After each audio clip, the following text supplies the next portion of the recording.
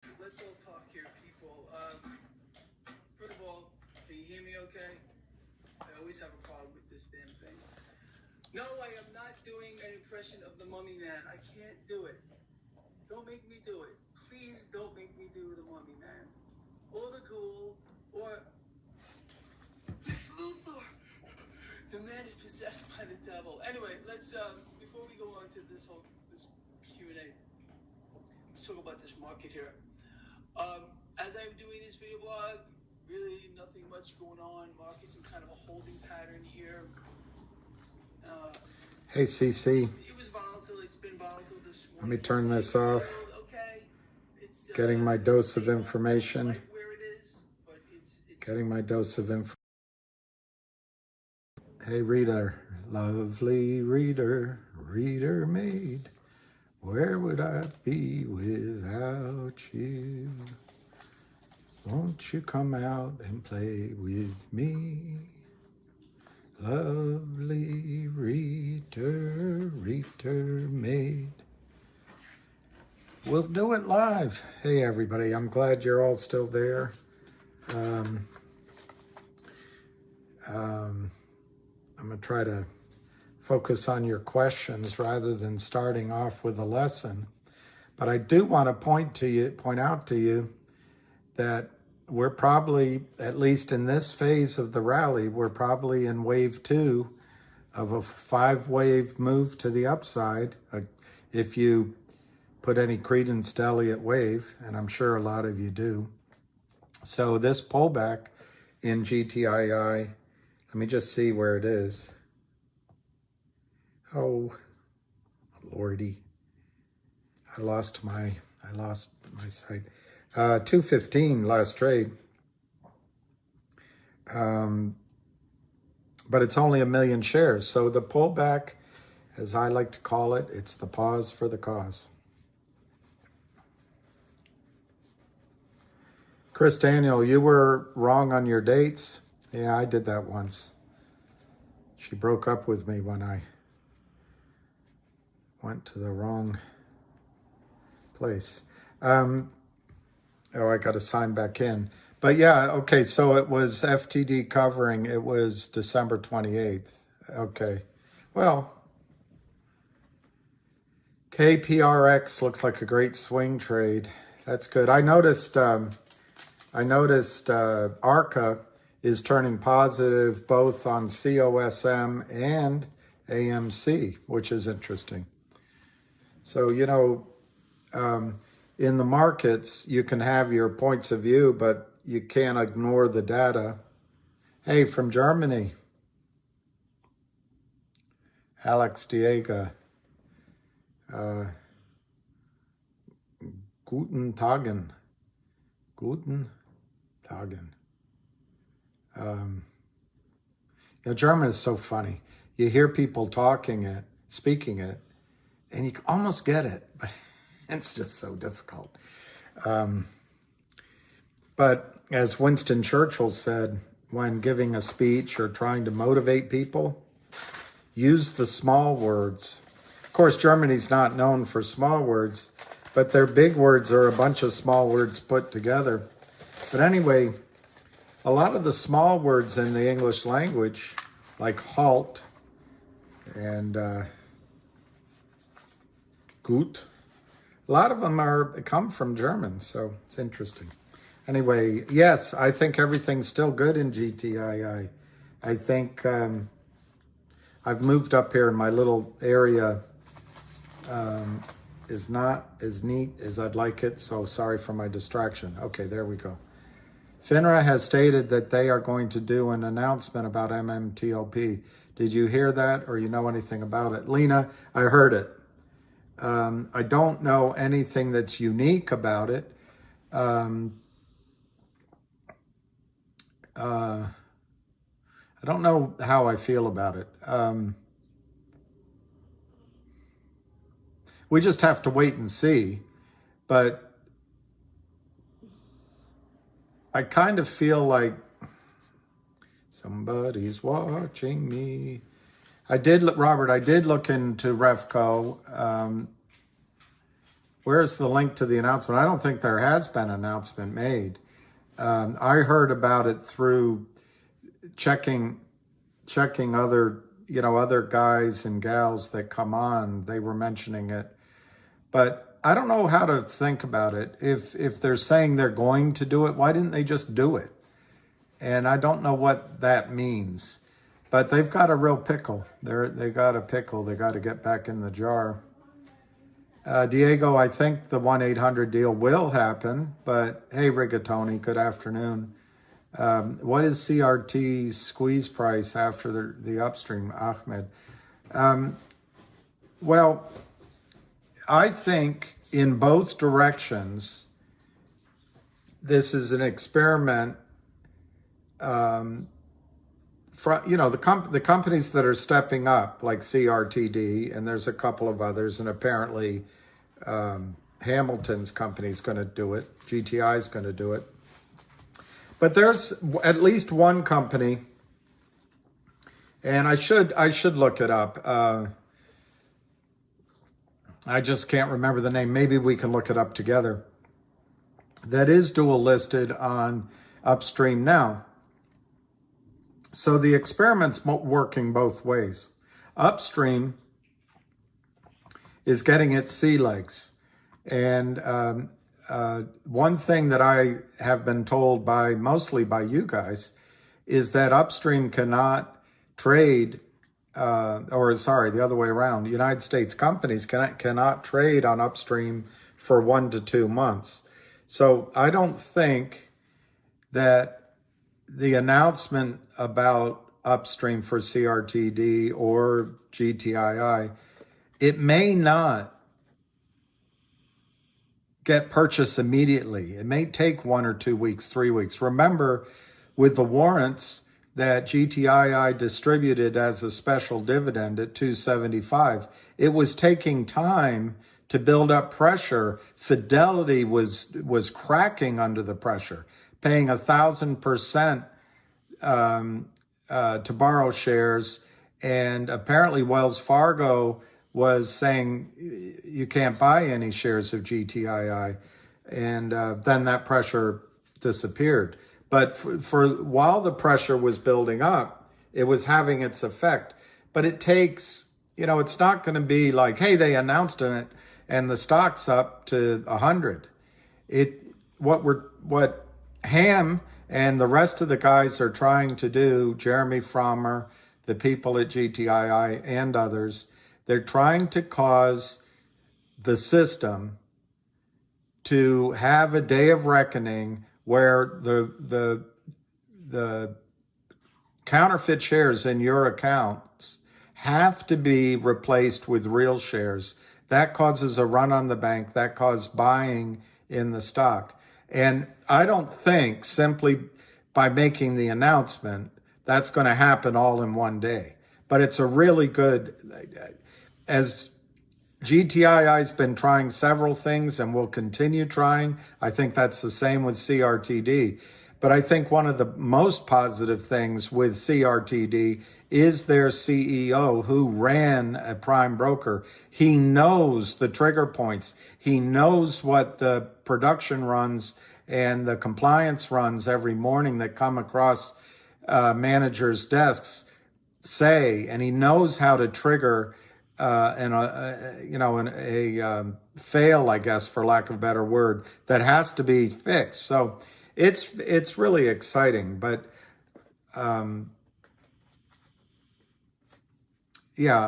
don't think that simply if they announced it was finalized tomorrow, I think you have to bear in mind that it takes a little while for that pressure to build up on Wall Street, and apparently trading hasn't been fully allowed for U.S. securities, and it might be a month or so away.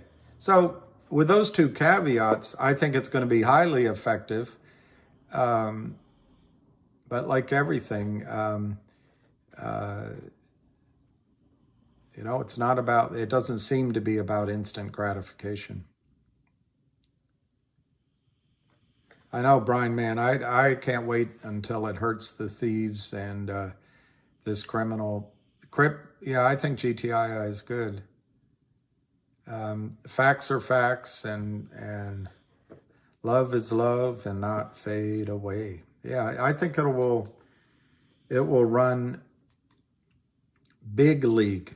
That's what Trump always said, was big league, not big league, big league. But Cryptic, thank you for doing that, monitoring or whatever that wrench means. Living the dream. Living the dream. Hey, MKC. Hey, you guys.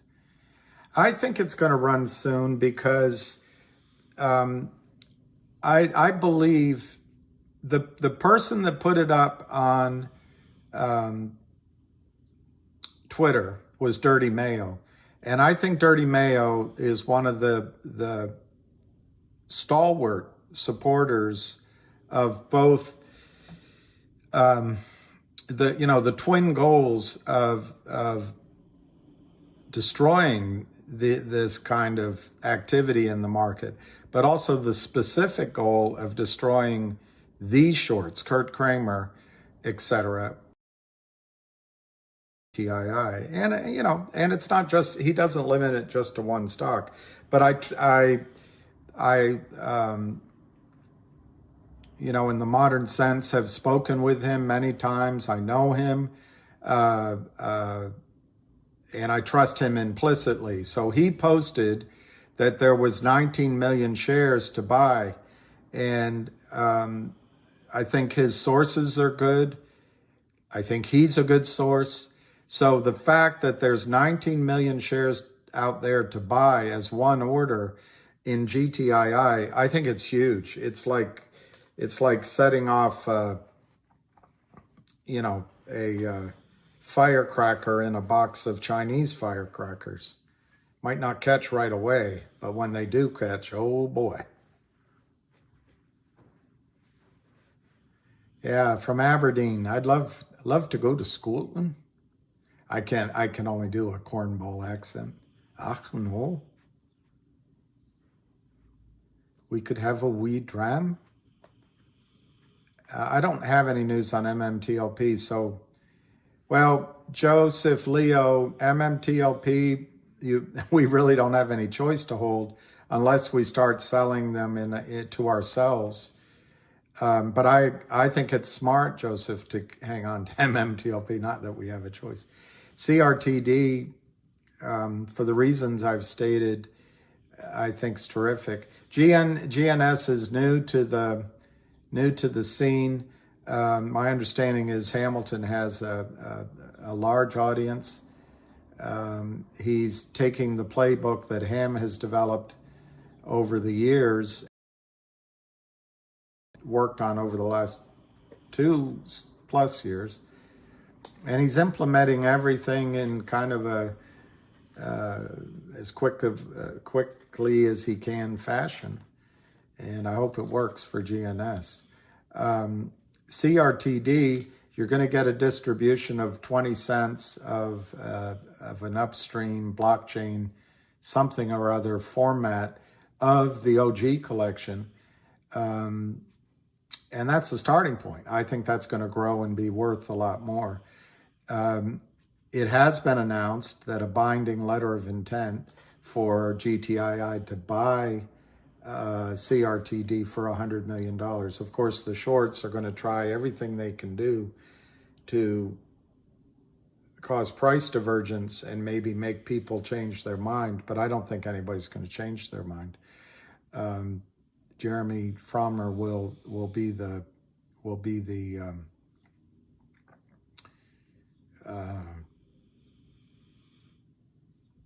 CEO of the combined company.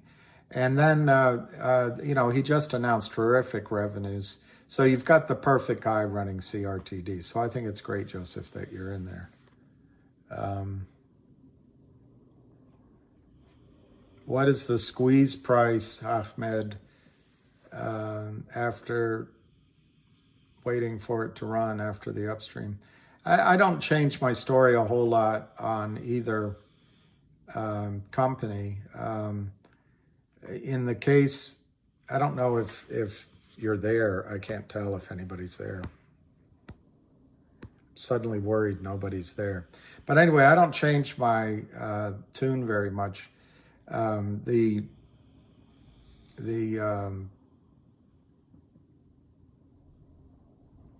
I don't know. Is anybody there? Can you type?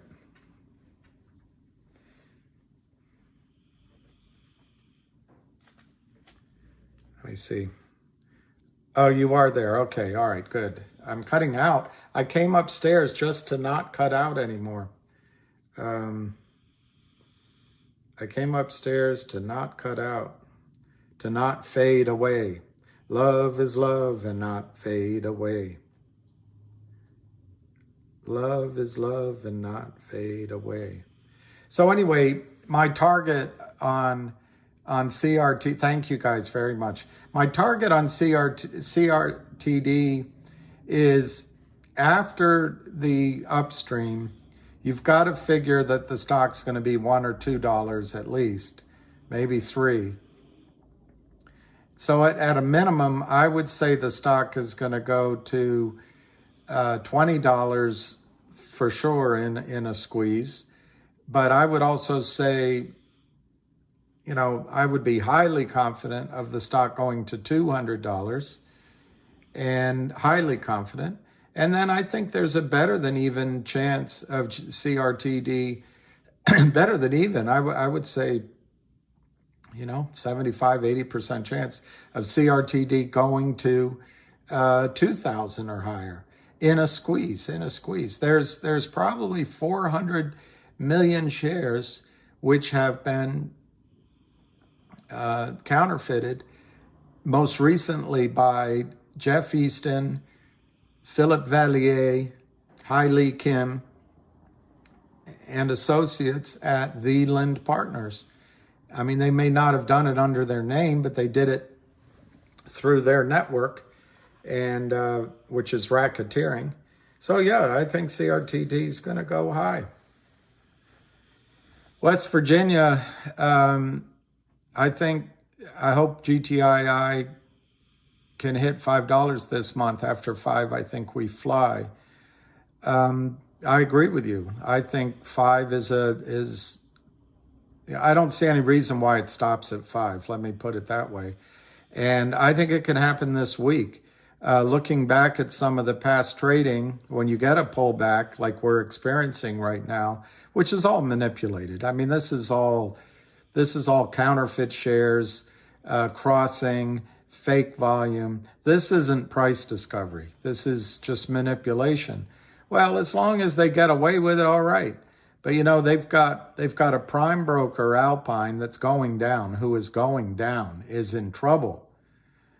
They've got these opportunities and jackals who joined in to short it down, who are in trouble. So I think, based on the trading I've seen and you've seen, I think $3 is their stop loss point.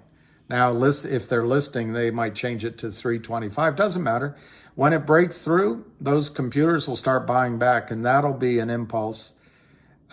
You've also got, I think, Kurt Kramer is on the ropes. Now, Charlie Mayo is still cold calling for companies, so they're still living in the illusion that nothing's changed and they can continue to crime. Criminals crime and Kramer's Kramer. And I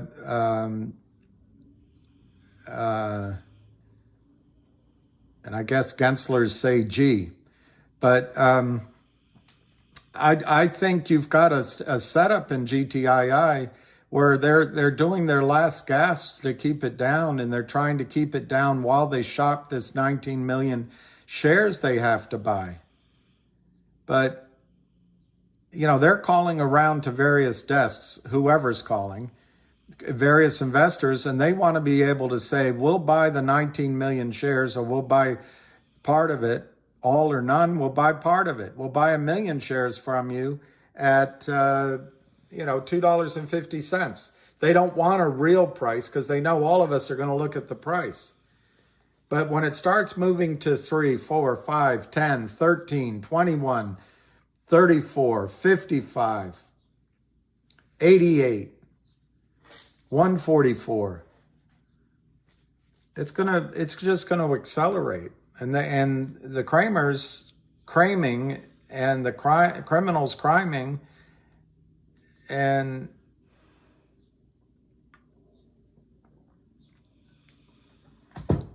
the market makers manipulating. It's not going to stop it once it starts. Oh, if 19 million shares went out on the open market,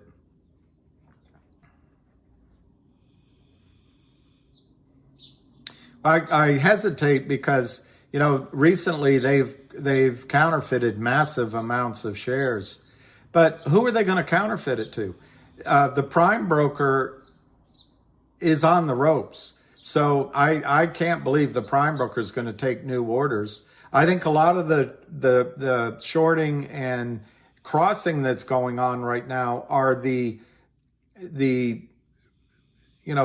hyena, the jackal shorts that joined in, and they're using their own sources of accounts and maybe prime brokers, but market makers, to move shares around to pay each other. Ultimately, they're going to stuff a prime broker and the system, but they want to get paid first because, don't you know, they deserve it. They've done such hard work in their life. They take so many risks. But I really don't think Kramer can crame anymore, and I don't think Alpine can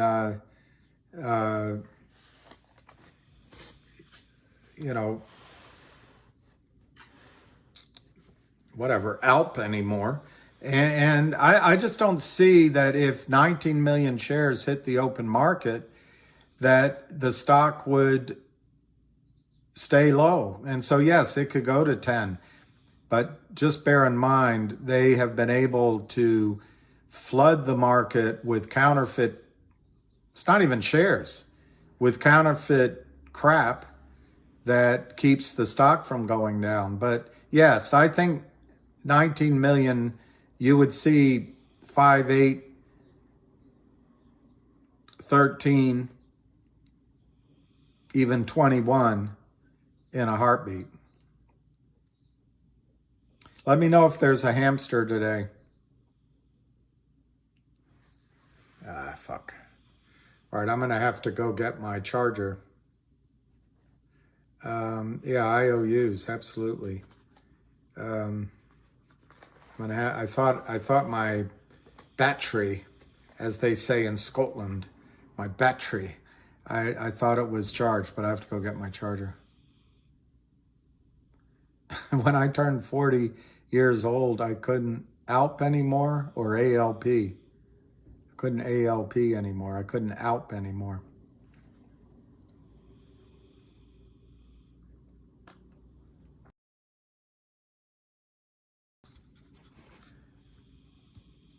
Zeppy-ish.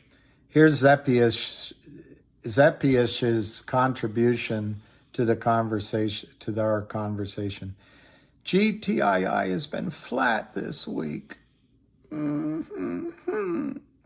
Hope it doesn't trace back to 75 cents. Alarm, alarm. Where is the news? This is Zeppy-ish. Zeppy-ish, yesterday, just in case you missed it, there was news on GTII and Zeppy-ish. You should look, if you have time tonight, Google racketeering, Influencers Corruption Act, RICO. Just Google it. And I would stick with your fake names like Zappy-ish. But anyway, there was news yesterday. Where is the news?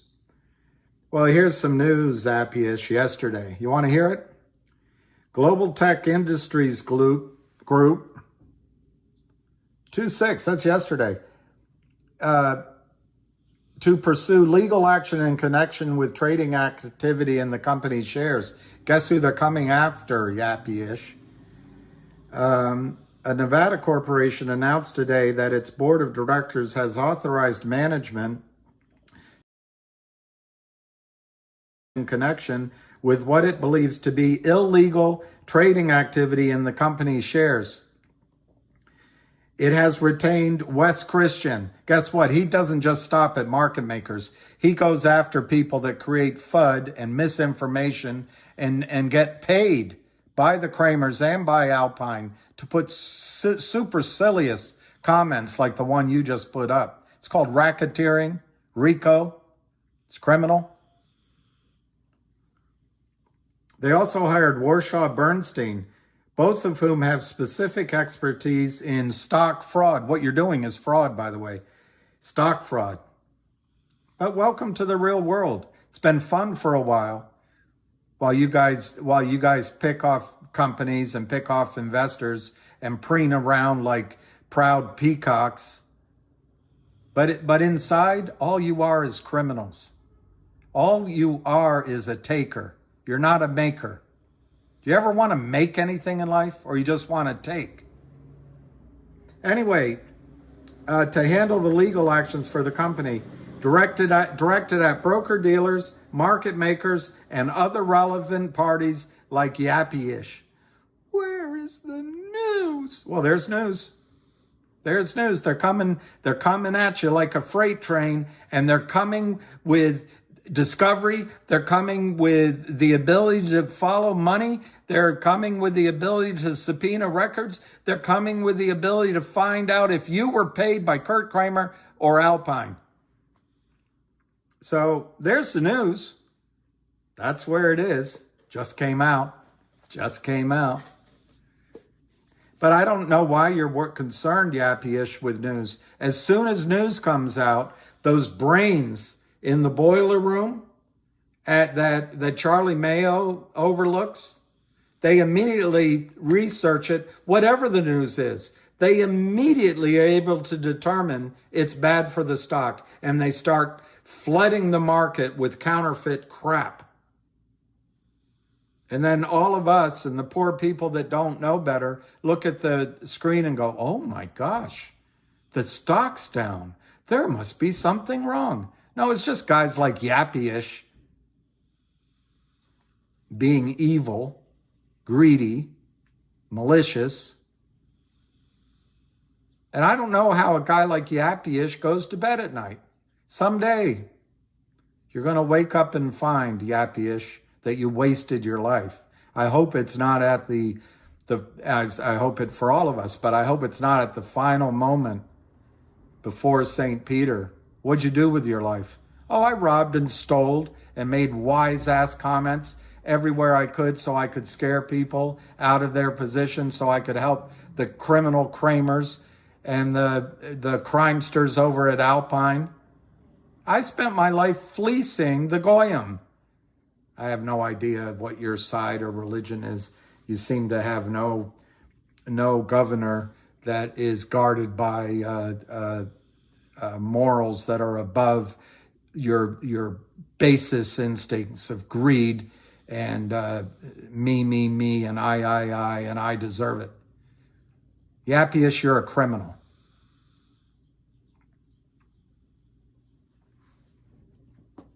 Twista's game logics. Cheers, mate. By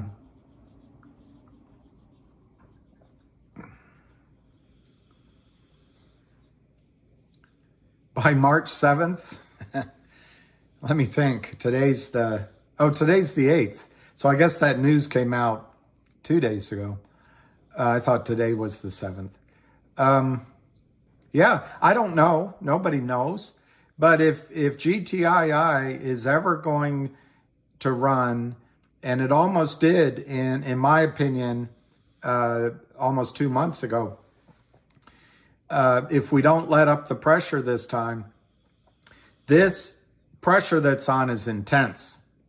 And the criminals have never seen the dedication and the single-mindedness. GTII and the GTII Army and a core group of investors and the hamster want to root out Kurt Kramer specifically.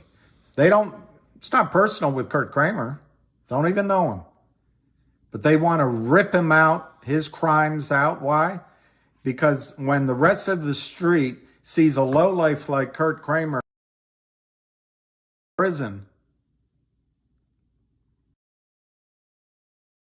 that he's provided to society and the selfishness he's shown to humanity, and never mind 1 strike, 2 strike, 3 strikes, you're out. Kurt Kramer has 3 strikes in 3 minutes, and all of his people. So it's going to be fun watching him go down. But then it's going to be the Lynn Partners as well, and whoever that group is with Wolf, and Your Money has made one of the companies brag that at least their IR guy has bragged that they're ready to join the fight after they took, I can't say who it is, but after they took 35 million of Your Money out via the shorts, they're now ready to get in the fight.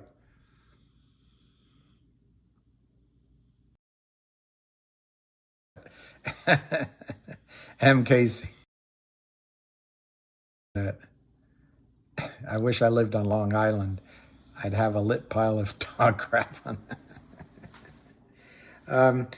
You have to excuse me a second. I have to go get a charger because this battery is going to expire, mate, isn't it? Isn't it? How much does it help us to sit here and cry? Make peace with yourself. There was an interesting quote.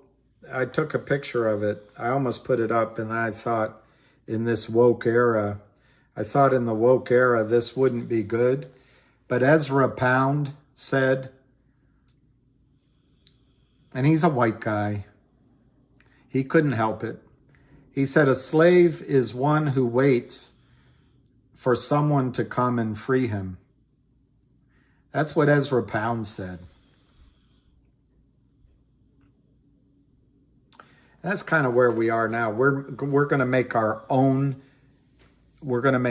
efforts to destroy the shorts.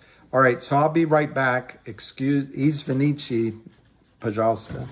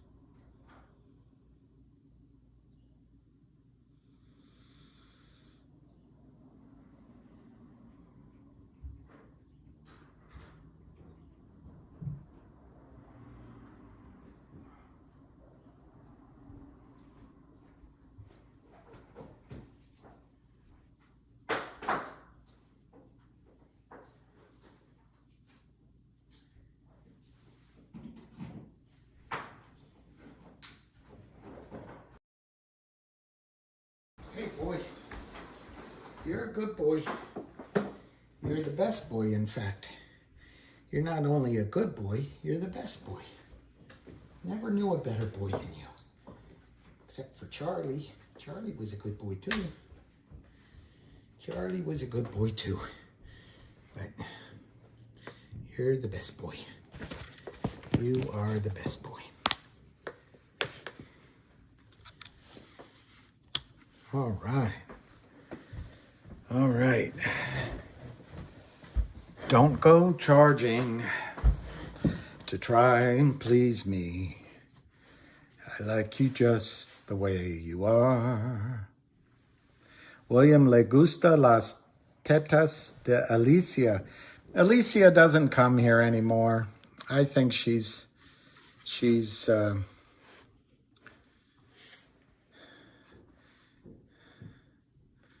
found greener pastures, greener Greener shamrocks. She's found 4-leaf clovers. Or is a shamrock a 4-leaf clover?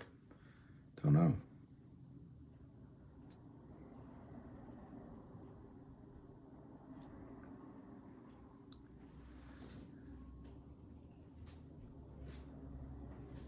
Yeah, I've got to get a lot of things, Millennial Collector. And I think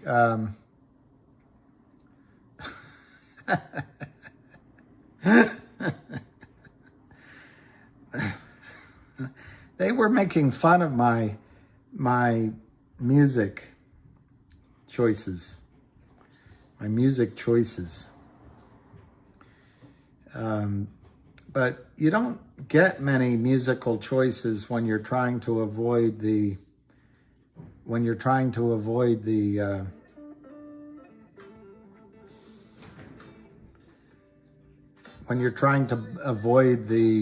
do you call it? Copyright notice. Hey, Hugo. Lucky is sleeping. Lucky is sleeping. And let me look. Somebody just said it's trading at 212.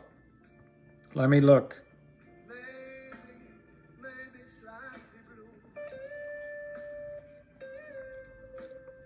I got to sign back in. It's an annoying thing. See, downstairs, once I sign in the computer in the morning, it stays signed in. It's one of the advantages. But up here, whoever told me yesterday, it's better. It has sunlight. It's nice.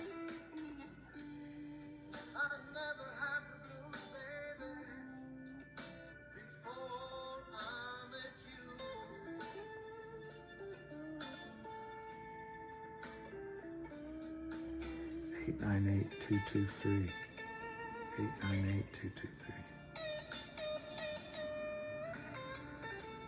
All right, let's see what it's trading at. 226. Buenas tardes. Hola, my old friend.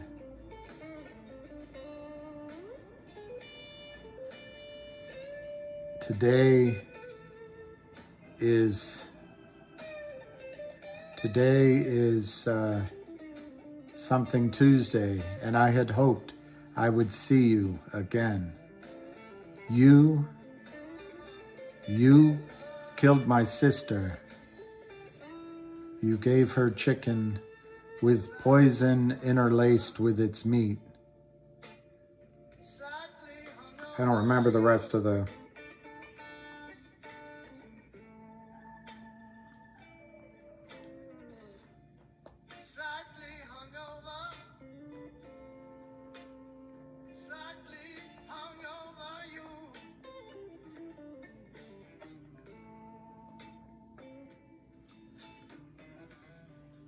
It goes, Buenas tardes, amigo. Hola, my good friend. Cinco de Mayo is on Tuesday, and I'd hoped we'd meet each other again. You killed my brother last winter. You shot him 3 times in the back. In the night, I still hear Mama weeping. Oh, Mama, still dresses in black. I've looked at every fiesta. For you, I wanted to greet. Maybe I'd sell you a chicken with poison interlaced with the meat. You look like my brother. Mama loved him the best. He was head honcho with the ladies. Mama always said he was blessed. The village all gathered around him. They couldn't believe what they saw. I said it was you that had killed him, and that I'd find you and upstand the law. The people of the village believed me. Mama, she wanted revenge. I told her I'd see that she was honored. I'd find you and put you to death.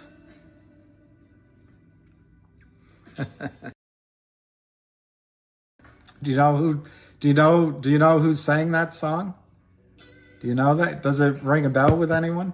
I went to the concert. I went to their concert. They play, I think they're brothers. They play in their, yeah, I was in NAMM.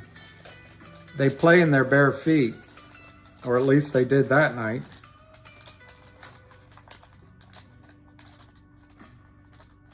Well, that's a good point. They do a lot of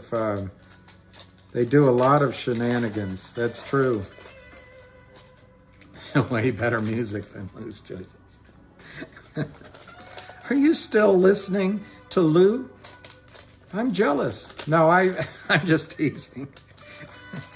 You know, I told you when I trained at Merrill, they said you got to listen to a lot of different people. I encourage you to listen to Lou. And frankly, Lou's made money for you. It's not like he's right every single time. Nobody is. It's not Miley Cyrus. It's not Milli Vanilli. It's not the Mamas and the Papas. None of those. You killed my brother. It's not the Doobie Brothers.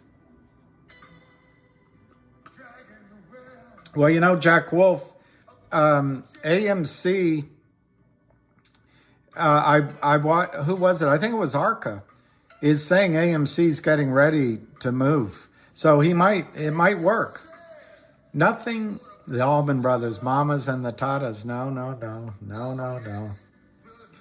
I'll show you. And then I'll get a copyright value. It's so frustrating. These stupid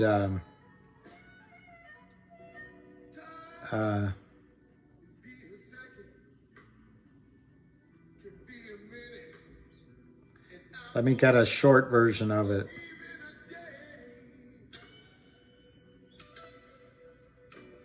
Get a short version of it. How about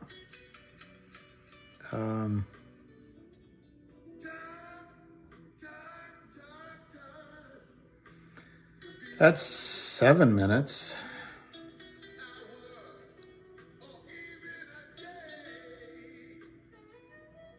Let's see the live version. Here's the live version.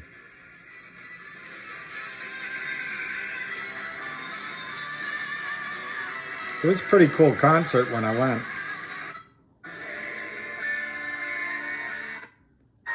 This isn't a very, I'm going to go to the record.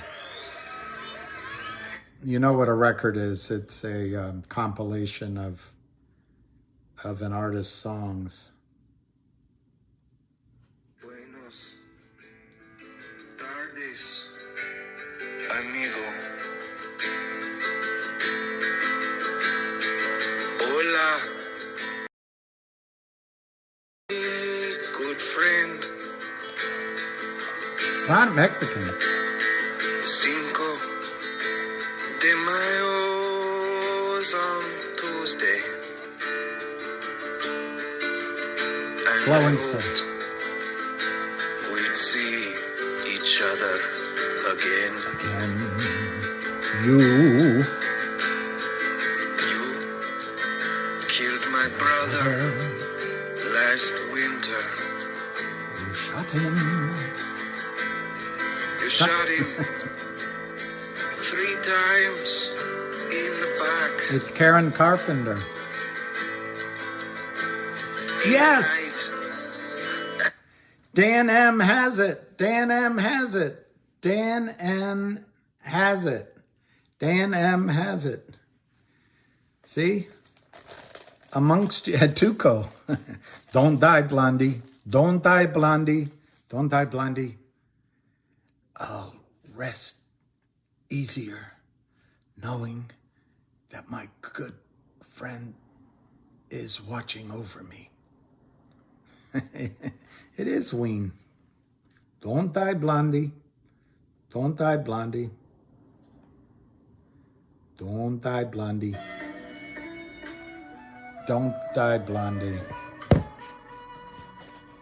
I'm pretty impressed with Dan M. Yeah, whoop, whoop. It's pretty good. That's a ways back.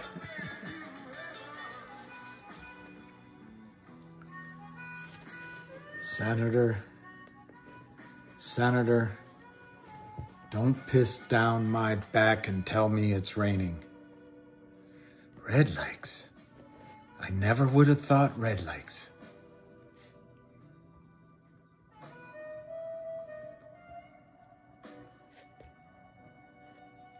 Shouldn't we bury him, Josie? Birds gotta eat, same as worms.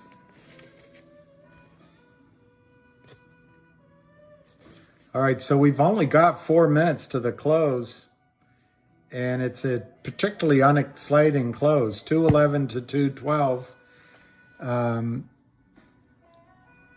Yeah, it's a Bob Dylan vibe. Anybody with that? Ugh. I love opera, Robert Sugano. I never got... How about not pissing down my back?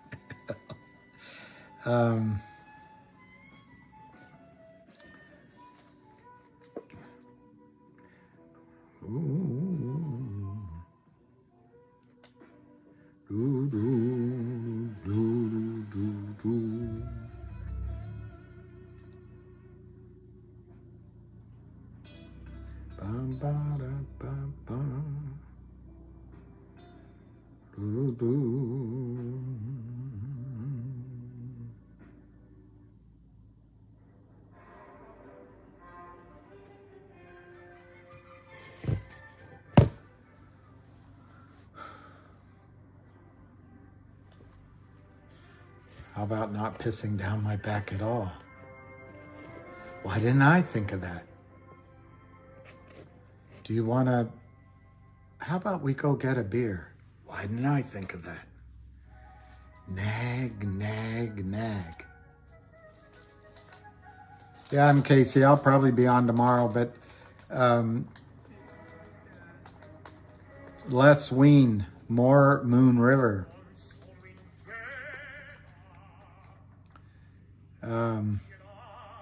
Did anyone watch The President last night? They're H-Town chops. There really wasn't any news. You could call up Kramer and ask him why he's counterfeited another probably another 750,000 shares. But other than that, it's the same. Only clips of when he lied. The letter? Really? Joe Cocker did a concert in Berlin live. And I bought, this is back when you had to buy CDs or DVDs. Anyway, I bought one. I was in Dubai and I came back to my apartment and played it. And I played it over and over again. But it's, I get by with a little help with my friends. I think it's the best, absolutely the best version I've ever seen. So I will take you up on that and look. I will look for The Letter by Joe Cocker.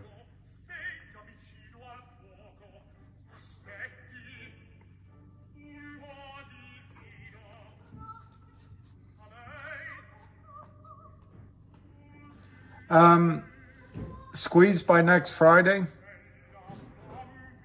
It's not, I mean, it's ambitious, but it's not out of the question. I was talking to someone I trust from Wall Street days this morning. And see, I've always been on the retail side, not on the institutional side, where a lot of this stuff happens with hedge funds and nods and a wink, and people trust each other because they don't want to lose the account.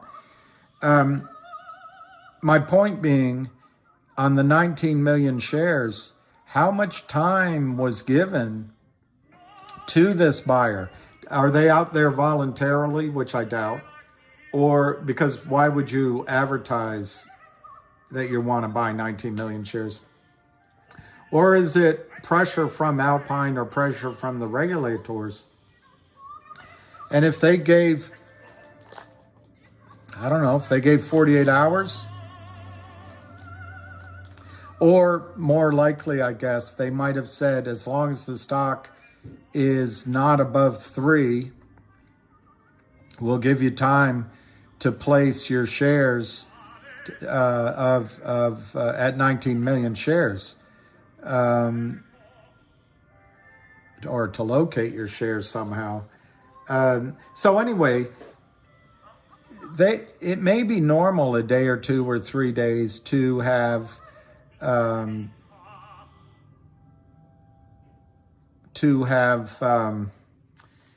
no action in the market. I think they're keeping the price down because they're trying to sell it. Yeah, I would say it could happen, but it could happen any morning. It could happen while Ham is playing pickleball. It could happen while you're picking up your kid from school. It could happen, literally, and this is why you have to have your GTCs in. It could happen while you switch over and buy a different stock and always can come back in later and buy this one back. It can happen anytime. So yeah, it could happen by next Friday. No mention of the millions of illegals they let in. Well, that's...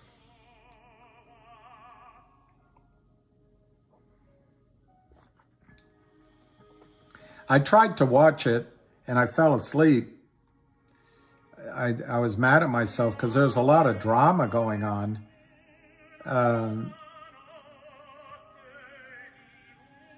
I don't think congressmen and women and senators should call the president a liar, but I kind of wish McCarthy had ripped up his speech behind him. Will Anderson, what we need to do for an upstream listing? They've done it. It's an application process.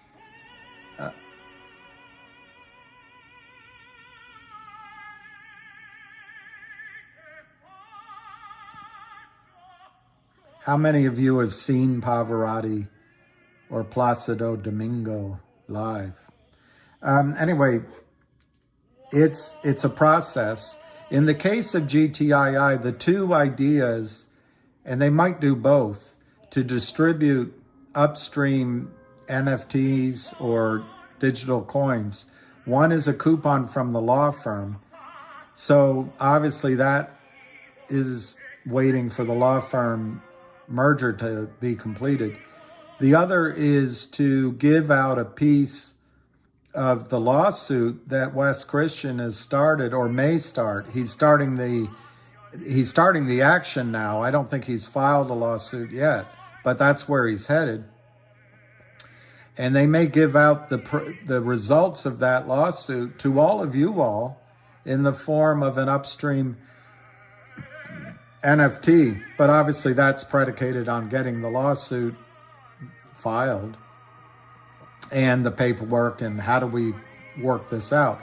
But they're doing it. In terms of the dual listing on Upstream, they've already filed for that. My understanding is Upstream is not ready to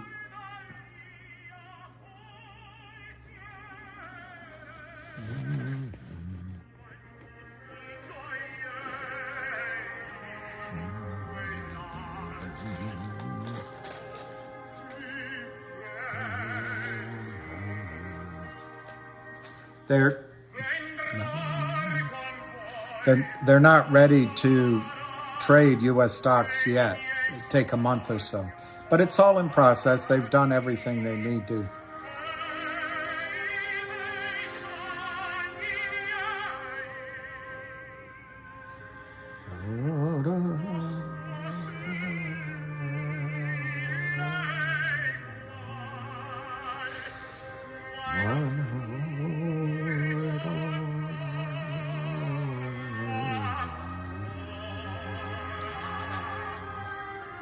It's great. It's great. It's great. This is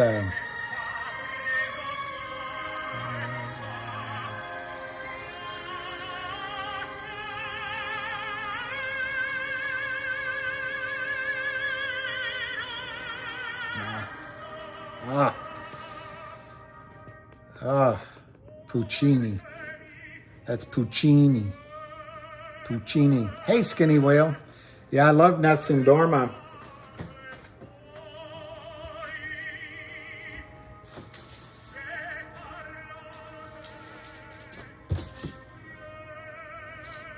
Before it became really popular, and back when we had answering machines, I had Nessun Dorma as my welcoming answering machine music. Nessun Dorma. There's a better one though, Skinny Whale, if you want to know the better one. I got to remember how to say it. It's Estella. I think it's Estella. It's better than Nessun Dorma, and believe it or not. And you're like my sister. She likes Pavarotti best. I like Pavarotti very much, but you could argue that Placido was better. Thing is, Pavarotti, there's just so much emotion in his voice.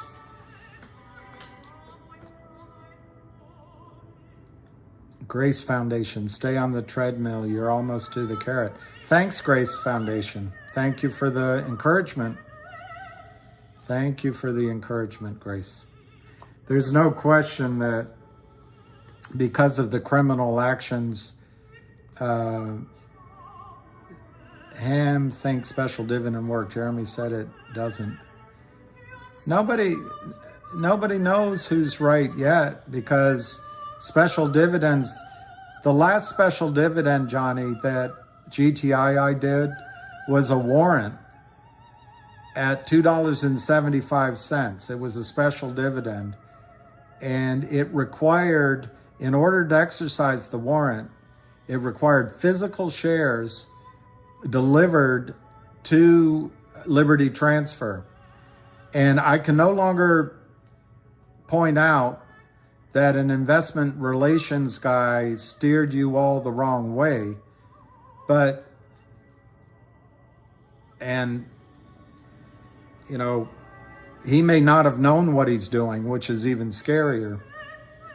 But the fact is that special dividend was working. And then everyone scurried over to a different opportunity and took the pressure off. So I would say that there's evidence that special dividends do work. Now, I didn't. Jeremy's never told me that, so I don't know in the context with which he said what you're saying he said.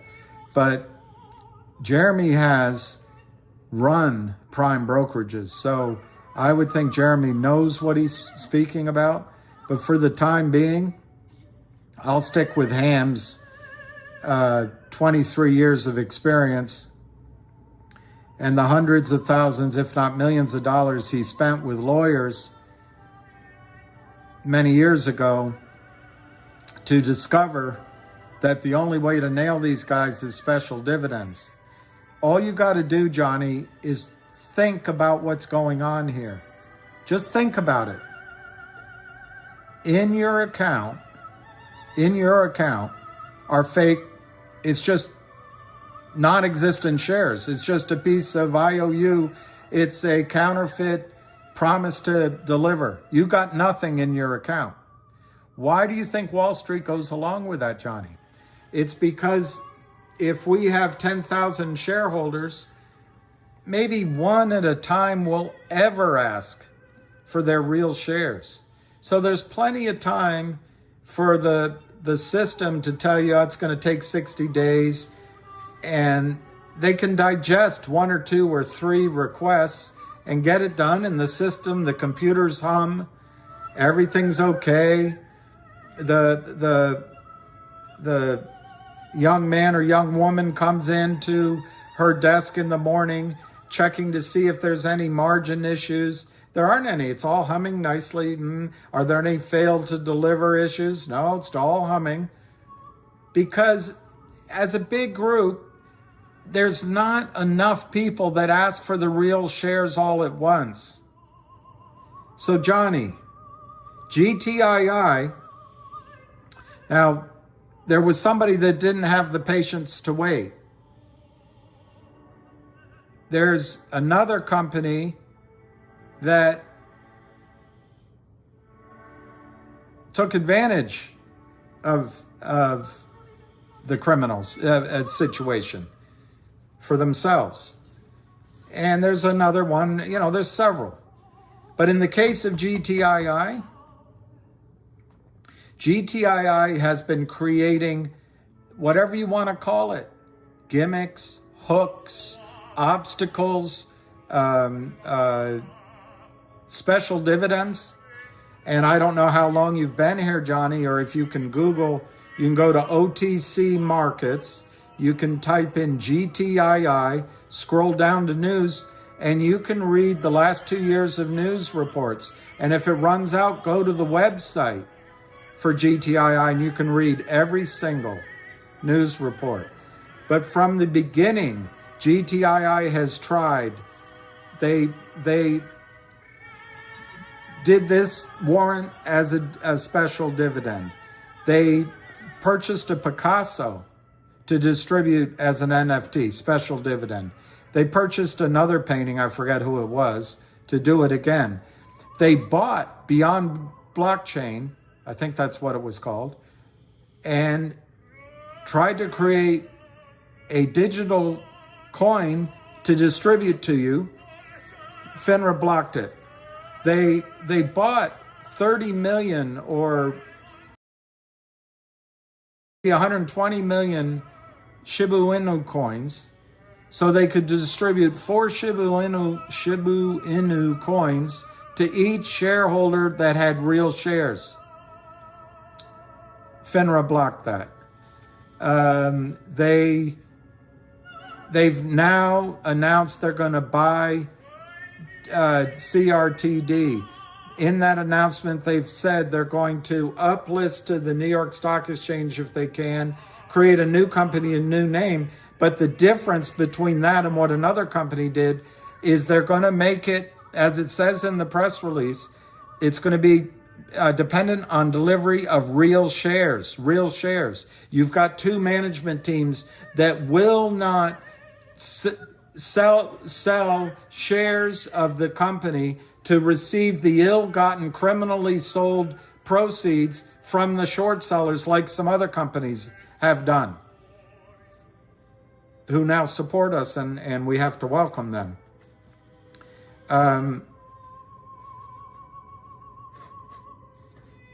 So Johnny, what do you want GTI to do? Nothing? Do you want them to not try special dividends? What's your idea, Johnny, for us to do? GTII also asked for shareholders to send in affidavits so they could do their own count, and they found trouble, and they reported it to FINRA. But FINRA doesn't care about counterfeit problems. They only care about entry-level people who cheat on their Series 7 exam, like Jessica Harper, and they only care about if the stock goes up, whether the CEO was fleecing shareholders. They don't mind if the system fleeces shareholders. So GTII, almost all alone. And for a long time, Ham, all by himself, stood up against that system. And Ham has spent money with lawyers. And Ham has determined that special dividends is the way to catch them out. And if one doesn't do it, you do another one, and another one, and another one, and another one.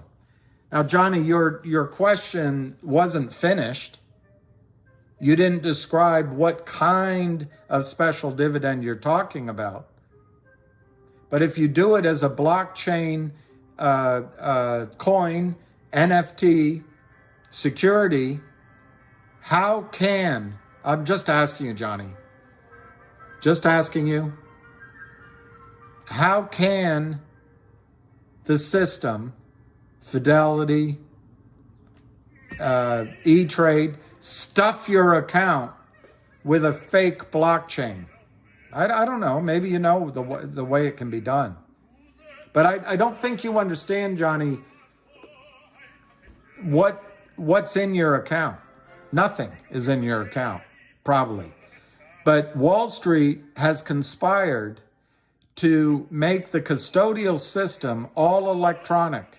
Now, they present that to you for liquidity, for ease of record keeping, ease of trading. But in the middle of high volume days and in the middle of the over-the-counter market, for some reason, with all this vaunted technology, they still have to use seedy, shady market makers and let criminals like Kurt Kramer stuff your accounts with failed to delivers that extend forever. And he kills company after company. Then he has his attorney, Richard Nadich, go into court and say, well, there was no evidence. I mean, I think that's who the attorney was. He had an attorney go into court. Well, there's no evidence these companies' business plans ever would have worked. Well, you know, no SHIT Sherlock. If you drive the stocks down with counterfeit, non-existent shares, of course you're going to kill the best laid of plans. But, so what's your solution, Johnny? Hope that Gary Gensler's going to do something? Hope that FINRA, that lawyer that works at Goldman Sachs and she's at the top of FINRA now, hope she looks out for you? No. What you try to do, Johnny, is you try to get the system to ask for all of the real shares at the same time. That was what this one gentleman could not understand.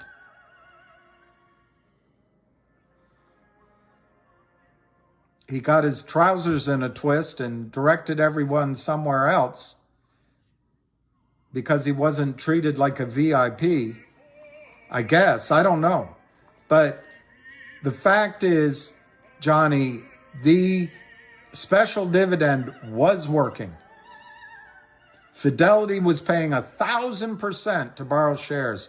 Wells Fargo reportedly took away the buy button. All the rest of the street was slow walking the requests to exercise the $2.75 warrants.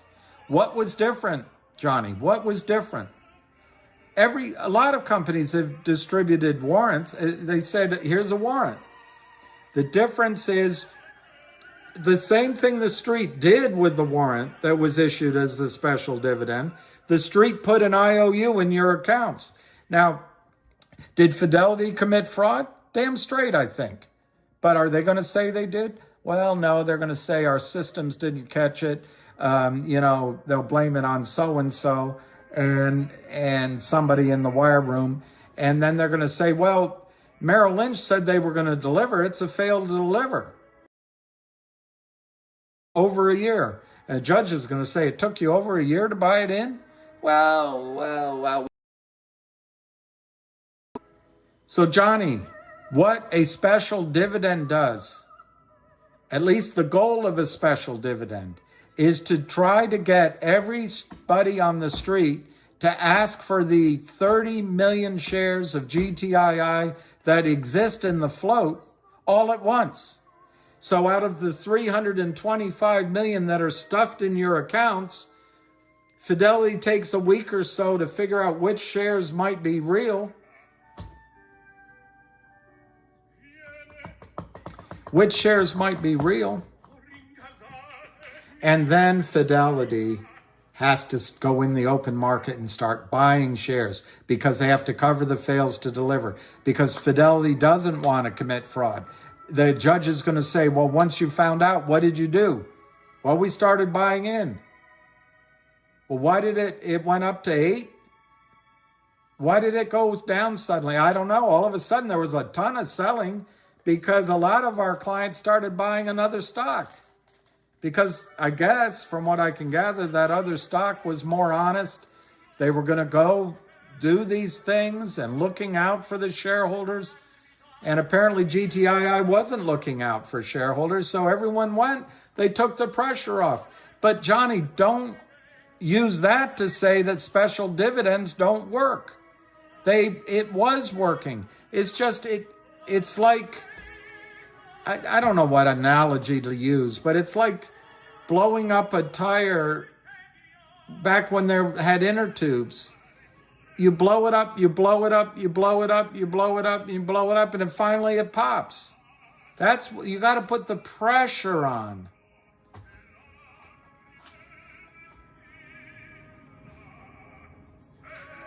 You have to put the pressure on. And I didn't hear Jeremy's talk. I'm sure Jeremy has another idea of how to cause the street to have to deliver physical shares all at once. That's what causes a short squeeze. Not whether or not management calls one guy back. Not whether or not there's a fraudulent calculation that there's a short position of 2,000% in another stock that I can't mention.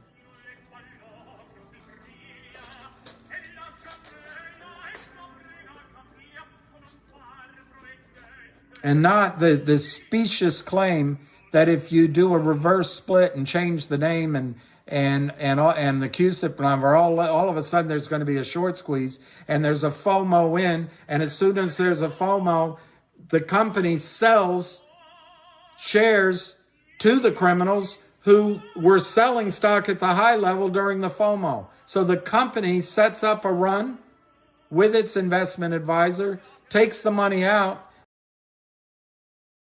funded will join the fight. That's how I see it. Now, could I be wrong? Sure. But am I wrong that they took the money out? I'm not wrong about that.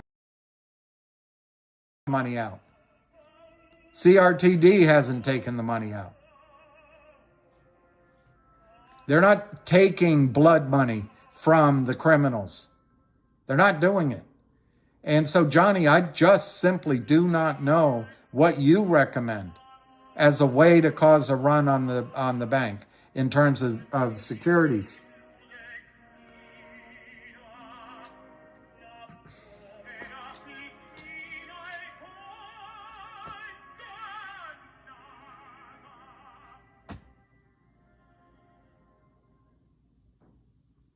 So I trust Ham and the work Ham's done, and the fact that his recommendation is special dividends.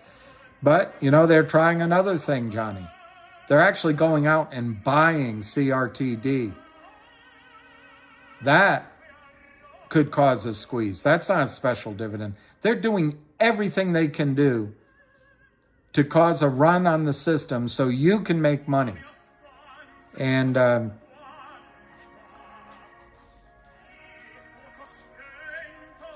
I don't know why a special dividend wouldn't work. Obviously, in the case of the special dividend, the warrant, it only started to work. It didn't work. Why? Because actors other than those involved with GTII got all of us to let off the pressure. Is it provable? You can't prove anything. That's why these guys go to court and they're able to say, well, there's no way of knowing if their business plan would have worked. And sure enough, lawyers agree you can't prove it. So that's the gray area they live in. But all I can tell you is the special dividend was working. The fact that I got to be careful how I described it. A series of events happened that took the pressure away, actually leads you to conclude. You can say to me, well, that special dividend didn't work. And I would ask you, did it not work because it wasn't working? Or because somebody came along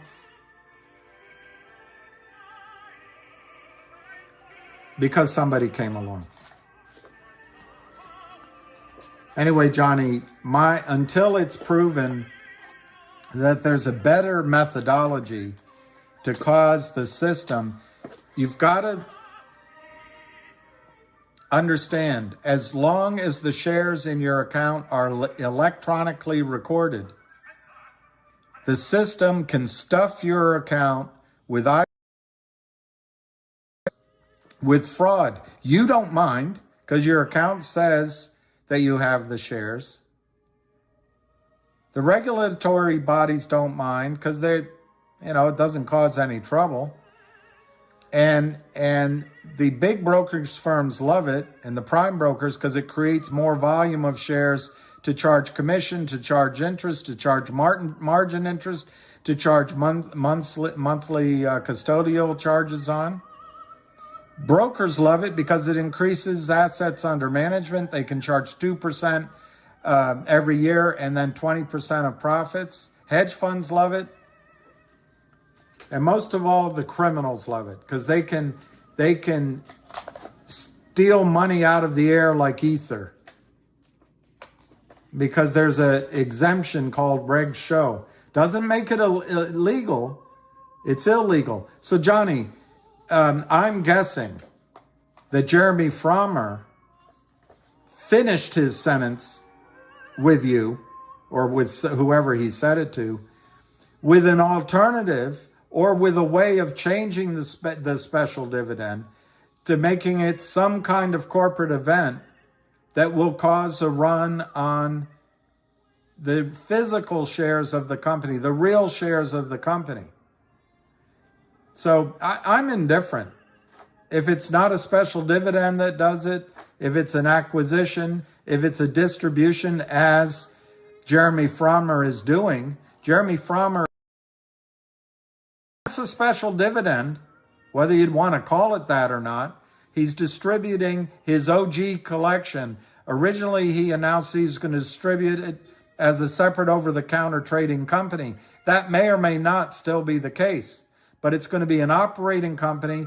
There's at least 4 or 6 curators, and they're going to continue to have online auctions of their Bob Guccione collection as NFTs, and they're going to go up on Upstream. So, Johnny, I think either something in the translation of how the question was asked to Jeremy or how he answered the question misses the fact that he himself is doing a special distribution, a special dividend. Now, to join on the other side of the argument, I showed you the book yesterday, Naked, Short, and Greedy.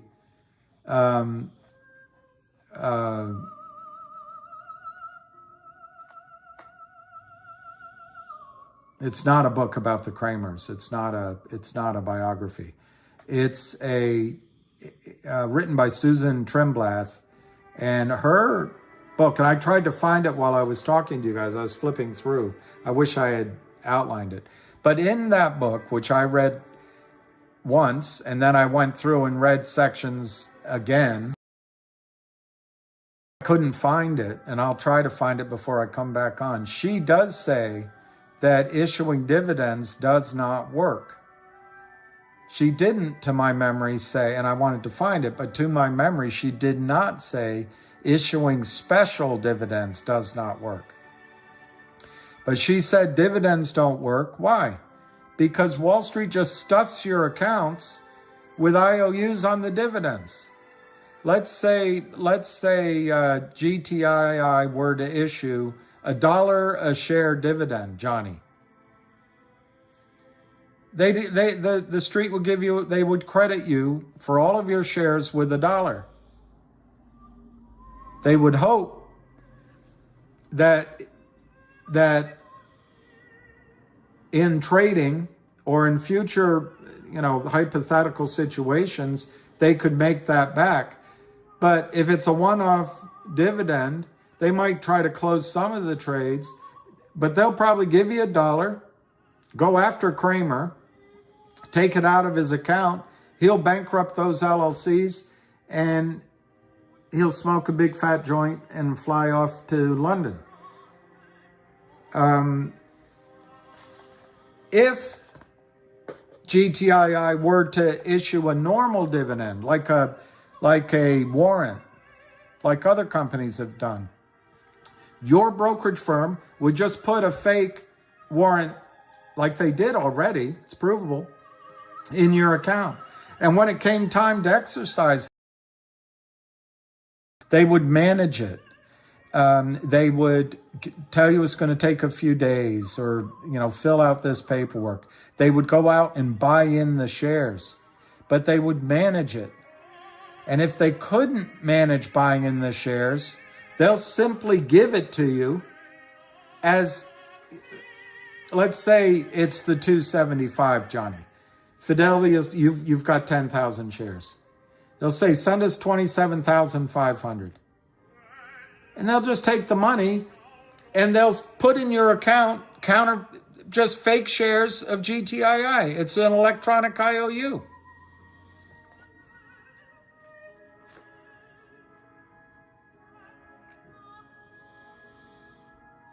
And this has been going on for 2 decades at least. And this is what Kurt Kramer counts on, so he can continue to short the stock that doesn't exist. So I don't know, Johnny. I think a special dividend, what does special mean? Special means any kind of hook that you can put in the dividend that requires the system, all of the brokerage firms, to deliver real shares, ask for real shares all at once. That causes a run on the stock. It also causes enforcement of Reg Sho, because Reg Sho also is quite clear that you still have to. They just ignore that part. So Johnny, I think it's a miss. Maybe I can. I don't have his phone number, but maybe I can call Jeremy and ask him what he meant. But until I hear it from him, I would say he's either saying that dividends don't work, which is what Susan Trimbleth, PhD, says, or he's saying certain kinds of special distributions, special dividends don't work, and I don't know what they'd be, but he's doing one himself. He's doing one himself.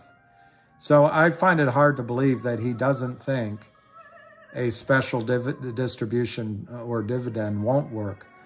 It all depends on your definition of special, doesn't it?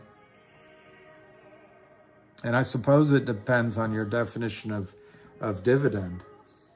But I don't know of a better way to cause every brokerage firm to demand, in the case of GTII, for 325 million counterfeit, illegal securities fraud shares sold by Kurt Kramer, Seth Kramer, and Charlie Mayo, and Alpine Brokerage, to fit into 30 million shares in the float. That's what you're trying to do.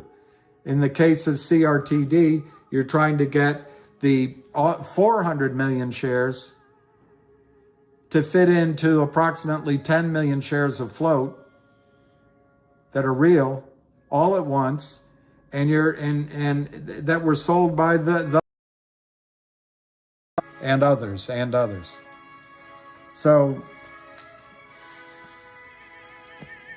I'm not as quick to dismiss Ham's hard work over the years, but also the work he paid for. Ham hired lawyers to use the SEC's own rules to cause a reckoning of real shares. And this is what they came up with: special dividends. And they try one. If it doesn't work, you try another, and then you try another. I don't know what else you do, Johnny. I don't know what else you do. Look above it, Frommer.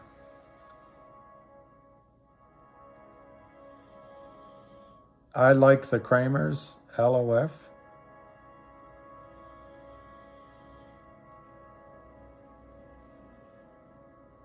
I'm looking for Frommer.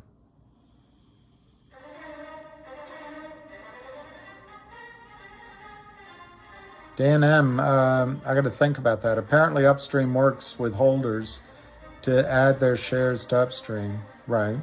I'd guess that once they see two holders of the same shares, of the same share. That's not how it works.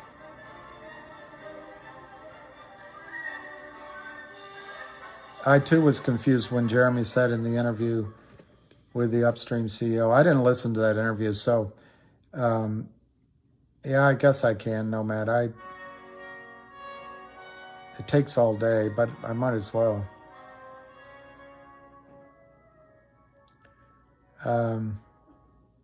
No, they are not, William. I don't know what that's to. I'm sure I said something wrong. Ham's the... I'm the guy...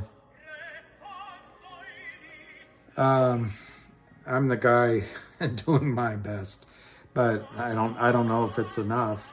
Yeah, I know it's confusing, guys. You know, I have friends who are multi-million-dollar producers on Wall Street. I have CEO friends, and I tell them what's going on. They can't believe it. So I understand it's hard concepts, but what I found for myself, if you believe that Kurt Kramer will do anything for money, break any law for money, and get a lawyer to cover for him, and if you believe that the prime broker will accommodate him as long as the boxes are checked, and if you believe market makers are slimy and they're not really market makers, that it's just a cover, it's just checking a box on the Reg Sho exemption, and they'll just do anything for money, if you'll just put in your head, these are the sleaziest criminals you've ever dealt with, then you start realizing, oh, so they don't have an ounce of good in them. No, they don't. Well, everybody's got God in them, but I don't have the ability to see that.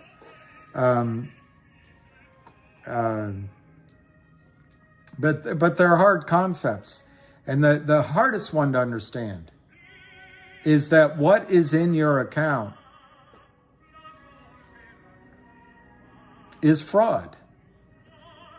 I don't know how securities firms get away with it. Everybody looks the other way. I think it's very clever on the part of Wall Street. They've expanded their assets under management massively with fraudulent shares. It's the same way fractional reserve banking works. And if you look at it from Wall Street standpoint, who's to know?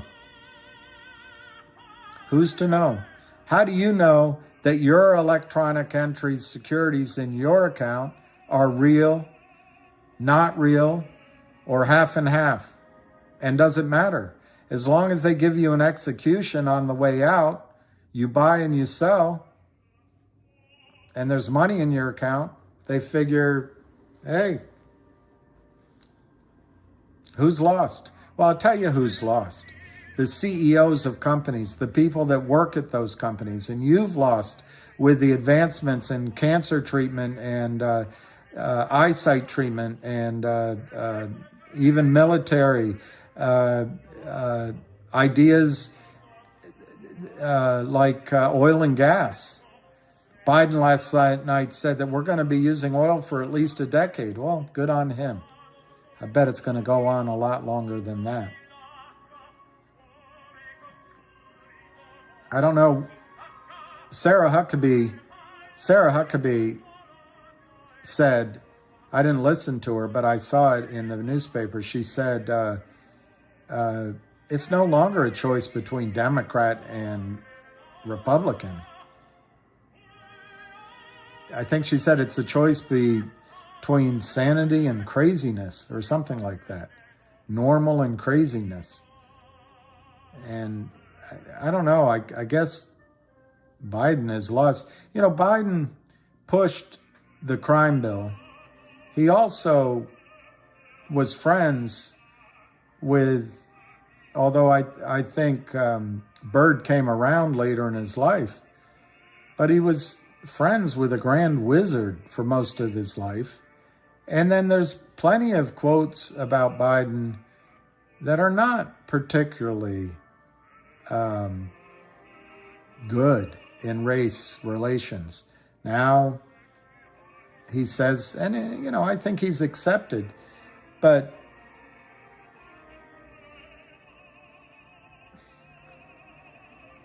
I don't know. I shouldn't talk about him, but I wish we could get past all that.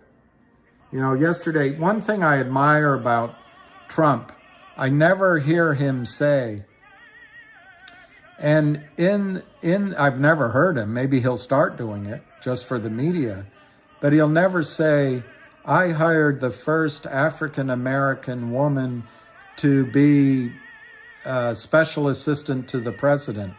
He never said that. He hired someone he thought was qualified, and then she turned on him and wrote a book about him for $1 million. But that's the way the world should be. We hire people. We don't have to say, like yesterday, Biden pointed out that this Hakeem Jeffries is the first African-American minority leader. So what? He's Hakeem Jeffries. He got the job. I don't know. It'll never happen. Wizard Gray Balls. CRT will give 300 per share offer. I don't know what your question means, but I think in a squeeze CRTD, 300 will happen in the first half an hour. Yeah, meritocracy, although Richard K., you think in your life, and I do, I look back in my career, there were plenty of guys that got the job because their dad, you know, ran a fund or something. So there were a lot of women that got the job when I went through, because there were quotas then too. A lot of women got the job for what they might have done. I mean, it did happen for what they did with the manager or the sales manager, or just the fact that they were beautiful. So there is unfairness in the world, but can we really root out all unfairness? I doubt it. I doubt it. But I like to think it's meritocracy. The saddest thing, Richard K., is, I don't know how old you are, but I really believe that when I was coming up, you could get a good education at one of many universities and colleges. Now everybody wants to go to the same 5. And the concentration of wealth now, we've turned into a third world country in a lot of ways, where the very elite have all the opportunities and all the money. And it's not restricted to sex or color either. I don't know if you realize it, but women own most of the wealth. The majority of the wealth in the United States is owned by women. So I just wish we'd get away from dividing each other up. You see Hakeem Jeffries, you congratulate him. You see Joe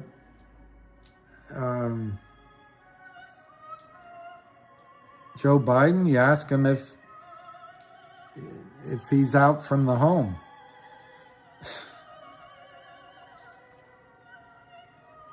I know, Wizard Gray Balls,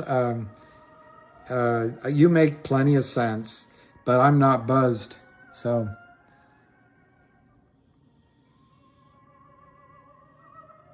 Well, I just saw on one of the sites that I follow that scene you remember when Joe Biden said to the Ukrainian prime minister something like, turn off your investigation or you don't get the billions of dollars. One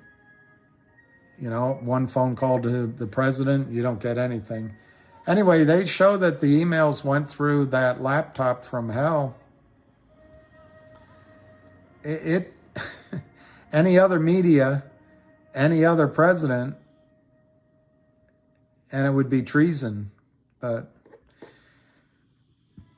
you just got to remember that Trump is odious, as Christina von de Heuvel says, and I really respect her.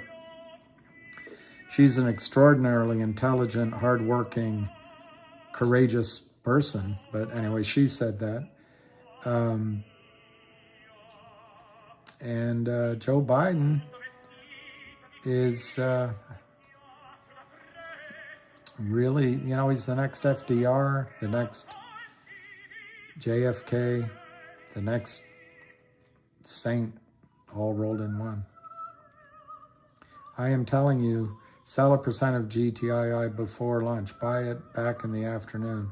After the shares fall apart, being swamped, and then rotate profits into CRT. If it runs, just buy all CRTD. That's not a bad, David Smith. It's not a bad strategy if you want to do it, but you got to take a few things into consideration, David. If you've owned GTII a long time, you're going to go into long-term capital gains at some point. For those of you who purchased GTII in September, you know, it might be a while off, but it's conceivable anyway that you'll get to the long-term capital gains point in GTII.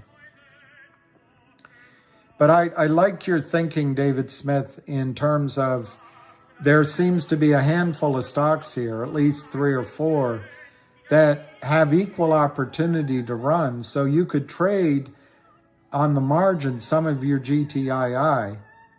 And I have friends that have traded all of their original money out of GTII. I've never had the courage to do it.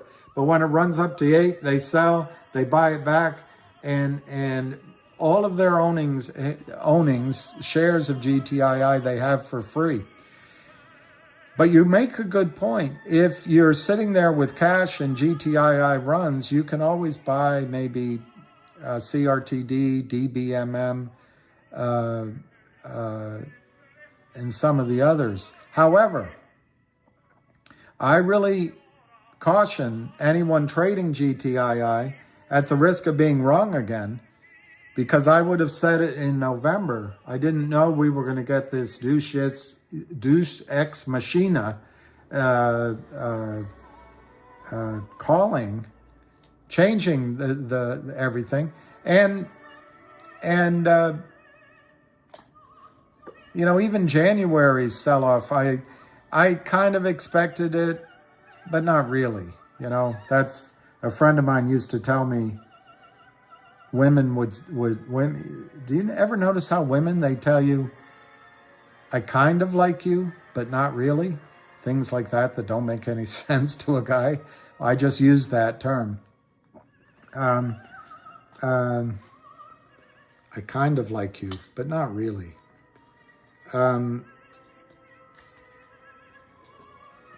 So anyway, I forgot now what I was saying. Oh, I would caution not trading out of GTI right now. I think it would be, you have to ask yourself, if I'm trying to pick up 25 cents in GTII by getting out at $2.30 and try to buy it back at $2.10, and if it doesn't run, they go down to $2.10. What if it runs to $2.75? Am I willing then to buy it back at $2.75, losing money before it runs? Okay, if you're a good trader, do that. But most people would sell at $2.30, try $2.30, try to buy it back at $2.10 in the afternoon, as you're suggesting. And if it doesn't go, they'll sit on their hands. I didn't get my price. The next thing, it's at $5 and they didn't buy back in. And I can't give each of you financial advice. I can't do it. But as an intellectual exercise, I think now would be the exact wrong time to get out of GTII and try to trade it for the downside. When the move comes, it's going to be explosive, and you won't have time to get back in. I know it hasn't happened yet. It was about to. I think it will again. And the good news is when it was about to, compared to today, they've sold another 100 million of non-existent counterfeit fraud shares that have to be bought back. So I don't know. It's going to be like being on a roller coaster or a powerful Ferris wheel where everything's going along slowly, and then all of a sudden it's almost G-force as you're going down the hill or up the next one. So anyway, I think that's right. Once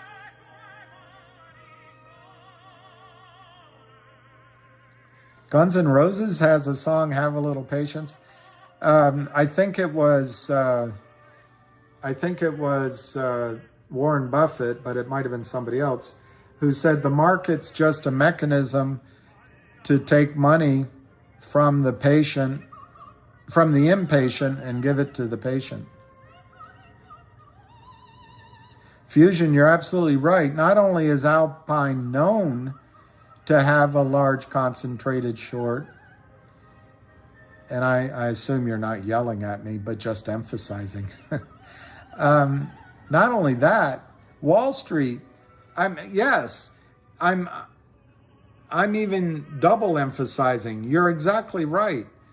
So I'm not adding anything to what you're saying, but I just want to also re-emphasize that there's players on Wall Street that now know it. And a guy like Ham could be talking to one of his contacts on Wall Street, and they say, I'm busy. Talk to me quickly. Talk to me quickly. Well, it's this. What do they do? What's their revenue? I got to go. But now, when Ham talks to him, it's in a filing. The DTCC and the NSCC have stated that Alpine has is deficient because of a large concentrated position failed to deliver of GTII. And then that goes, oh, ding, ding, ding, ding. Let me check into it. Give me some more information. Let me think about it. Call me back tomorrow, Ham. And if Ham were on a trading desk, which he isn't anymore, all right, Ham, why don't you bid for 15 million shares for me? Buy some now, but I buy as much as you can up to $3.50. And Ham goes to work and he tries to buy it at the cheapest prices he can. And that is what's happening at GTII. I agree with you 100%. Rumor from fact.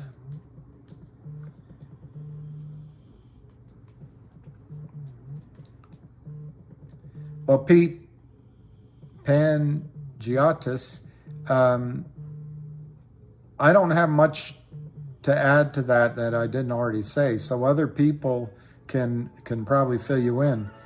But I think it's great news that FINRA's announced they're going to announce something. But I wonder why they had to announce they're going to announce something. I wonder why they didn't just announce it. But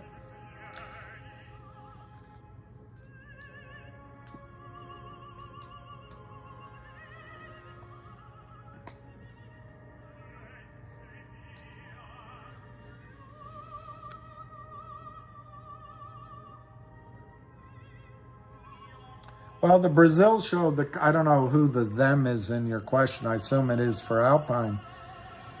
I believe Alpine, and this is something I would have said, but it's something Ham told me, so I don't want to take credit for the thought. But Alpine's probably taken all of their ill-gotten gains and wired it to the Cayman Islands or somewhere. So the fact that they can't pay a $2.3 million fine is probably intentional on their part. So what the consequences probably are for Alpine, if we ignore the fact that Wes is turning the spotlight on it and all of you guys are too, a normal situation, the principal at Alpine was settled with the SEC, sign a "we both agree I did nothing wrong" letter, and go on with his life and continue to do business with the criminal Kramers and others. Just under a new, instead of calling it Alpine, he'd call it Alpo clearing. Start all over again. In terms of what will happen now, specifically in this case to Alpine Brokerage, I think they'll go out of business. I think any monies they have in accounts for Kramer will be subsumed in the buy-in, and the fact that there will be a massive debit will eventually have to be paid by the broker-dealers either voluntarily or through the DTCC, and the ill-gotten profits are gone already. Maybe we could use Ken Griffin's computers to track down where the money went, but I don't know if the government has computers that are as nanosecond sophisticated as Ken Griffin's. But Ham's exactly right. I've said it to him too. But if you're traveling and you use your credit card off your account, you instantaneously get a notice on your phone, hey, somebody in Paris just bought, Vichy Soir and at Georges V and, a bottle of red. Instantaneously. You don't think we have the computers that could track down where Alpine sent the money? It's all, everybody's quasi in on it. It's like bad cops in Chicago when Al Capone ran it. But what will happen specifically to Alpine is it's going to go bust, and it's going to cause other prime brokers and maybe even a broker-dealer or two to wobble, and DTCC will have to pay off the massive debit in the accounts. And I think the principal, if he hasn't already left the country, I forget his name, will be arrested. I think this time is different. There's Wes, there's Ham, and there's you. And I just think it's going to be different. Well, I think, Christian, it has to be a backroom deal. I read, maybe some of you know which one I'm talking about. Last night when I couldn't sleep, I read an article from Yahoo on NextBridge that was extremely negative on there ever being any kind of distribution. And it was 3:30 in the morning, and I'm like, wow. And then I realized this is just one of the shorts tricks to get people thinking that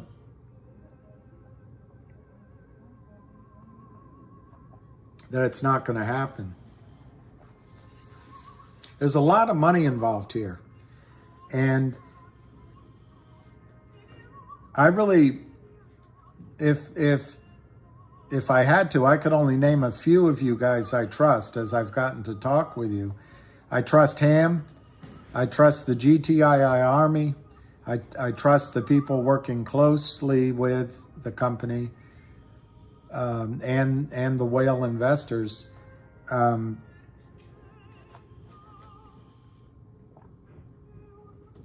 My inclination is to trust Jeremy Fromner because it took a lot of courage for him to give his speech in New York. But a lot of the new people to the show, I have my guard up because in the case of MMTLP, this could be $1 trillion, which is a lot of money. And in the case of GTII, it could be hundreds of billions of dollars. That's a lot of money. And people will come in and fool you and lie to you and confuse you just so that they don't have to eat that kind of a loss.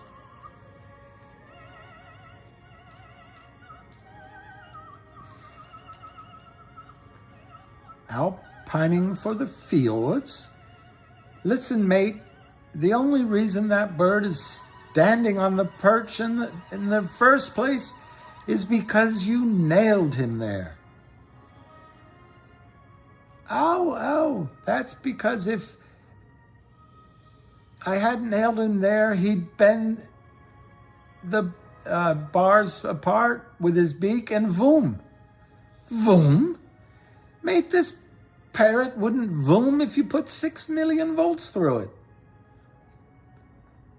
This parrot is demised. He's gone to meet the choir eternal. He is no more. This is an ex-parrot. Skinny Whale, I think GTII will trigger all the other ones, but I think we also have to realize it could be CRTD first. I gave you a hearty tech. That's what my kid sister Bridget used to say. When I go like this, I look angry. And I turned around one time when she did something wrong, and I went, she said, Billy, don't have a hearty tech.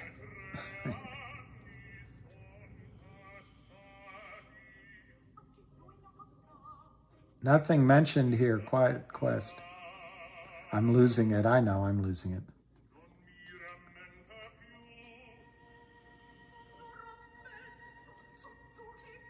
Well, Bob Winslow, I regret to inform you that I think buying stocks, I've given it thought. Would I chase the next rainbow? I mean this not because it creates, not in self-interest either for him or for me. Most of the stocks I would participate in would be something Ham recommended. Otherwise, I wouldn't trust the purveyor of the information. Now, there are other sources beyond Ham that I trust completely. And there are stocks that I've worked with for years and industries that I know. But I don't think I would ever own an over-the-counter stock unless the system fixes this. To me, Reg Sho has to go. Hey ho. How did they sing it in front of Johnson's? Hey ho. Anyway, I think Reg Sho has to go. And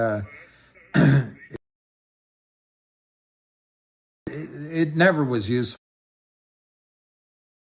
I think their market makers should from FINRA, because FINRA can't seem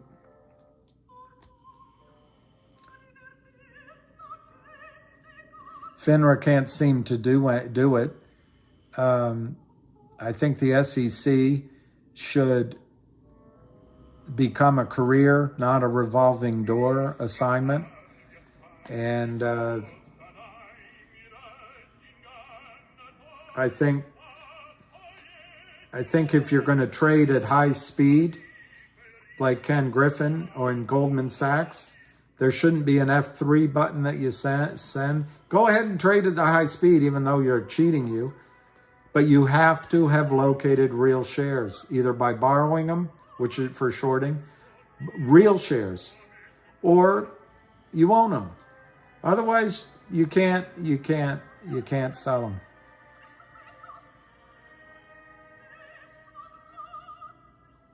That's it, SCI 52. Yeah, Bill Young, their goal is to not buy back.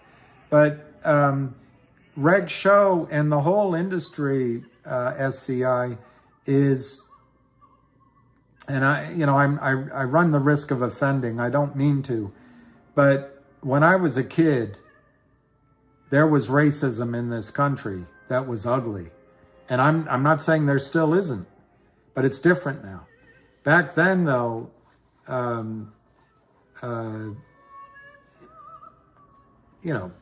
you couldn't have an interracial relationship. Now every girl has that. So my point is that a lot of the fight going on in racism now that you hear, particularly from Democrats, against white guys, they judge us. Martin Luther King said, "Don't judge anybody by the color of their skin." I guess payback is hell. I was never a racist. I'm not a racist now. But in fact, I've always gone out of my way to see people as human beings, and more than one data point is how I judge people. But anyway, I think the Hillary Clinton, Joe Biden, Kamala Harris Democratic Party is fighting issues that existed in the 50s and 60s and into the 70s. And I'm not saying it's perfect now, don't get me wrong. It's the same way, but it has changed. And that's why it's not useful to fight the old battles now. Let's look at what the problems are now and bring new understanding and new ideas now to fix real problems now. But it's the same thing at FINRA and the SEC. They're fighting the abuse that CEOs, the guy that said, "Come fly, grow with us," John Brennan, I think his name was, he had New Jersey Securities or Jersey Securities.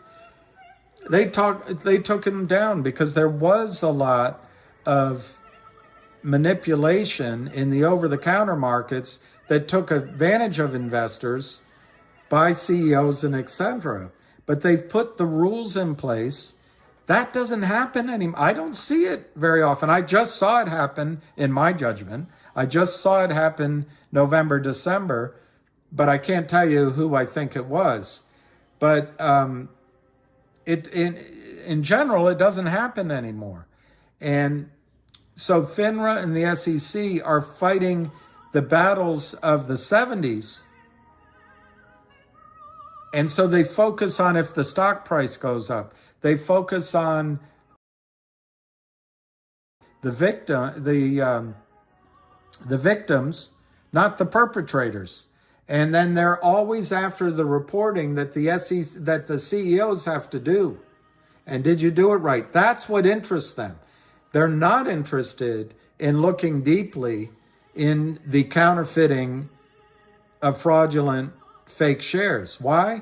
Because their paymasters make a lot of money on it. I'm telling you, it's trillions of dollars. Last night, Joe Biden wants to expand the taxing of waitresses and waiters.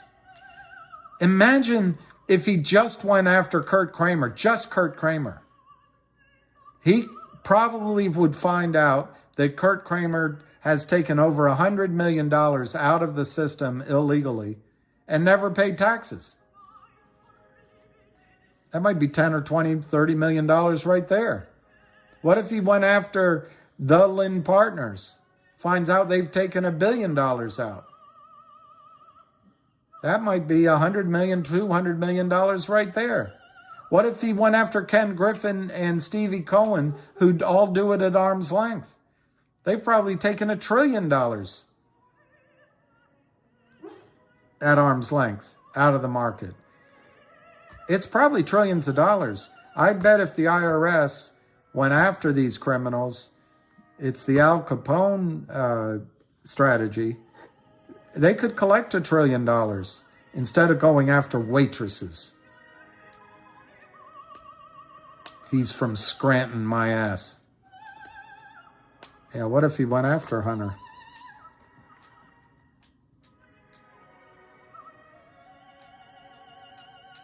Yeah, I don't know, Jay Roach. He's a father, so you can't begrudge him loving his son.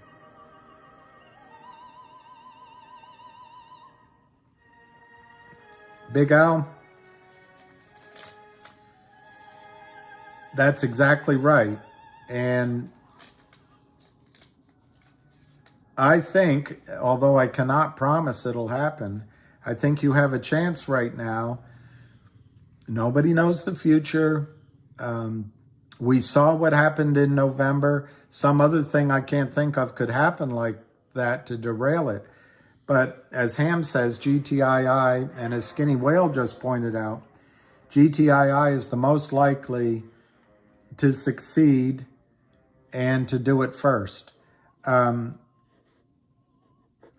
that happens, a lot of you already have money, but when that happens, I think if you take a deep breath. I had a neighbor who inherited a bunch of money when her mother died, and I suggested to her, leave it in your account for a year. Get used to being a millionaire. Don't touch it. I mean, pay off your credit card. And if there's an urgency, of course. But let that statement come to your house for a year that says you're a millionaire. Don't spend it for a year. And then just get comfortable with that. And you'll find later on, you won't spend it. And it'll be there as your friend. I told her, your mother used to be who you'd call to get money when you got in trouble. She's gone now, but now it'll be your own account if you don't spend it all at once. And that's kind of, if this works for each of you, and it doesn't have to be GTII, it can be CRTD, and maybe lose rate, AMC is going to go now. There's several people saying that. I don't know. Maybe ARCA is saying COSM has turned the corner. He said CLNV has bottomed. That's a Frank Benedetto stock.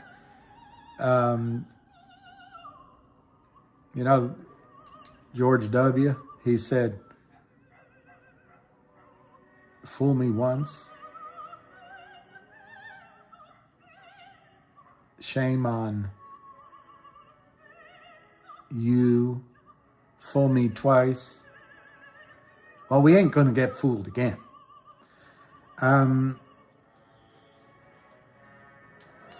So anyway, I hope if this hits, Big Al, that there's enough money that allows you to be independent from this system for a while. And I hope, and I can't tell you what to do, because there might, and this is one thing I think Lou did see, is there might be a period of time that over-the-counter stocks outperform other stocks. And there may be an opportunity to keep trading. But the longer you ride the tiger, eventually you get eaten. And I just think what's coming eventually, it might not be this year, is going to be so disastrous for those of us who can make a trade here, can get out of the debt-based system, and can be happy wherever we are. Make sure you live with and where you want, with whom and where you want to be. And I tell you, this money that you may be able to take, and you deserve to take it, it belongs to you if it works. Could set you up as independent from all these forces that have turned so malignant. And of course, the government's going to come after part of it. And you got to be quiet about it with your friends if you really hit it big. But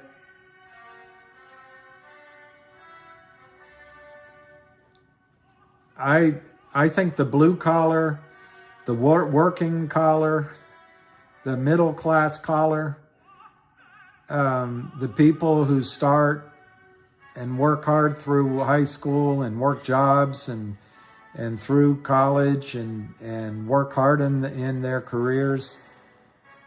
I think that's America. And I think it's disappearing. So I would love that this slice of America remains financially independent. And maybe, who knows, you can start a business that hires a bunch of people and pass it on. But it really is my goal that you guys can have a nice payday, and it's transformational. And anyway, I don't know, Big Al. That's why I'm trying to do this. Uh-oh. Who was assassinated?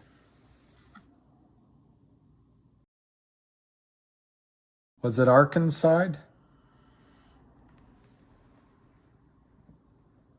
A man lay down by the sewer, and by the sewer he died. And at the coroner's request, they called it Arkansas.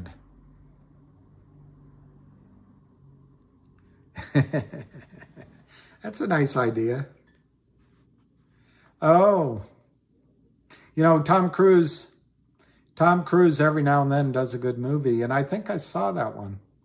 His best movie is when he played the assassin. He was amazing in that movie. But I'd like to see that. I'll look that one up. I'm sorry it was such a slow day. I'll go as long as Lucky's sleeping. There was something somebody said that I wanted to show you.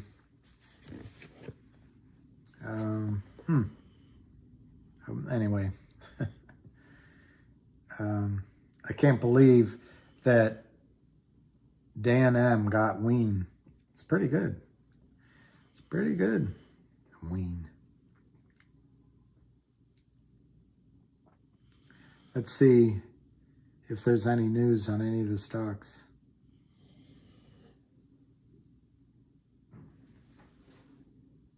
Oh, I've got a, oh, here it is. 210 on GTIIL CRTD. Oh, you want me to go live tomorrow? Or you want me to go live in tomorrow?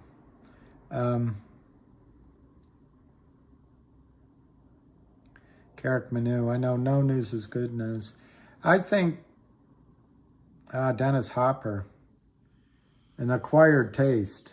62 cents up on CRTD, that's good.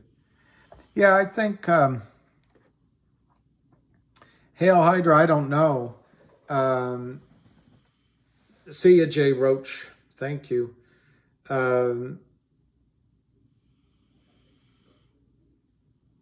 It's been very calm. Bring back WayJ. Hanging Moss. There was somebody I wanted to answer a question, and she had a good question. And I swore I was going to answer it, and I didn't. So I apologize to you, whoever you were.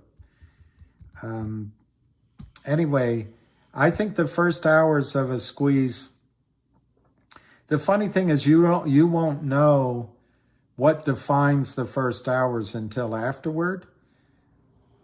But what I can tell you is once it starts, so I guess I'm playing semantics, but what starts the squeeze will be as the price goes up and decision makers say, oh, gee whiz, we better buy in. And they start buying in, and then other shorts are shorting, and then they have to buy in. It'll start kind of slowly, and you'll wonder if the criminals will be able to bring it back down from those levels. And so that's what I mean is you won't be sure about that part until afterward. But at some point, it'll break out. And the breaking, from the breaking, you said the first hours? I really think from whenever it gives up the ghost, so to speak, I think in the first 1, 2, 3 hours, it's $500. And,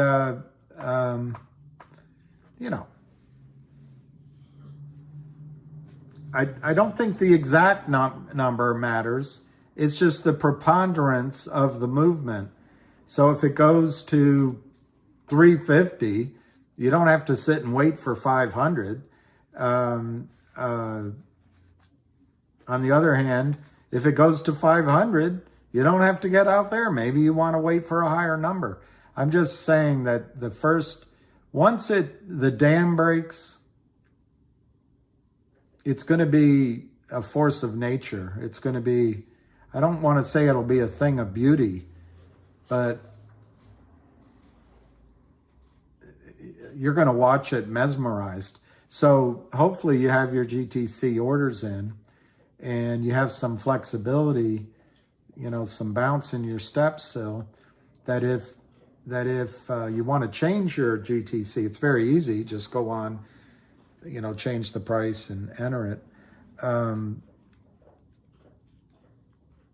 But remember, because you experienced it when the stock went down in December and then in January, although there was some volume, it was essentially a stock that was trading by appointment because the volume was all fake. And just remember, whatever excitement happens in the first hours or the first day and a half of the move, take advantage of the volume. And the volume might not be it's a moth. I hate moths. The price might not be exactly what you're looking for, but take advantage of the volume, because that's when you can get out.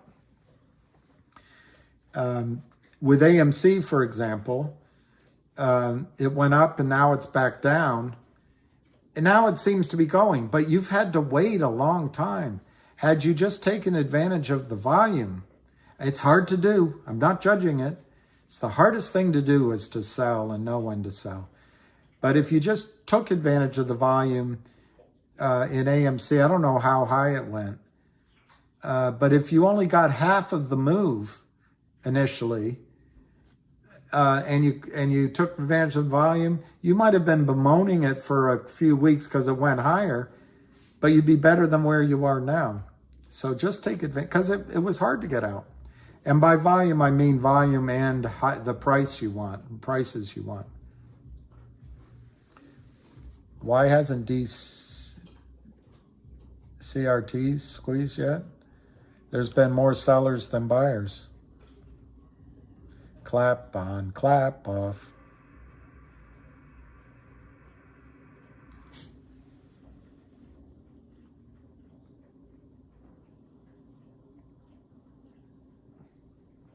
Sibley, the band was Ween and hell yeah.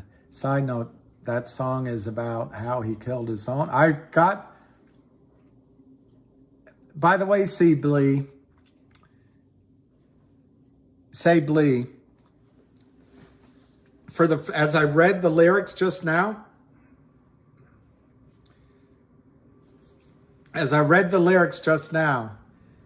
that's what I thought, what you just said. He killed his own brother.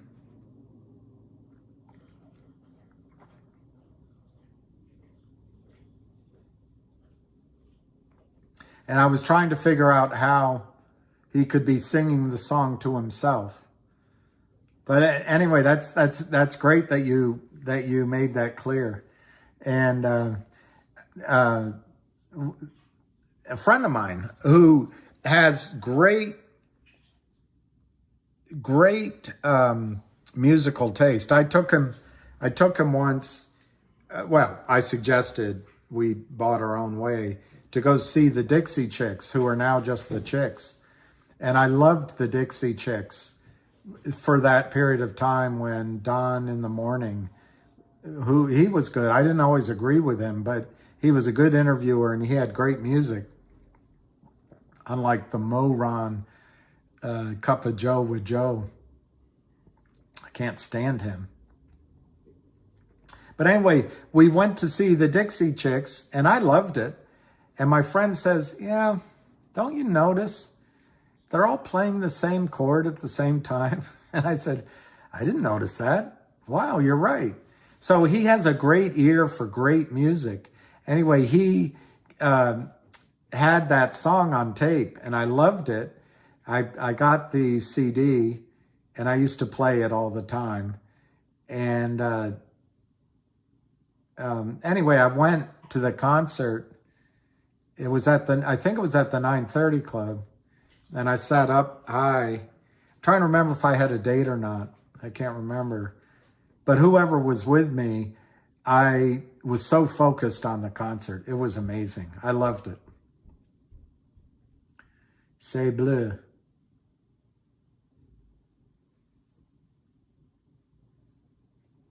Jack Wolf, I think $4.99 will be covered on the next way up. And the first time it went up, I was trying, I guess, to get my appreciation across that it was going to run. This time, I want to add to it because I never expected what happened to happen. I thought these guys were fighting the fight with us. It caught me unaware. And, and it's a market. Everybody can do whatever they want to do. But my point being, maybe on this way on the way up, and now if your cost basis is 5, maybe you try to do something at 10 or 15 or 20 or 25 or 50. But use some money management on the way up. Go ahead and sell some. Just take something off the table. Bring some peace to your life. Jimmy, how many shares in GTII do you have, Jimmy? I do know, Jimmy, that your I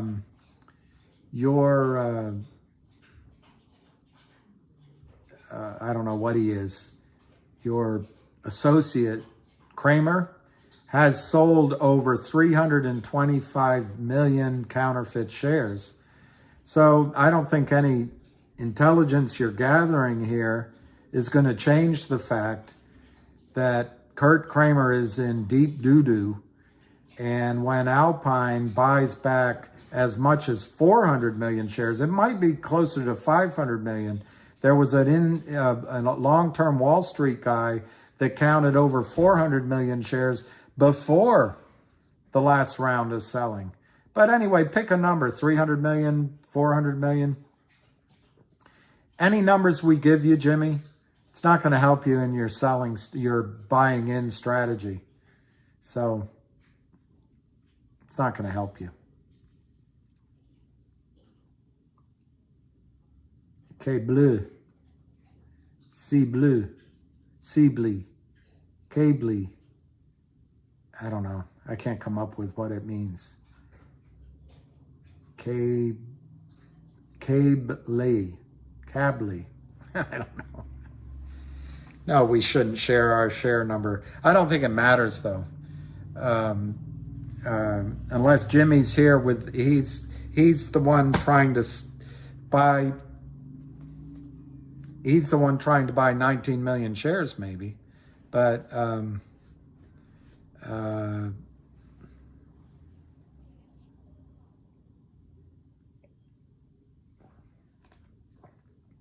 no mo woke. I like that.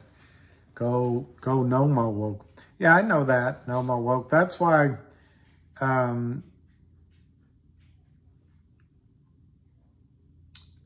anyway, it's hard. Anyone else getting calls from TD, lend out any of those? Jimmy Kramer. That's good, Jess Sierra. Jimmy, it all depends on how many counterfeit shares there are out there. TDA.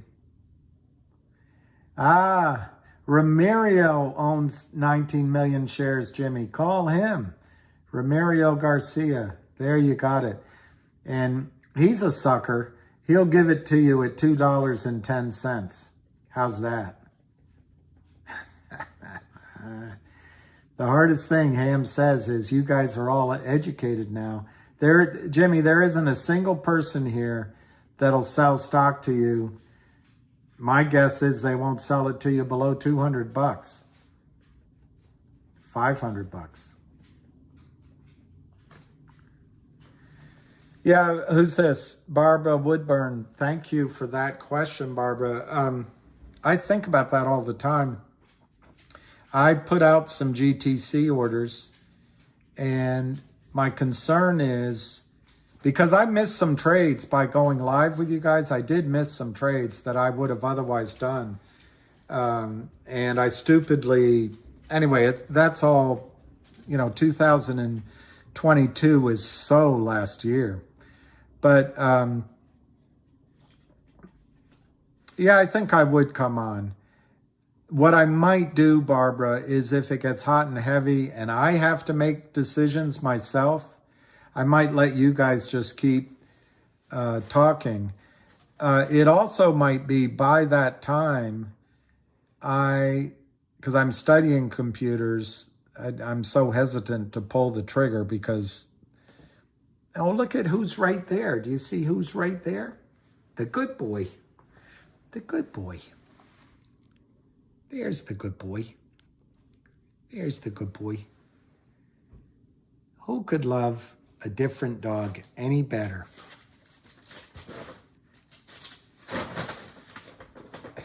He's smashing into my paper bag that I put a lot of paper in today. Skinny whale.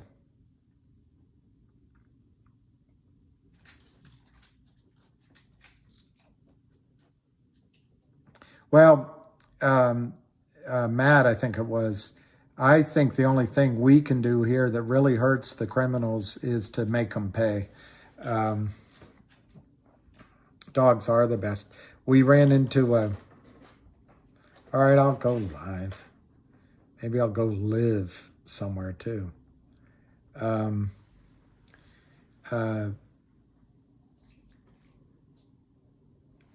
Let me see what you're trying to ask me on IBKR. Seen a couple times something weird. I'm a sell price of 300. Yeah, put up a screenshot.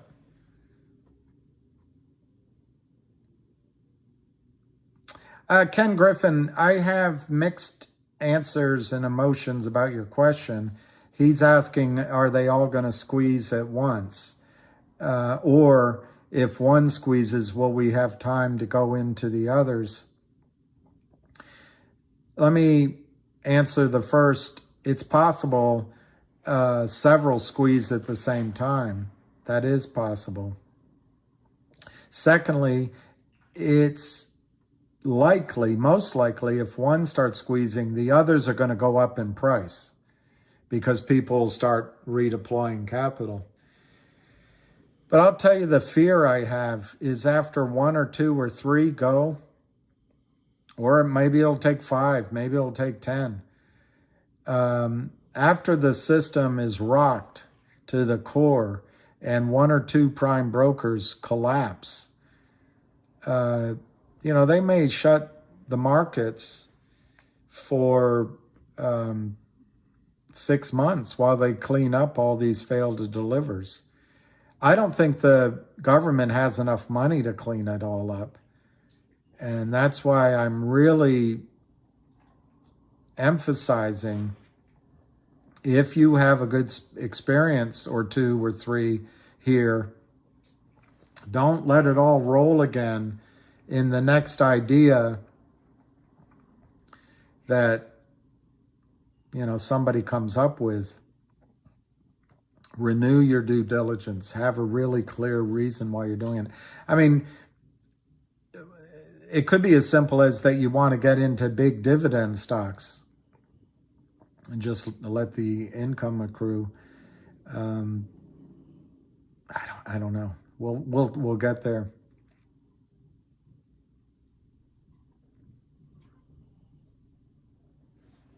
Okay, say bleh. I'm going to read what he says in case some people aren't reading. West Christian's office sent an email to an investor yesterday. The subject line said, MMTLP press release still pending. Confirmation of details. It was on Terry's live stream. Terry is great. I was thinking about calling him today. I'm supposed to have a list of everybody's phone numbers. It hasn't been provided. I hope MMTLP settles first. Well, Barbara, that's right. I think I'm not trying to be negative that there won't be other opportunities. And I'm not even sure that my darkest case where the system gets shut down for a few months will even eventualize. But I think hopping from experience to a nut, trying to catch it again, can be a mistake. Lions here. And DTC, neither SC will get their hands dirty. They're going to let the... Yeah, I agree with you that, Lion. I think which is why it's such a beautiful setup. No one's going to come in and rescue the Kramers.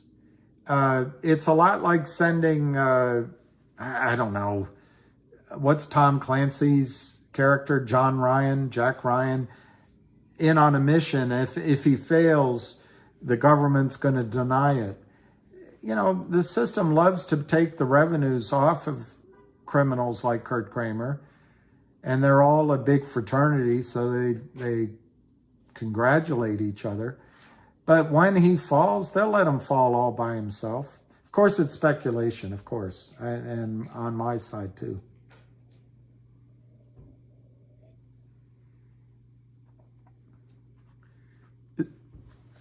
They will deny a squeeze in anything as long as possible. That's true. I think that's right.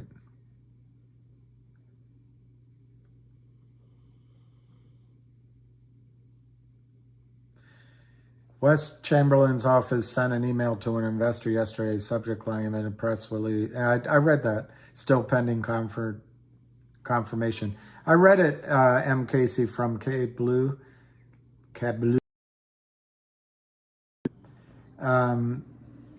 And I think that's great.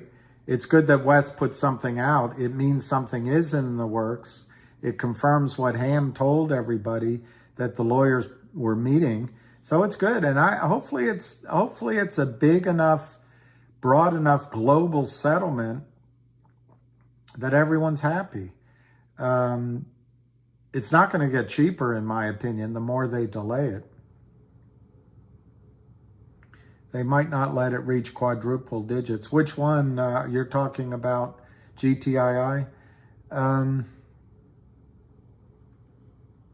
I don't know, Lion. I think the first, I don't know. I mean, none of us know. But I think the first over-the-counter, the OTC QB stock that runs, and I don't think they'll halt it.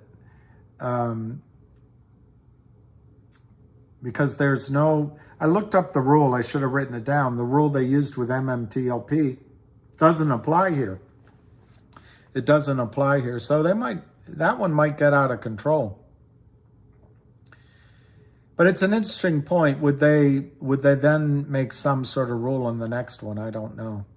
You're going to post the links? Yeah.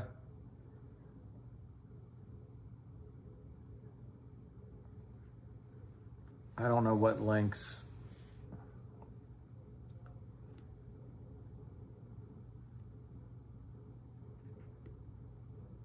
$15 plunks. That's true. Squeezes are rare. Okay, I'll see it, Fritz. I have to learn how to check that regularly because I'm really bad at checking. I barely check my messages.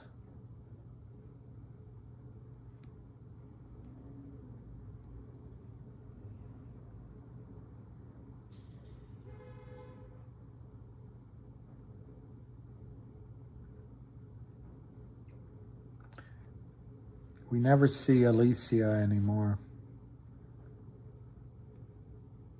with the big green shamrocks.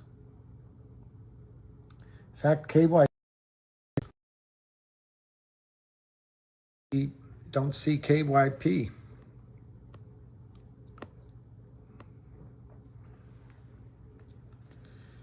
have they ever shut the market down in the past? I think you're testing my memory, but I think I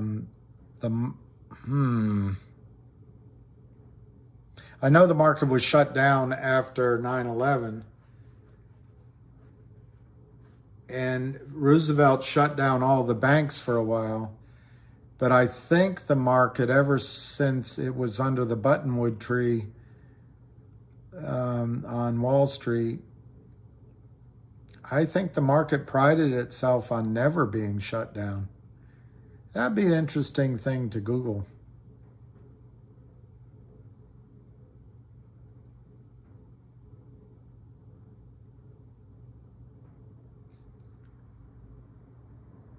Wow, you bought at 65 out and got out at 95. I don't know, Brian Moss, can they call?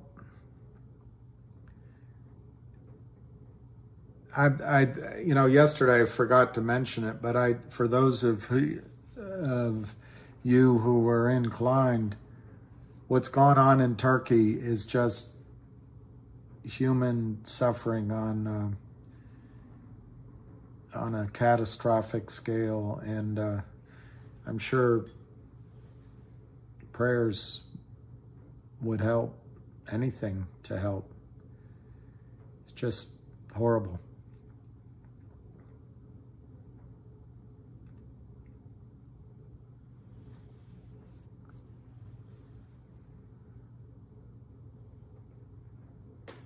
Well, I think I have to do something about that Oregon do. I might just take away all of just clean out all of the, whatever those wrenches are, take them away from everybody and start over. And then give them back to who had the space call? I see. I don't ever get a notice on these calls. I'd like to go on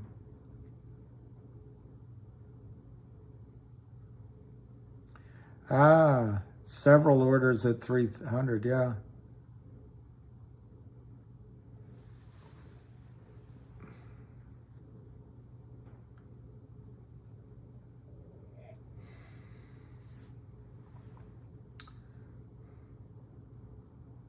Oh, that's great news that a family got out. I saw that it was the hardest. I see it, Paulo. It was the hardest picture to see, the father holding his daughter's hand. It's just...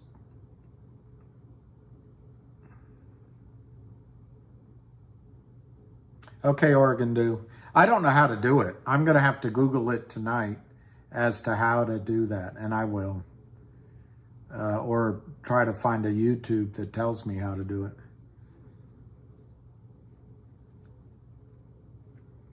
I'll have to educate myself.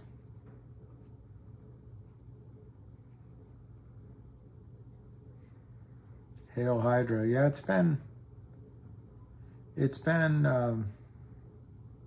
Anthony Wilson. Anthony Wilson. I'll write that down. All right, let me just do this right now.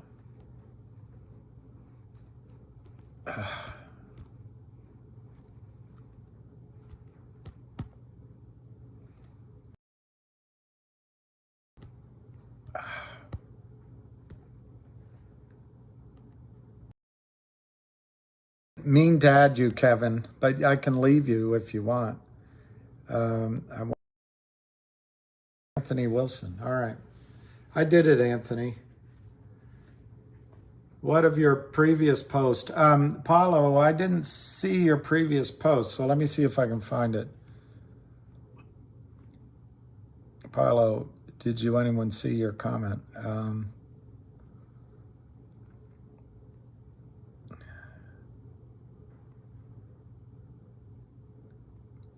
Tom McCartney. I don't see Paulo's comment. Boy, no wonder you feel ignored. It was it was a long time ago. I guess I still can't find it.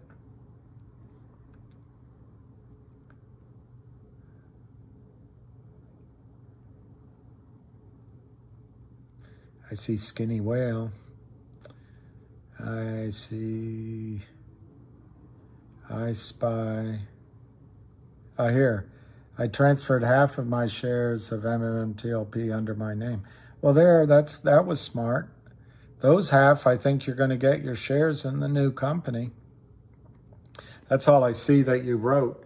I think a lot of people, it was hard to do that right away, quickly in time. And a lot of people like myself, well, it applies to me. I didn't have enough time to transfer to AS, as they say, all full up. But you would, hey, there it is. We missed you, Alicia. And KYP. We were just talking about both of you. We were just missing both of you. So anyway, the problem of moving it to AST, you can't participate in the squeeze, but I think that was a good strategy on your part that you move some to AST, because that portion you will get the, well, depending on the mechanics, but as far as I know, you'll get your 1-for-1. There's Alicia William. All right, it's funny, none of Power Up Lending websites work. Maybe the Kramer, I think the Kramers are going down. My prediction? Pain. Yeah, you won't be able to trade it. And once you get it out of the electronic system, it's expensive and nearly impossible to get it back in. I'm trying to do it on another stock. So they've got you. There's one more. If we all do that, don't you think brokers will be in? I see, Polo. I think it's too late in the case of MMTLP, because MMTLP, I heard the 165 million slots were all taken. But in the case of GTII, that happened, but you do miss out on the squeeze if you move stock to Liberty Transfer. I would caution, and you can check with your broker, I think it's going to cost at least $1,000. It might be more to transfer stock to your own name. I do not believe Liberty Transfer will custodial the shares for you. They'll send them on to your home address, and then you'll end up with a certificate that you can't get back in the system. It'll take you 2 months, 3 months. It'll take you 10% penalty on the sale and commission, and probably something like $2,500, $3,500 up front to some schlep that runs a brokerage firm on the side to ascertain the bona fides of your shares. It's, you know, they've got it set up so it's not pleasant to get it out. So I would not recommend, Paulo, everybody move their shares to the transfer agent. It is an idea that the company tried to do in a different way. They tried to get everyone to fill out an affidavit of how many shares they owned. Because what happens if you're the CEO of a company? I forget, I think it's called the NOBO. But you get a run from the DTC, and it'll show you the shares that are in people's names. But then it'll show Fidelity, 40 million shares, Merrill Lynch, 10 million shares, Davenport Securities, 500,000 shares. And you don't know how it's all broken down. And what was happening back with the warrant distribution, and it looks like Fidelity was the one acting on it. Fidelity probably saw from the DTCC, and I'm talking about GTII, and I'm talking about their special dividend warrant. It probably said, DTCC said you have 100,000, and Fidelity looked in their accounts and they saw 10 million. I'm making it up. And so they knew they had a problem, and they started borrowing shares, buying shares, trying to reconcile the unreconcilable.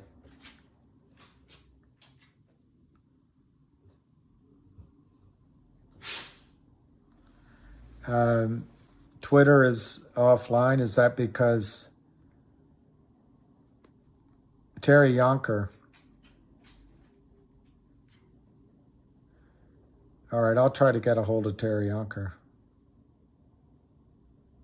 I don't know, Alicia. I don't know how to do it. So I just promised. I've been loyal to him because somebody recommended him, and he's, you know, I try not to control people. I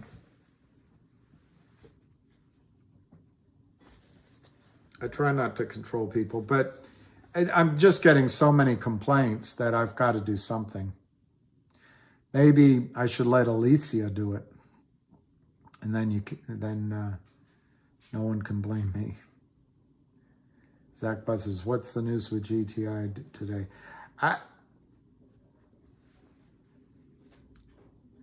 I don't think there's really any news today.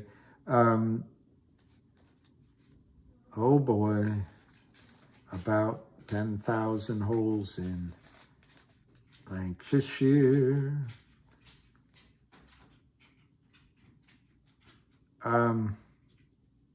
Closed at 210, so it was down 5 cents. The volume was 1.27 million shares. I watched it in the morning, and it traded higher. The high on the day was 247, but I didn't see any big, massive trades. I saw some sizable trades, like 20,000, 30,000 shares. My guess is most of this is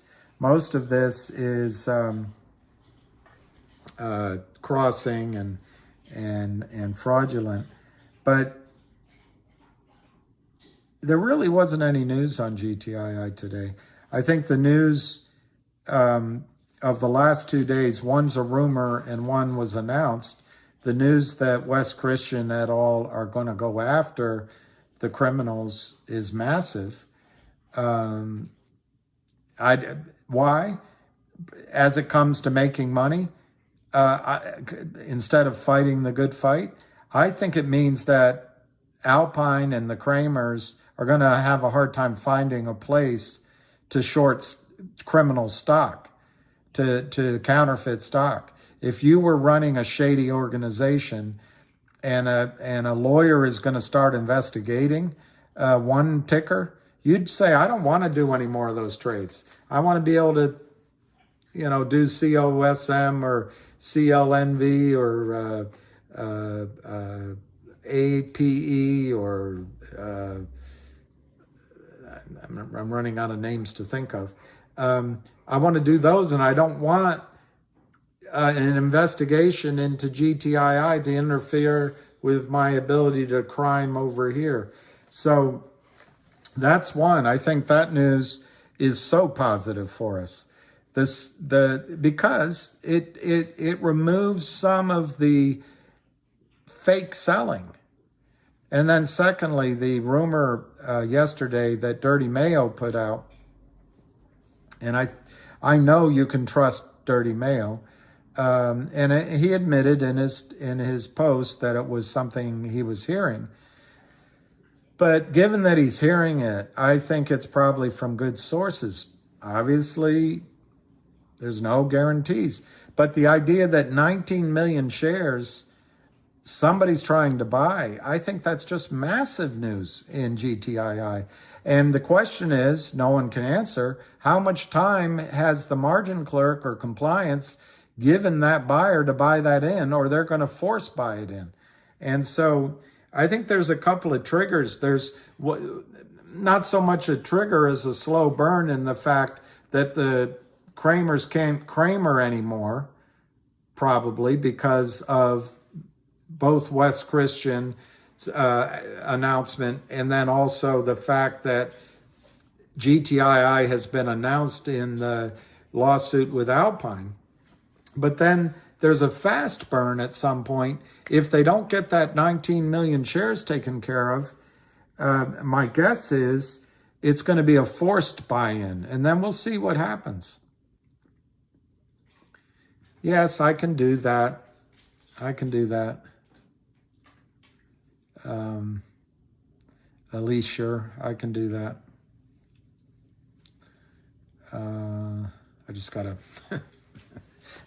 I'm looking, it's not like her name suddenly comes up. Let's see what Big Al says.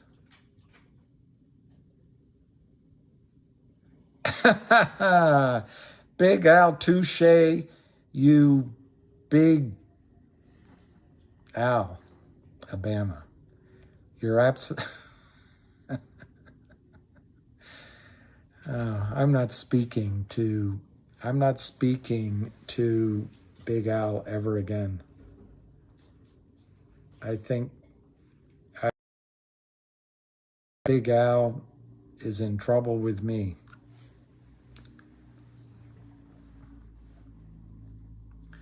John Choi, I do not trust MMTLP trade again at this point.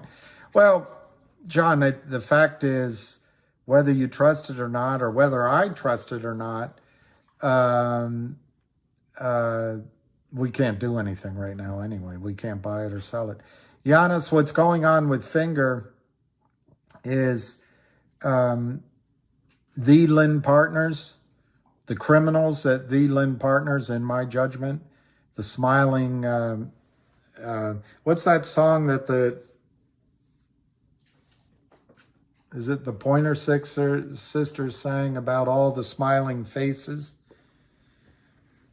It's a great song, but it has a message.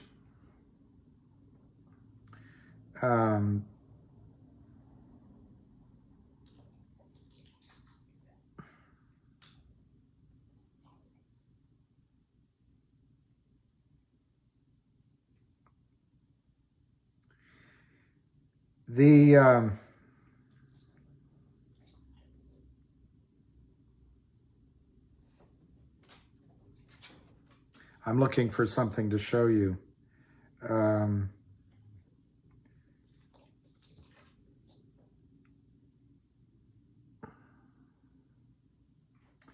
of course, it takes a while.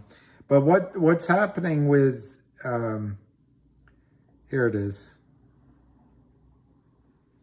This guy primarily, managing director at the Lynn Partners.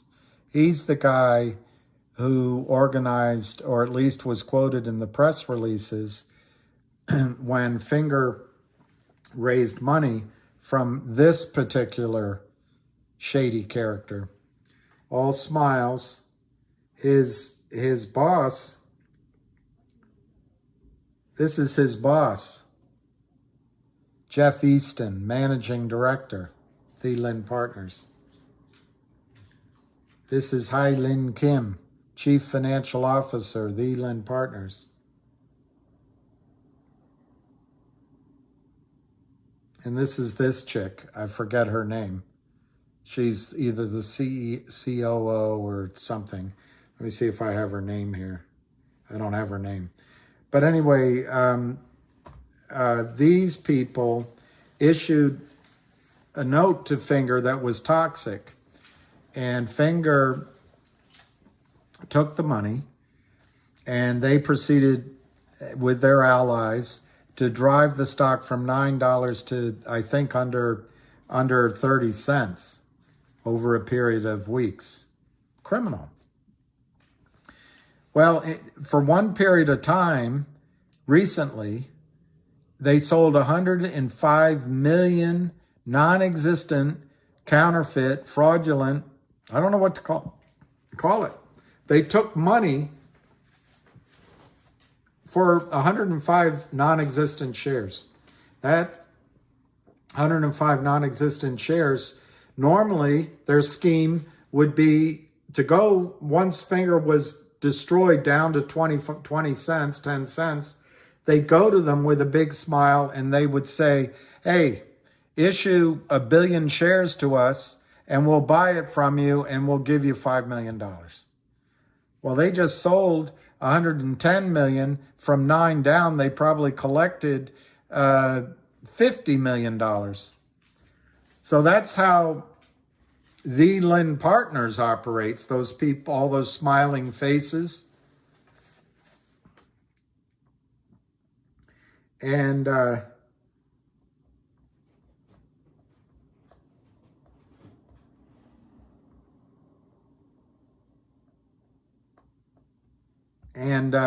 so what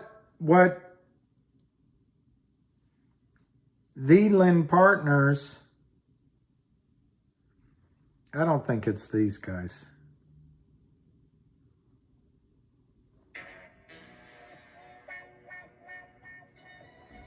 I'll listen for a little bit.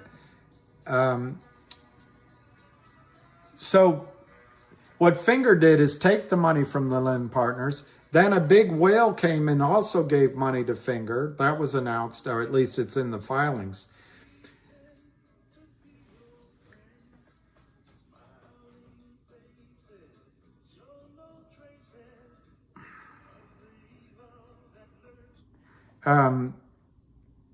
So what Finger has tried to do is buy back the note, paying all the money back and paying the penalties. Well, the Lynn Partners got their hackles up and they said, no, we don't want to be paid back with penalties. Who's ever heard of that? And I looked up the document and it was pretty thick and confusing. They certainly have a different kind of lawyer than Kurt Kramer. So what's happened with Finger is there were warrants that they had, the Lynn Partners, but they passed their expiry date last week. So there's no warrants that the Lynn Partners can convert into, and it was a small amount, a couple of million or something. I forget the exact amount. On top of that, either today or yesterday was the last day that they could choose, the criminals could choose to convert the note into shares as per the documents. And it wouldn't have been a lot of shares. It would have been, I don't know, I think Ham said on a call it would be 4 million shares, but it doesn't matter what exactly. It's just so small compared to 110 million shares that have been counterfeited versus a float that's probably only 2 or 3 million shares. Well, in the meantime, Finger is growing revenues like a banshee. They are one of 3 companies, it might be 2 now, that can buy discounted minutes from the Chinese government through China Telecom for cell phones, and they can buy it in billions of minutes and then sell it online to consumers in China, 1.5 billion people, with a markup. I don't know if that markup's 4% or 8%, whatever the discount is. It's like grocery store margins. But it can happen all day long, forever. Just, it's like a printing press. What they needed was money to buy large amounts of these minutes. And now they probably, I think from the last press release, it was something like $10 million that they're able to go buy top-up minutes and minutes for cell phones from the government, from China Telecom at a discount. And then it's a revenue printing machine. So today or yesterday was the last date that the criminals could convert to shares. I don't know what they chose. But after that point, if they decided to convert to shares, they have the shares. If they decided to leave the note, well, then it's just a loan note. And that can be paid off. And if it goes to legal route, it goes to the legal route. But there will be no further warrants or shares issued to the Lynn Partners and any of the other criminals who joined in with their financing, originally directed by Benchmark Capital. The whole system is full of these frauds. So it's really good news for Finger. At some point, something like 110, 115, 125 million counterfeit shares in Finger have to be bought back. Well, Jeff Nickel, they can't create a billion NextBridge to give to you. However, NextBridge could sell. They would have to change their articles of organization and get a shareholder vote, but the NextBridge could sell 1 billion shares. Wow, M. Casey, I own Torch, but I haven't been in it that long. That is a long haul.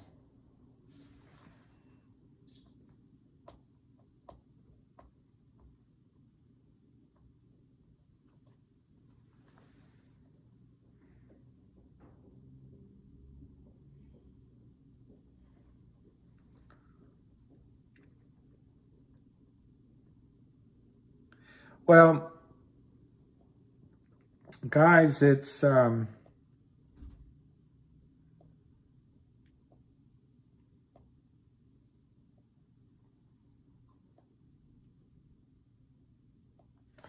is true that it's fraud, and it is true that it's been a long fight, and it's true that the system works most of the time. But that's why I'm trying to say, I don't know if it'll be GTI or CRTD or MMTLP or, you know, one of these others that people are recommending, which will go first. But I would just love to focus on making one of them happen so it stings, and then journalists can't say it doesn't exist, and then Wall Street can't say it doesn't exist. And you, in the meantime, you're making money while everyone else is going, what? What happened?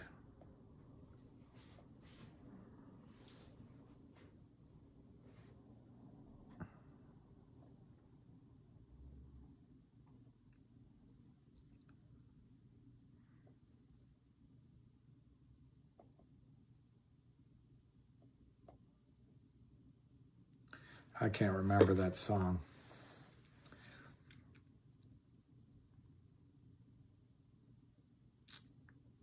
William, he also doesn't know about MMTLP. He's same with us. Well, I know a little. I know John Berta, and I know a little bit, but not. Yeah, I don't know that I can add a lot on MMTLP. For that matter, I don't add a lot on GTII. I mean, the guy that knows it cold. There's others that know.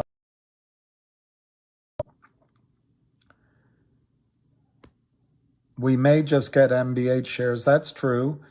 But remember, who's saying that? John Choi. Remember that it has to be approved. One thing when it goes, if you were in bankruptcy, they would create certain classes of claimants. And once it goes to all these lawyers, in a way, you are a class, and it needs a majority vote, I think. Otherwise, there's lawsuits, and the big shareholders are not going to settle, in my judgment, for a share of NBH now. Why? Because you were entitled, it's hard to explain, but you were entitled to one share for one share, but your one share is 165 millionth, 101 354 million or whatever it was, if of ownership of NextBridge.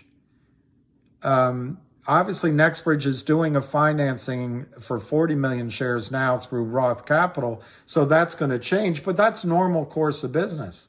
But into this criminal created problem, if you're going to get a share that's now 1,164 370 millionth, it's not fair. So to make up for that, you have to have a cash distribution as well. And I think the big players realize that, and they're not going to agree a deal unless it's to them, it satisfies them. I think they will want a share and a big cash distribution. I've speculated on those numbers. It doesn't help in that discussion right now. But further, I would say to you, John, they're not going to accept, unlike some other people you've just dealt with, they're not going to accept a payout that benefits them without it benefiting you. That's my opinion, but it's my firm belief that these are upstanding men. Well, Jeff, if GTII breaks 20, I don't care. Is it the OJs? I don't know. Let me see. It's not the one that I'm hearing in my head. I'm hearing one by a woman.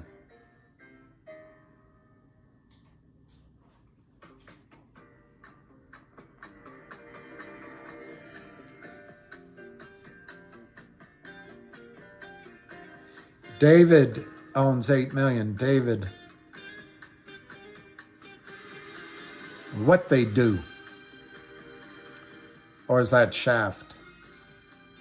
Hush, hush your mouth. Yeah, but there's a song by a young woman talks about what they do. Well, that's the same message I'm trying to get across.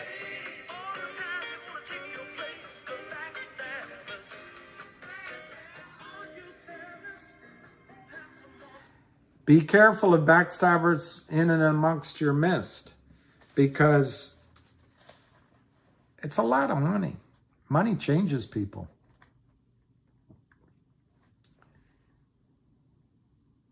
Okay, there's a fourth whale with 18 million. The only names I know, John Berta, Greg McCabe, and there's somebody that was on here at least a couple of times, I'm not Sam, or the name is Sam, and he said he was the second largest. And I know there's 4 big players. In my opinion, these men are pissed off, but they're also honorable, and they're not going to sell you guys out. I don't believe. Who's a fraud and a liar? Well, I don't know. There could be frauds and liars. We have to be careful. That's what I say, Jeff Kendrick. Which is why I maybe stepped out of line in my criticism of what happened. I'm not trying to criticize people personally, but just actions that happened in the last couple of months as it relates to GTII. But you're absolutely right. If we're all over the place, it's hard. But everybody does it. It's not just one person doing it. Everybody gets a phone call from somebody else that wants to join in. You know, there's always a Johnny come lately. Hey, I'll fight that fight. And all I know is it's not an easy fight. And GTII and HAM in particular, GTII Army, there's at least a dozen guys that I don't think I have permission to give their names. Dirty Mayo, the Surgeon Doc, Crayon Eater, several. There's a couple I can think of their name, but I can't think of their handle. But anyway, they've been in there all along. And then there's the management, and there's people that are working without any credit for you. And there's a lot of investors. So GTII, it's been a long, hard, but it takes work. It's not like you can just drop in and mimic it all and expect instant results. But I think GTI and its core people have put in the work. Now, that's not to say, I'm not criticizing MMTLP. These people at MMTLP are amazing. Every single one of you that's been in it. And I'm optimistic for a good payout in MMTLP.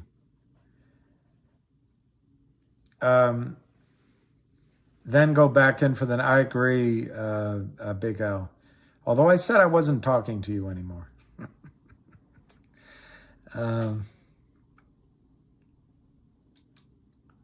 All right, so John, I guess you got me. I guess you're not a serious member of this discussion. So I answered, I think I gave your questions a fair shake, but it looks like you're just here to, and you're fine. I mean, we're all big. We know what FOMO and, not FOMO, sorry, the other one, causing doubt and fear and all that is all about. Your strategy might work on somebody, but I doubt it. It's the whole thing about education. You can't unlearn. These people can't unlearn what they've seen. So coming in and pretending to be a friend and pretending to have a serious question and then dismissing an answer which I gave you in good faith as if it's all not credible. You're welcome to stay, but I'm unlikely to answer your questions anymore, John. You can just change your name and start again.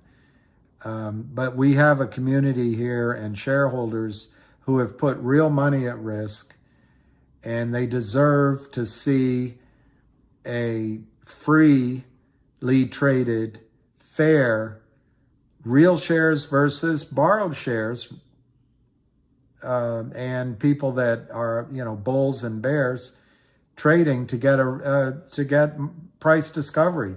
And unfortunately, John, I think what's going to happen to your friends who counterfeited 325 million shares of GTII and 400 million shares of CRTD and maybe 1 billion shares of MMTLP and maybe 8 billion shares of DBMM and some massive number of Wolf and 120 million of Finger. And by the way, they're in there shorting Logic, and it's rumored there's some short position in Go Logic. All these people, your friends, the ones that you emulate and you take money from, they're going down. Their system isn't going to work anymore. And it's a lot like, that's a political thing I won't bring up. But on the international stage, there's one country that does something and then there's a distraction. They say they won't do any more. There's a big distraction, they do more. And that's what you're counting on. You're counting on a distraction so the shares can go back on and you can go back onto this way of living. But I'm going to tell you, John, this way of living you make, it's going to get really hard. The spotlight's coming. Reg Sho is going to disappear. If it doesn't, a lot of the people that pay you are going to go down. And I think Wall Street's going to go down. So I hope you're proud of yourself. I hope when your mother says, "Hi, dear, how'd you do today? Did you make money?" that you can give her a answer she's proud of. But I'm not proud of people that come and help Kurt Kramer commit securities fraud.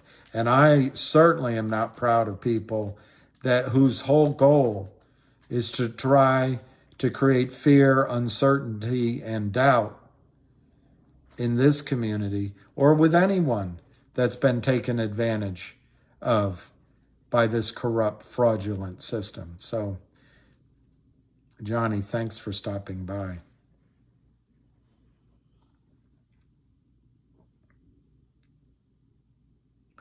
I don't think Charles Payne should be the director.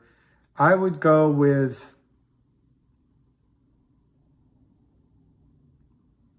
Ham. He'd never do it. I think Jeremy has a little bit more to learn about how criminal it is.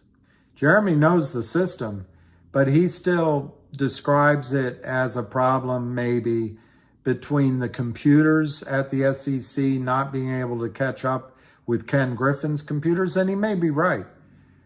But I think he has to make the further leap that the SEC might have computers that are just as good, and FINRA might, but it's done on purpose. Just the criminality is steeped in or has seeped in throughout the entire system. I don't know who I would put in charge of it. Has to be somebody who can't be bought. Maybe Jim Jordan or God, it's so hard to think of anybody that's not bought anymore. It has to be somebody who cannot be bought. My name is Jimmy Carter.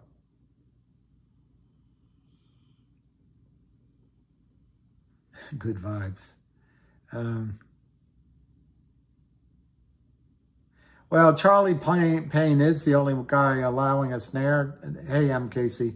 I was standing behind, the Marine would be good maybe, but I was standing behind the Marine, and apparently he was warned not to go too far down certain paths.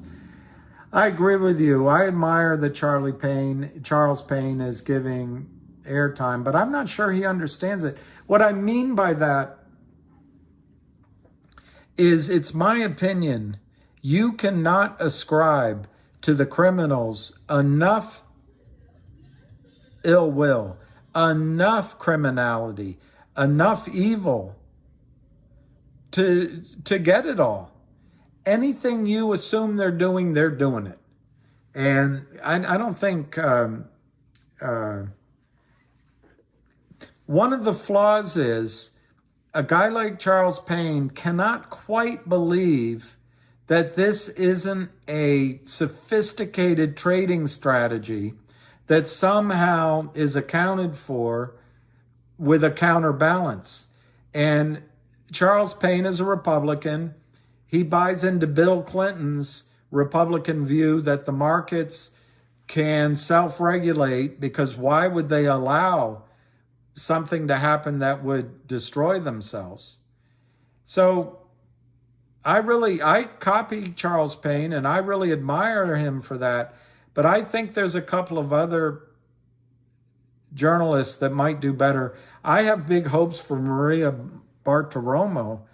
I think she's got the balls to just state the question exactly. But she has to, it's so hard to understand, one, how prevalent this criminality is, and how the system can allow a serial criminal like Kurt Kramer.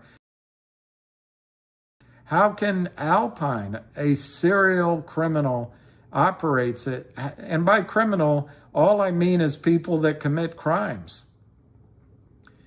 And the crimes are defined in the code, and they're defined in the securities laws. Anyway. Yeah, Jim Jordan maybe, but he's got other things going on. John Berta, yeah, there is an update on LGIQ X1. And one thing, and I'll try to do a video after I walk Lucky on it.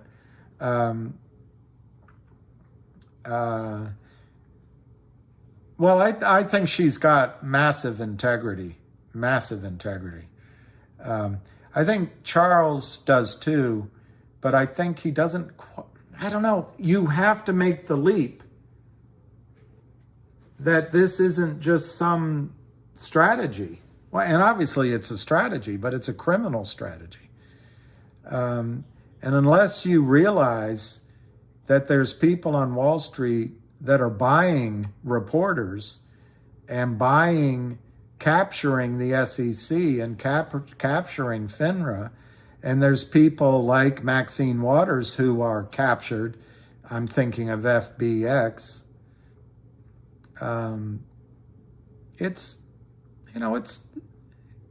You really need a Elliot Ness with his untouchables to fix this.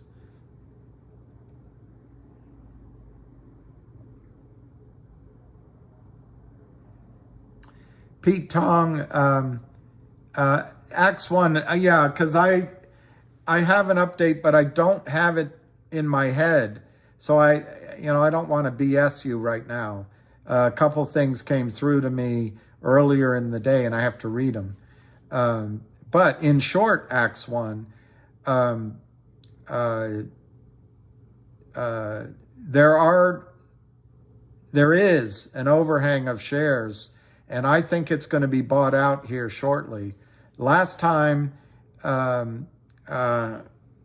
Ionic stopped selling, the stock went north of 80 cents, and I think that could happen soon.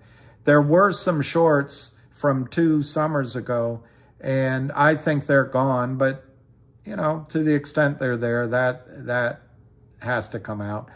But then the other thing is there was a long-term employee who left, and his 1 year restriction on his shares, 250,000 shares, just came off. So it's possible he was selling. But the long and short of what I'm trying to tell you is these artificial sellers, and I don't think Ionic's in the category of unlimited counterfeiting. They have a different model, and they take advantage of Reg Sho, but it's a Brent when he tells me it's different, but I'm admitting that I'm relying on his judgment on that. Logic right now trading at 33 cents. It's trading for less than 1 part of the 2-for-1 you're about to qualify for. The company is merging into the SPAC, and then it's going to de-SPAC. That becomes, the company itself, Logic, becomes sort of a shell, and it's acquiring this money management firm, basically. We don't know the name. That portion of it, at a conservative level, is worth 50 cents. But the SPAC portion, which will be de-SPACed and at least initially will become Digital Logic, is worth $2.50 a share. Could it be less? Could it be more? Sure, but $2.50 is the starting point. The next company they're going to merge into, the guy, and I am speculating a little bit here, but the guy that ran it, or was one of the leaders of it, MediaGel, joined Digital Logic. So once this SPAC is set up as a Digital Logic, it's set up to make other acquisitions. The logical one is MediaGel, and look it up, MEDIAJEL. So it's going to be exciting. The combined company, the 50 cents and the 250 cents, is meant to have over $100 million in revenue as it exits to, maybe during 2023, but at least its forward runway at some point as it leaves 2023, its annual run rate will be over 100 million in revenue. And at those kind of multiples, depending on what you discount here or there, it's an $8, $10, $12 stock eventually. But I think in the short run, with Logic at 33 cents, you're going to have a $2.50, $3, $3.50 stock in, they're going to have a record date soon. And, you don't have a crystal ball, but as soon as, this month or next month, and I can't give you the exact date, I don't know it. On top of that, Logic, which currently trades at 33 cents under pressure, owns 4.5 million shares of GoLogic. And if you do the various arithmetic calculations, and it depends on whether you use $3 a share or $2.25, it moves around, but it's worth 20 to 26 cents a share right now on paper to Logic. So the 33 cents is trading for less than one of the distributions, and the other one, it's trading by a multiple less. And I mean, if you want to use a fat thumb and a broad calculation, you could almost calculate that Logic is trading for the value of its ownership in GoLogic right now. Obviously, it's off a little bit, but it's close enough for government work. So I think Logic has tremendous short-term upside. It could be subject to a short squeeze, but I'm not suggesting it on that. I just think, to me, it's proven its methodology. I bought shares in Logic last year, and I got the distribution of GoLogic. Ultimately, I sold my Logic shares to buy GTII, but I still own Logic. Anyway, I'm describing different parts of my portfolio, but the point is I got the GoLogic for free, and now it's about to become something quite valuable to me. And anyway, I'll do a better video than that. Now, there was somebody that asked me, Peter Tong, do you think it's possible to transfer next Reg shares at this point? No, I don't think it is. The $800 a day winner on COSM. I know, Big Al, you made a good trade. Pete, it's not that in normal situations it would be too late, but my understanding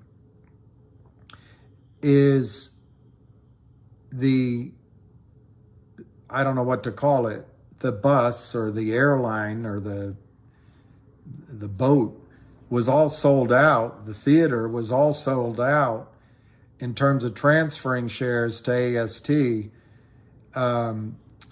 from your MMTLP shares at almost 165 million. That was all booked before December 9th and 12th, and I think weeks before.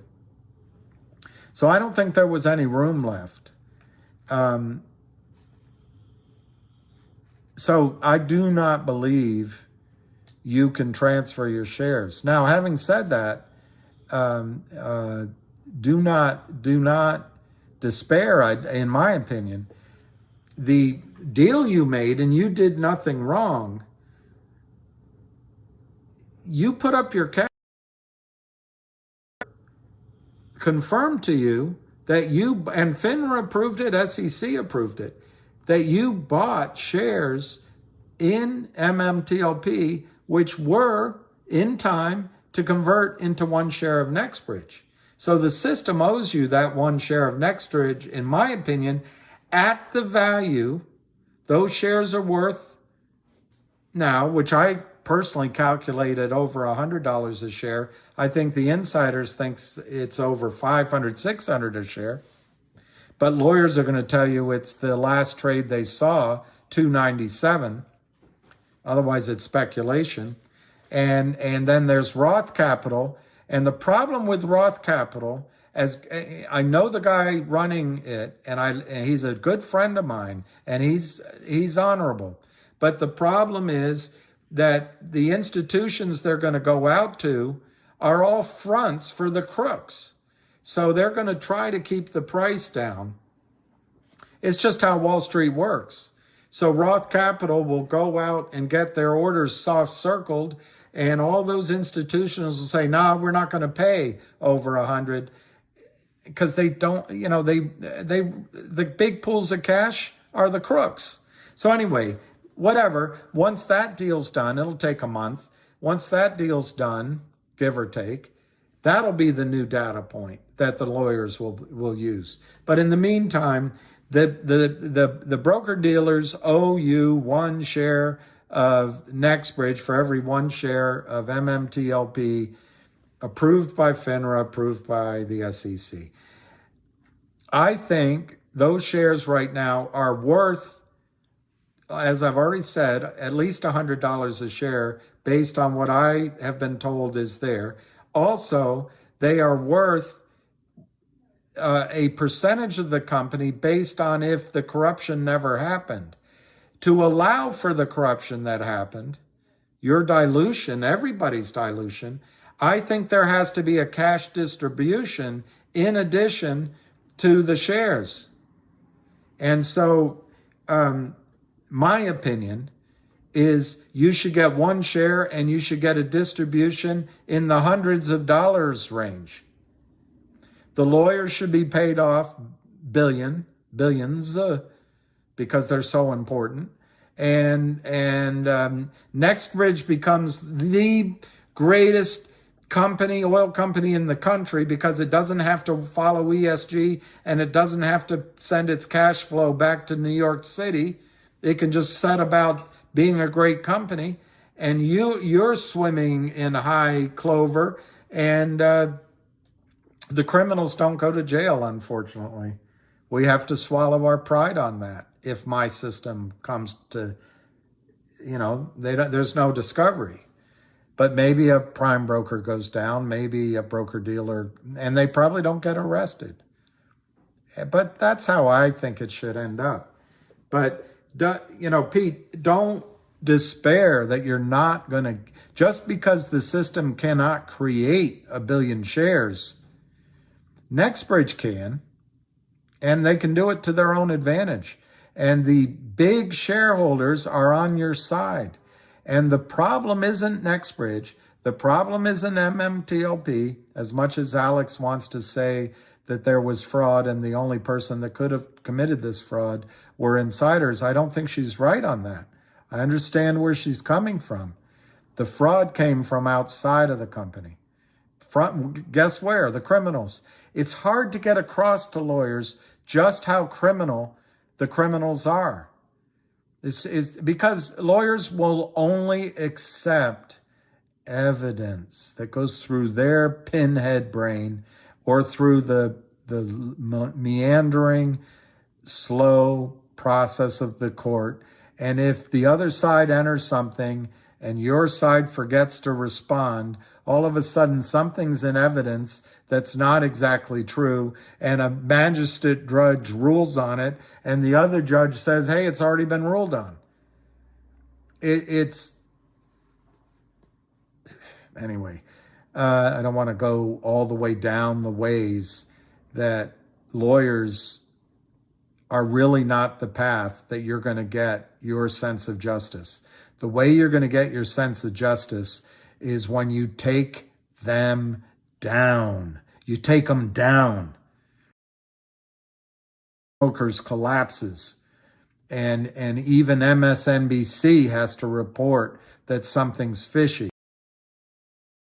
And maybe some brokers get arrested. Then you've taken them down. And in your account, let's say you have 10, Pete, you have, I don't know how many shares you have of MMTLP, and you're all discouraged right now. What if you wake up, and I'm not promising this, because I find it ominous that FINRA is pre-announcing that they're going to make an announcement. I find that ominous. But what if you woke up with a share of MMTLP per share, and it's worth, out the gate, it's worth $200, and you get a distribution of $50 a share? Are you going to be bemoaning it then? I don't think so. Of course, I've just made up a pie-in-the-sky example. I agree. I get what you're saying. But they can't leave you with zero. And as much as Alex, bless her heart, is doing the hard work, I don't think she's correct that because there's fraud created by the criminals, that everything can come unwound. Her theory of the law, I think, is weak in that specific case, because then everything we're talking about can be unwound. Well, Kurt Kramer committed fraud in GTII, therefore the whole system's off the hook. Oh, come on. If that happens, You should never buy a stock again in your life, ever, ever, ever in the United States stock market, ever. As much as someone allures you with, hey, my little mother effers, and and then this and that, and there, and we'll do that, and you're going to get rich. Don't do it. If the system, if trades can be unwound because Kurt Kramer committed fraud, or in the specific case of MMTLP, all these many criminals committed fraud, they went and got MMTLP, the stub, to trade. And it was many months ago. And FINRA and SEC and broker-dealers allowed it. But if she's saying if one of the criminals committed fraud, therefore everything has to be unwound, I think maybe you have to question why she's saying it.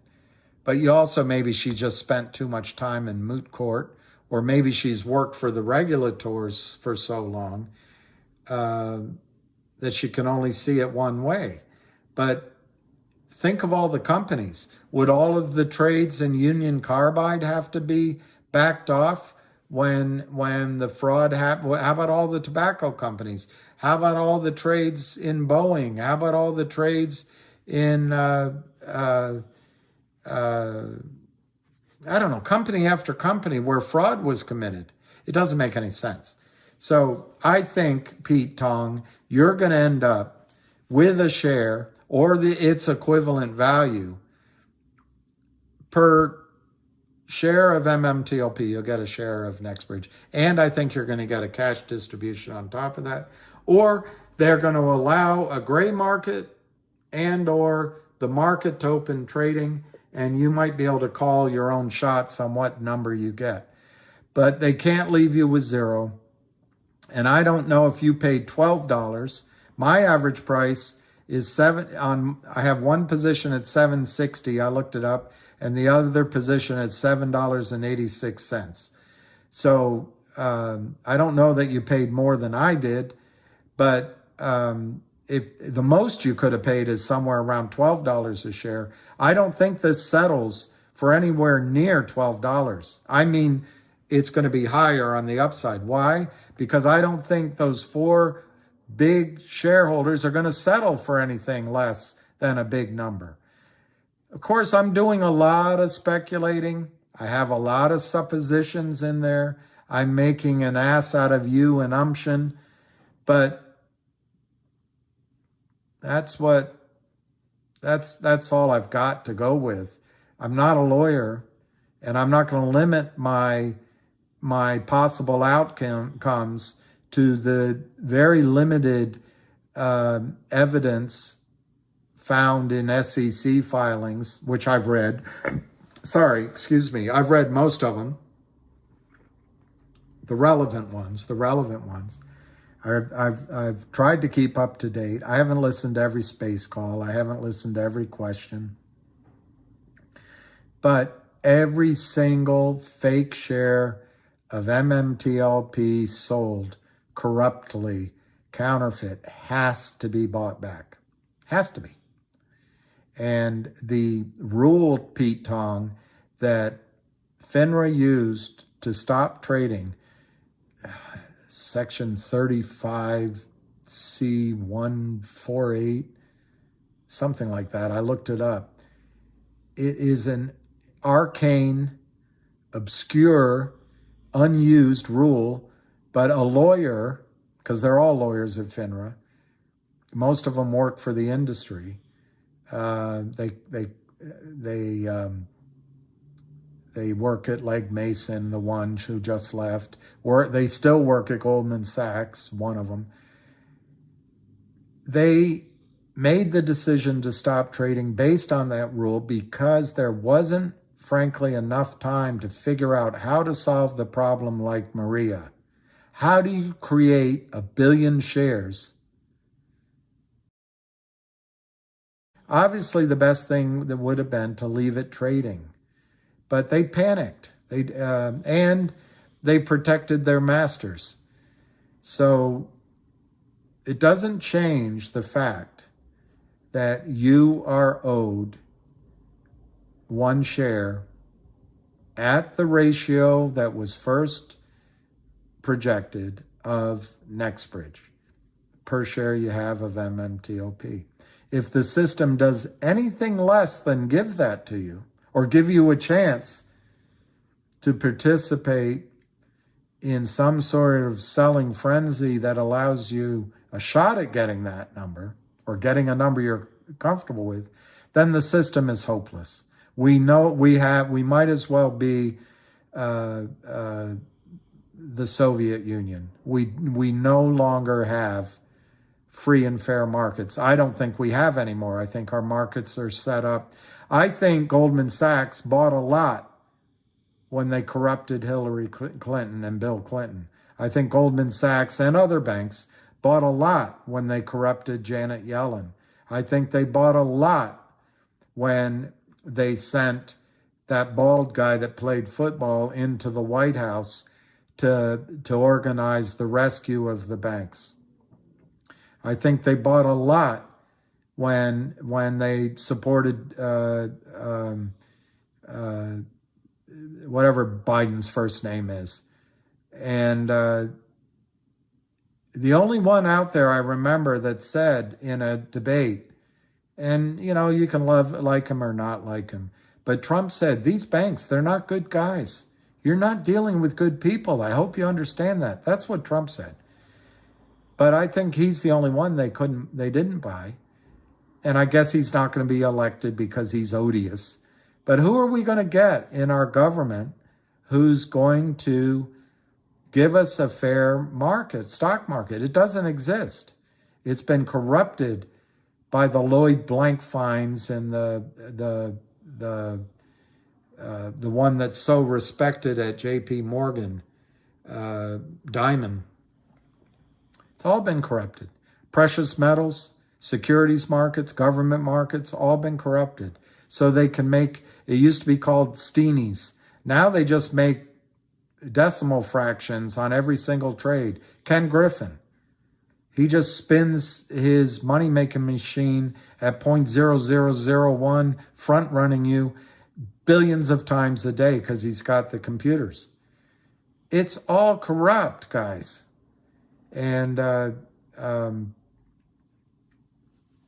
Pete Tong, I don't know how that helps you for me to go off on that meandering talk, but you deserve what you in good faith, and the contract you in good faith entered into, and the system vouches for. And if they don't do it, we no longer have a United States security system. We just don't have it. And that's what's going through their mind up in New York and with all the lawyers. They have to come up with a palatable solution to you.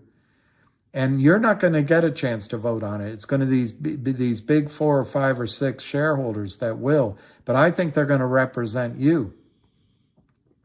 Then Goldman is going to pay and the rest is going to pay the media to tell everyone that you were greedy, that you were just sort of some meme player, that you were using your COVID money to play in this stock, and that you bought stock because you're a fat 300-pound white supremacist and male supremacist without a love life.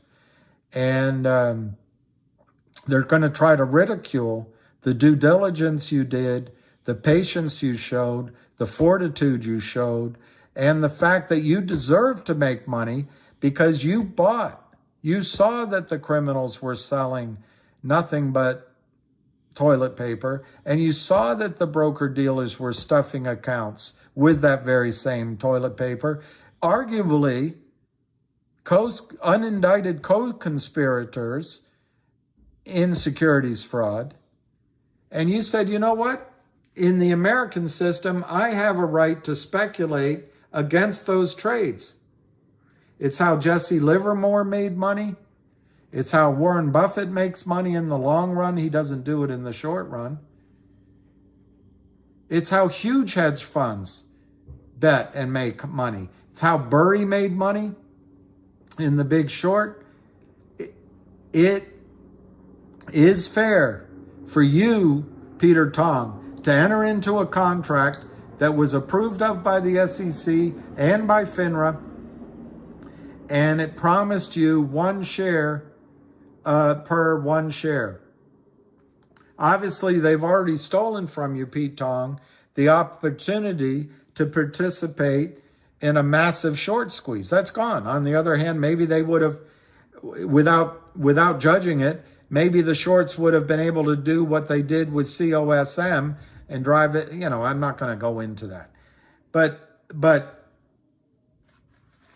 the fact is, we don't know what tricks they might have had up their sleeve on Friday and Monday, but it was stolen from us, the opportunity to see a real short squeeze. Well, what hasn't been stolen from you yet, and I don't think it will be, is you're entitled to the contract that you entered into. And I think you've got big players on your side that won't settle for less than a massive settlement. The other option, like Ham said, is maybe they trade in the gray market. I think he meant to go on to say they might open up trading again. And the only other option past that is it goes into litigation forever. And I still think you'll end up with something. And that's, Pete Tong, keep a journal of what trades, all the winning trades, because you're a winner now. Every trade you think of is a winner. Every winning trade you would have done if you had that money from your investment, like you should have had in MMTLP, in a short squeeze, or if they had been trading on Friday, December 9th and Monday, December 12th, if it had been trading. So keep that journal. If this locomotive goes down the legal route, which is what lawyers want, it'll take 4, 5, 6, 7 years. It'll be $1 trillion. There'll be a settlement, but at some point, there's going to be a class action lawyer that joins in and says, hey, wait a minute, what about my class? They all could have traded these shares. And then you're going to have a journal, Pete Tong, that said, hey, I would have bought GTII at 55 cents the last week of December, and I would have sold it at $2.75 last week.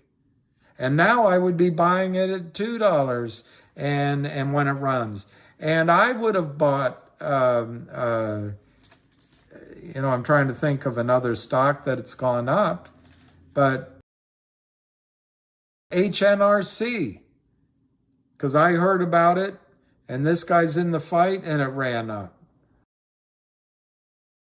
So keep a journal.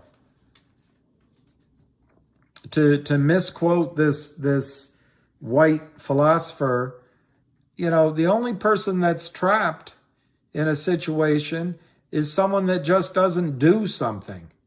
And I get feeling that way sometimes, but do something. Keep a journal.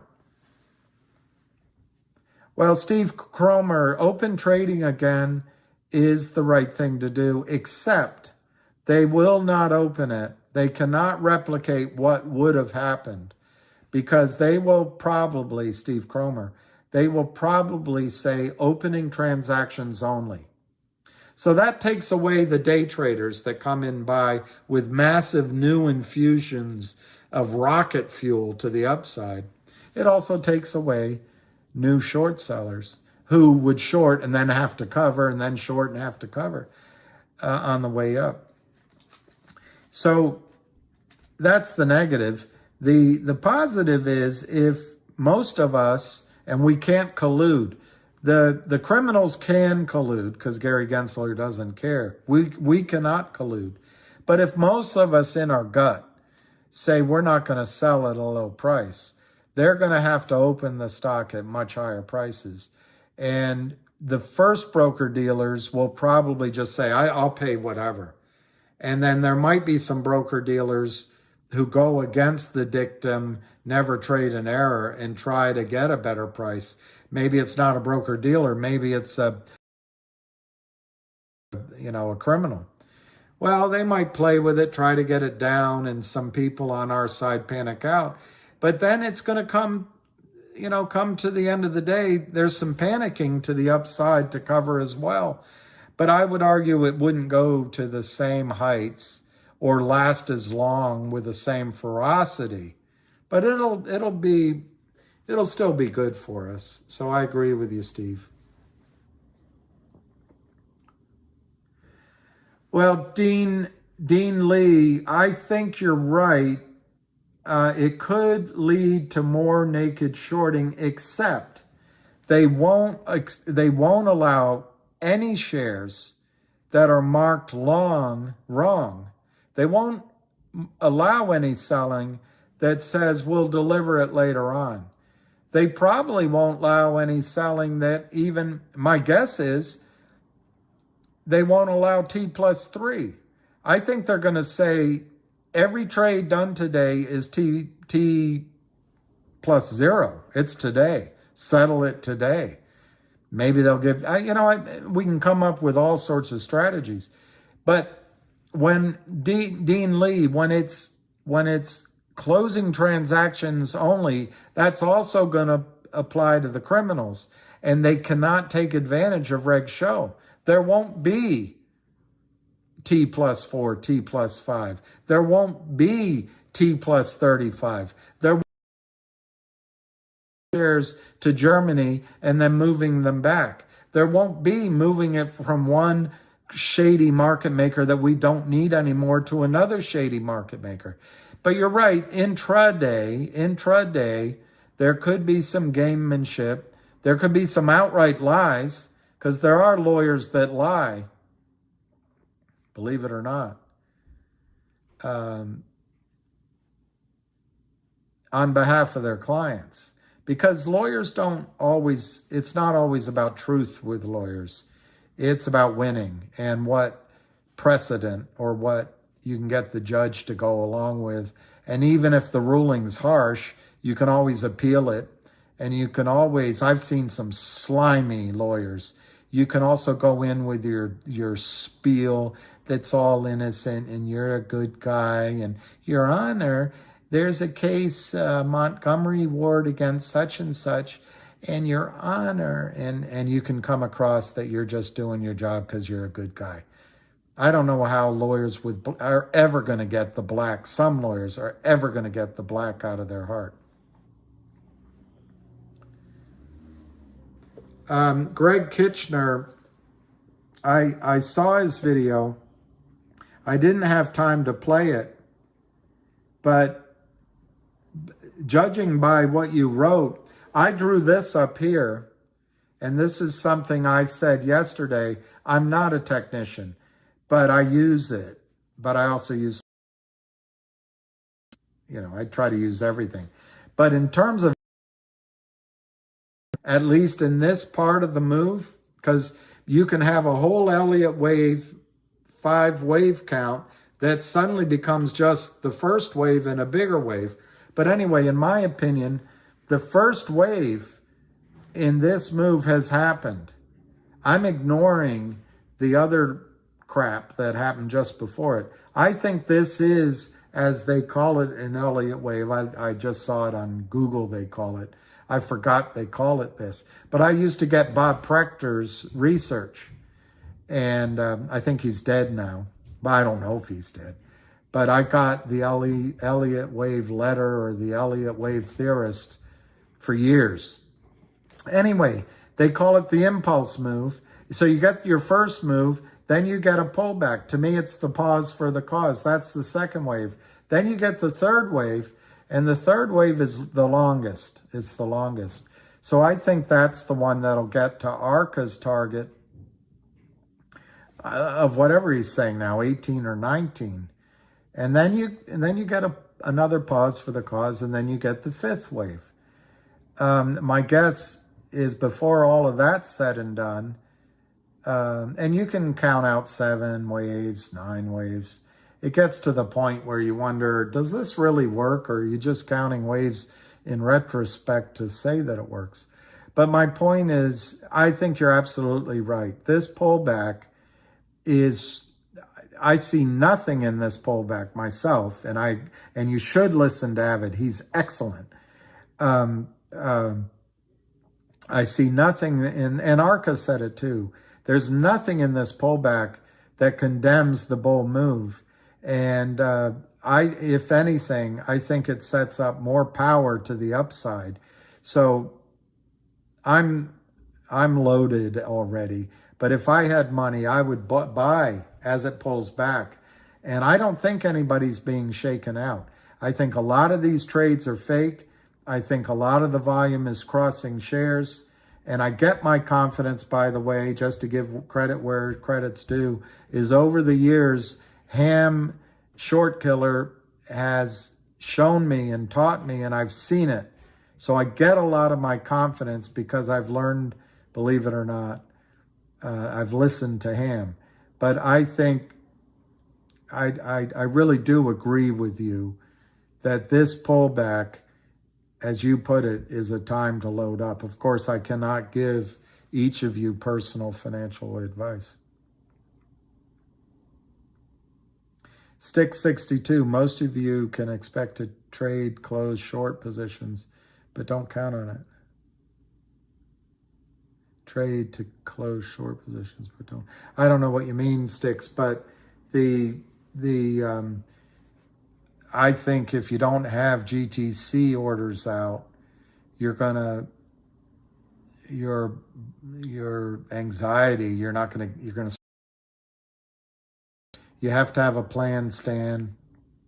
You can always change it, but I think you should have your orders to sell already in place. If they don't allow you GTCs, just enter day orders for a while.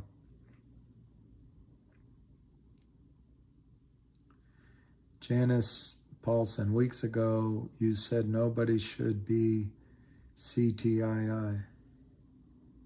I don't know what CTII is, and I don't think anybody can be a stock. So I don't know. I don't think I've ever said people shouldn't be in GTII or CRTD. I've had to a couple of times caution what I see in a chart on GTII and CRTD. But Janice, I don't agree with you. I don't know where you heard that. I just don't agree with you that I've ever said people shouldn't be CTII. I'm changing my tune slightly on both stocks in the sense that I don't think I emphasized enough, although I did say it. I think this time as it goes up, everybody should use their own. And only each person knows, but take some money off the table when there's volume. And that's the only way to not turn it into a disappointing trade. So in the past, I was hopeful that you could wait until it went to 33 or 21 or 55 or, 89. But now I think, because I saw what one or two people can do to spook a crowd, a mob of people, that's all we are. We can be spooked. We're animals. We're like cattle or sheep. We can be spooked. And one or two people both spooked and created a stampede going somewhere else. That can happen again. So this time, if it gets up in the 5, 8, 10, 13, 20, go ahead and try to take some money off the table if it's appropriate for you. But no, Janice, I don't think I ever said that people shouldn't be CTII.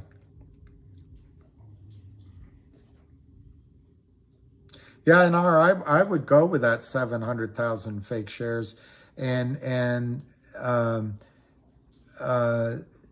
was 1.5 at the end of the day.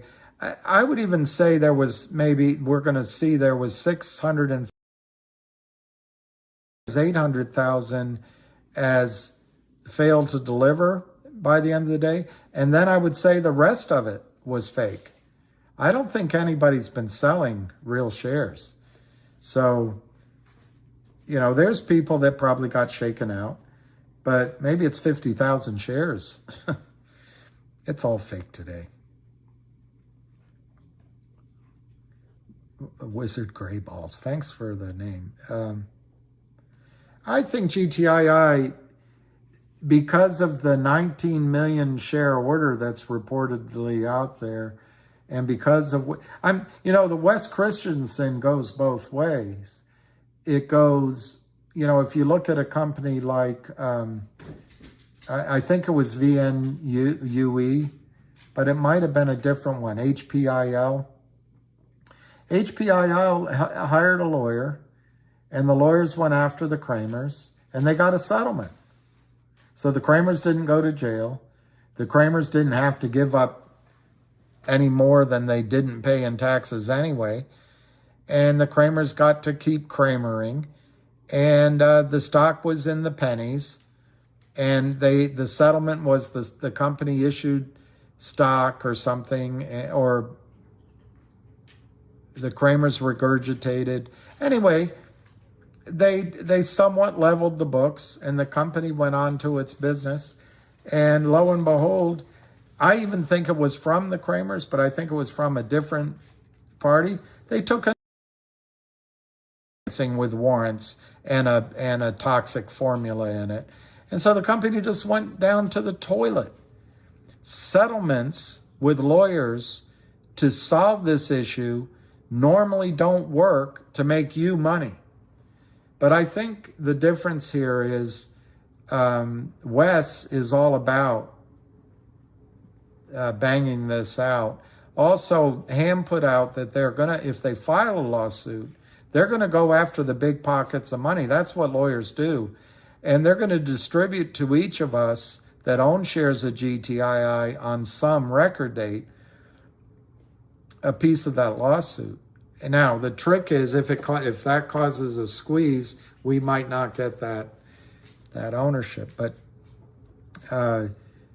yeah, I think GTII has a really good chance of going first. I really do. But don't sleep on CRTD. Jeremy Frommer has his own ideas, but it comes from experience. He ran a prime broker. So he has his own ideas how to trigger, as I call it, a run on the bank. And one of the first ones is he's distributing OG collection, probably on Upstream, but it's going to be in a way that causes physical delivery of real shares. So don't sleep on CRTD. And there's others out there. I'm not, you have to be ready to jump. America is talking about some of the stocks that we've shunned for a while again. And, maybe there's other plays out there. But to answer your question, I think GTII has everything going for it. And I just don't understand why it wouldn't excite all of you and make your knees wobble that there's a order to buy 19 million shares. It's just incredible. Jean Lee at Janice, on the vids I saw Willie said to buy it. It was a no-brainer to him. I don't know, Dean Lee. I don't think I would characterize. That's a summary of a very long video. But there's no question that I have said at times that and I say it now, I think as a educational idea is a screaming buy. But I don't know, Mr. Lee, Dean Lee, I don't know your own situation, so I can't give you financial advice, and I can't give others specific financial advice. I don't know when the 19 million order will go through because I don't know. My average is 198 MMTLP. Yeah, there you go. That's nice. You're almost getting a free look to have that average. I had all the time in the world from a guy I trust. He's been in the business forever, and I think he just turned 79 or 80. An Irishman, and I trust him completely. He told me for at least a year to buy into MMTLP, and I didn't, and I waited till the end. So I had a chance to do it the way you did. No, ironic. I think the more important question, rather than how long it takes to get them filled, is how urgent is the buyer? If the buyer's just doing it as a way of cleaning this off their books and getting out themselves on their own volition, they could just wait. If the stock starts to run, they say, no, it moved. I'll wait, just like you can. Just like you do. Oh, I had an order in at 89 cents and now it ran. I can't buy it now. I'm going to wait till it comes back. That's the one hand. The other hand is they could be operating under pressure from their compliance side. And then there's a subdivision of that pressure. Is it just a house call? Is it just you better take care of this kind of thing? Maybe they have a few days. Maybe if the stock stays below 3, you have time. But if it goes over 3, you don't have any more say so. I don't know, but I had margin clerks or margin managers tell me, we'll work with you, but if it goes, because I was on the other side, a sell out. If it goes below whatever number, I can't even make it up. If it goes below $20, it doesn't even matter if the wire's coming. We're going to buy you in. So it depends on the agreement they had with the margin guy or the compliance girl. What is the severity? Is there some play there? And then, which is what I suspect has happened, is they're on a tight noose, which is we'll give you a day or 2 or 3 days, but if you don't close this out, we're buying you in. And that's why I think the stock price has been fraudulently kept under pressure the last 2 days since we heard about this 19 million share order, because they want to convince sellers to give it to them at a low price. So my answer to you is, if the price starts to move up, that's going to put massive pressure on the 19 million shares. And in my experience, that's going to cause the 19 million shares to get filled liquid. No more playing around. Time constraint, same thing. As soon as the time's up, and if the guy hasn't been able to locate shares to buy, the margin clerk will buy it in. Now, I personally have never had an account get in trouble for 19 million shares. But I've had accounts get into trouble for hundreds of thousands shares, tens of thousands of shares. And, a few of the names and a few of the places, the story is the same one. It's the same gut-wrenching anxiety and all that. So my answer to you is it's a little bit of the eye of the storm, but there's going to come a point that 19 million shares, unless it's just somebody out there like you or I trying to place a trade, which I don't believe, at all. I think it's going to get filled, and once it goes out of the this is what I'm trying to tell you.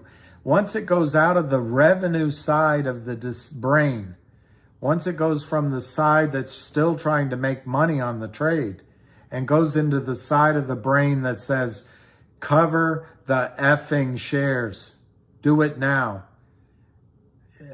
you're going to see it'll get done. The 19 million shares will get closed out, I don't know, half an hour, 45 minutes. It'll get closed out like a... And then on the other side, it's whether Kramer has some buddies that will allow him to continue to counterfeit shares. And he'll say, oh, it's not me, it's such and such LLC. But he's such a control freak, he puts his own name on every LLC. Now, it's true, maybe they have some out of Tel Aviv or Germany or Panama or the Cayman Islands that are created with somebody else, his brother or Charlie Mayo or a nominee. Who knows? But somewhere, Kurt Kramer is such a control freak. He doesn't trust anybody, so he puts his name on everything. It's going to come and bite him in the rear end. Aman, can you make an educated guess on how much a company like NB is worth? Yeah, I can. Ironic, I think the 1-800 audit is probably already finished. Yes, pizza rules. I think both stocks. The only caution on CRTD is it's only a short run caution. The acquisition price translates to about $2. So that's a natural, somewhere around that's a natural place that some people might take a profit.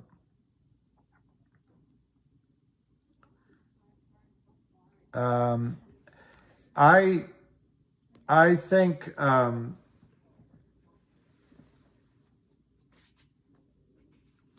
yeah, Nana's Court, that's true. But the one thing I'll tell you, you know the 19 million shares will be real volume. Now, if they can get some criminals to counterfeit 19 million shares, and maybe they're trying to do that, well, we'll see what happens. I still submit, if the criminals counterfeit 19 million shares, the stock is still going to go up a lot when the buying comes in of 19, a real buyer. A lot of the buying that you're seeing right now in the trading is fake. It's just there's bids from one criminal, there's a criminal selling, there's another criminal selling, another criminal selling, and there's a buyer from a different criminal. And then you come in and they move ahead of you. This first criminal sells to that criminal, so that criminal then sells it to the other. And I know I'm getting lost in my actions, but the point is they're able to give one of the criminals 10 cents a share, so he feels paid for. And then they move the trades around to buy more time, hide it from the regulatory agency, stuff the trades, lie about the trades, move some of it offshore, confuse the Jessica Hoppers of the world, and they live another day. Well, this time, those 19 buys, real buys. All the sells might be counterfeit, but the buys are going to be real. So all these criminals criming, and all the Kramers craming, it may not be very effective when there's a 19 million share real buyer. Oh, man. Oh, man.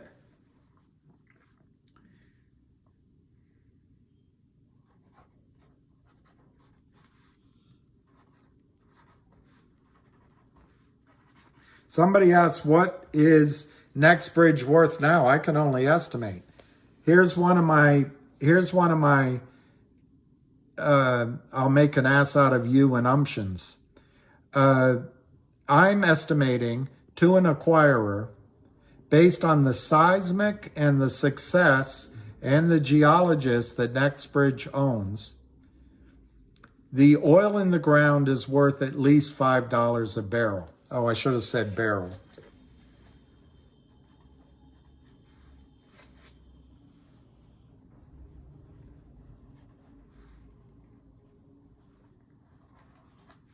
So I think it's at least $5 a barrel. Okay? Now the estimates, that's number one assumption. Second assumption, from what I've read, there's between 3 and 3.5 and maybe 4 billion barrels of oil in place. I don't know, because I haven't seen, I don't know which P it is. Is it proven, probable, possible, moose pasture? I don't know. But I think that based on the sincerity of oil men that I know, the numbers they're giving, I'm going to go with at least proven and probable. But that's data that they probably won't release entirely to the public. But I'm going to go with $5 a barrel. And right now, I think I used a higher number. Right now, I'm going to go with 3 billion barrels in the ground. I think previously I used a higher number. So we'll go with 3.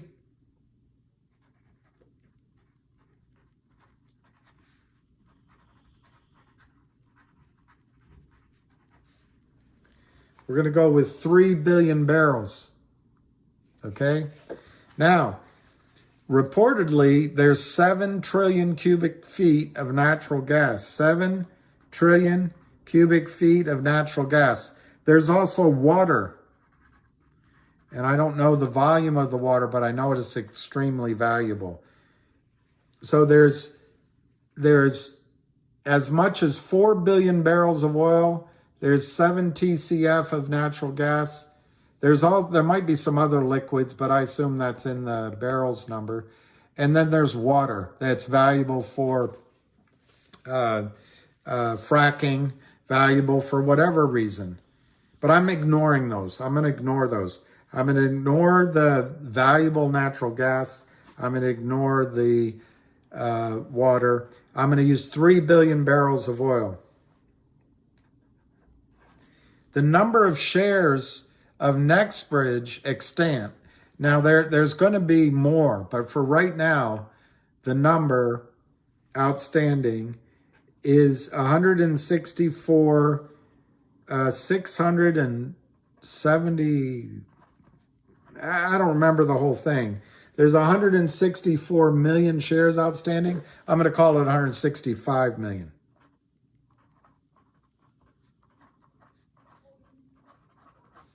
So there you have your rudimentary numbers to do some arithmetic. You take $5, which is an assumption. Somebody might say, hey, it's only worth $2 in the ground. It's only worth $1. My opinion, it's worth $5, especially if you're a big company like Phillips. You can use stock or cash, and you're cash flowing. It's worth it. But anyway, you can argue with it, but you could also say it's worth $10. But I'm going to say $5 times 3 billion.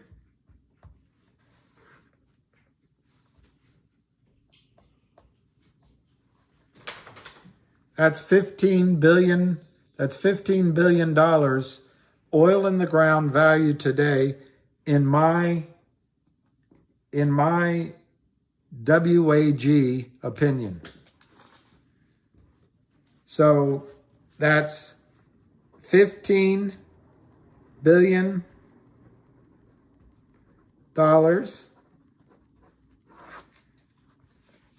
And in this case, because the criminals can't screw it up, there's a denominator. There's $15 billion value in my assumptions. There is a denominator, 165 million. And because it moved from where the criminals had a chance to keep creating fictitious shares to a private company, the crimers can't crime. So we take the 15 billion, we divide it by 165 million. I'm sure you've already done it. And see, I used a lower number this time. It's $90.90.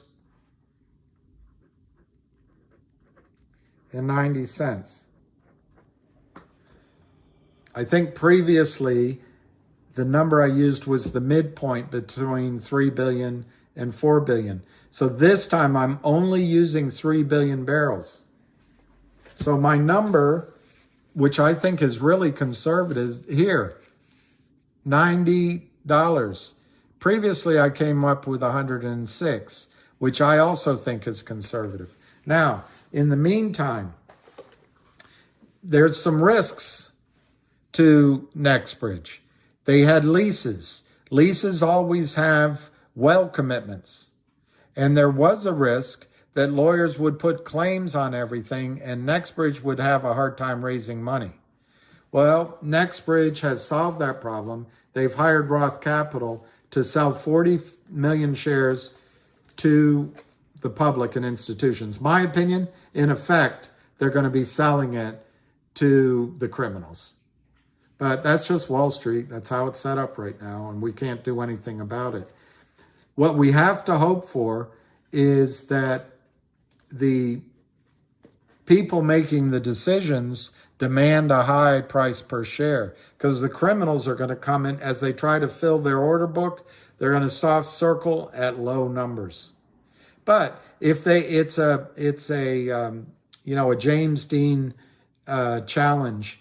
It's the first one to turn away. If the company holds firm, I think they'll get a high price, at least close to that. And, I think it'll be good for Alex Montano, who's my friend. That would be a huge coup for him to do $100 a share, $125 a share deal. But anyway, what that means, though, is that Nexbridge will have the capital to fulfill its drilling commitments, so it's going to stay alive and it's not going to lose its acreage. So that takes a risk off the table. And then you asked, what would it be worth to Phillips 66 or another company wanting to get in there with that footprint?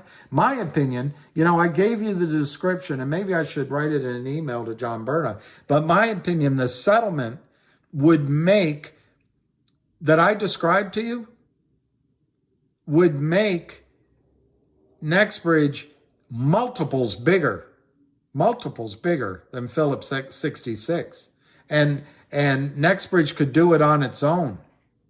They wouldn't have to sell themselves to Phillips 66.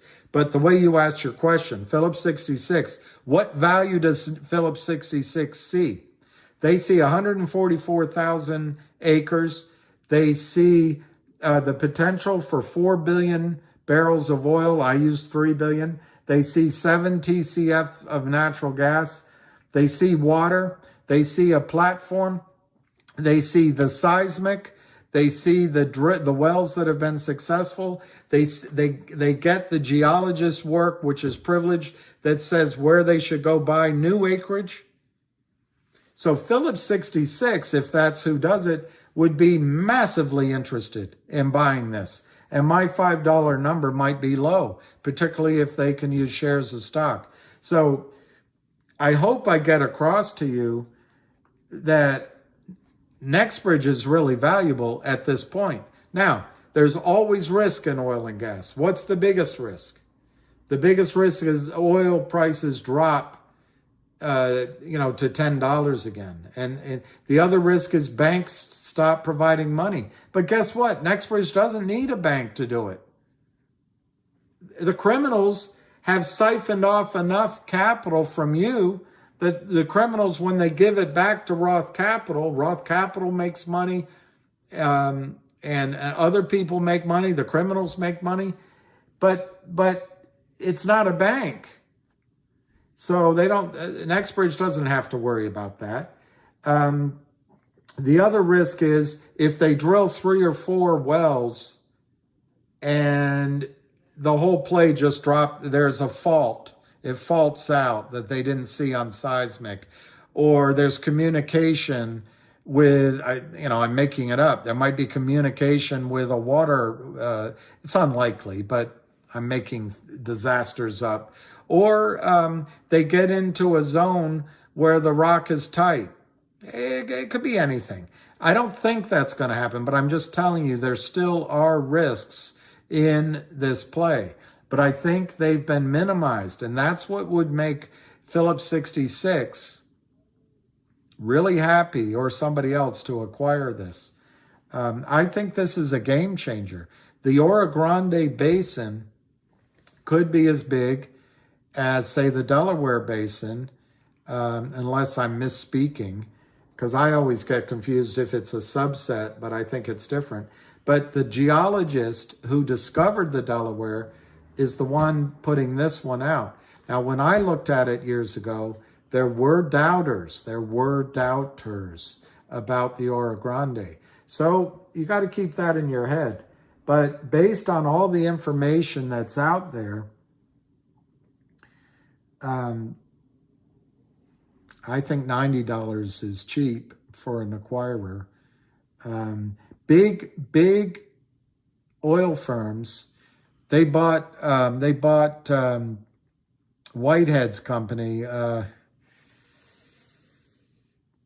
can't remember. Exxon bought it years ago, paid a massive price just before oil prices went down. XTO was the company they bought.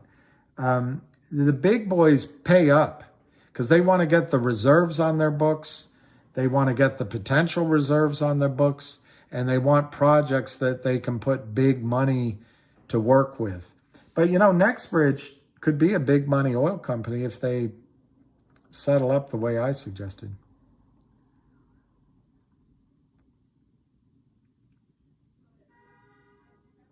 Yeah, 120 Canadian. I think 120 US could be possible. Yeah, he's sleeping. Lucky is sleeping. I gotta go walk him. Let me see what time it is. 7:32. I don't know if they're, let me just look if I offended somebody that they asked the question.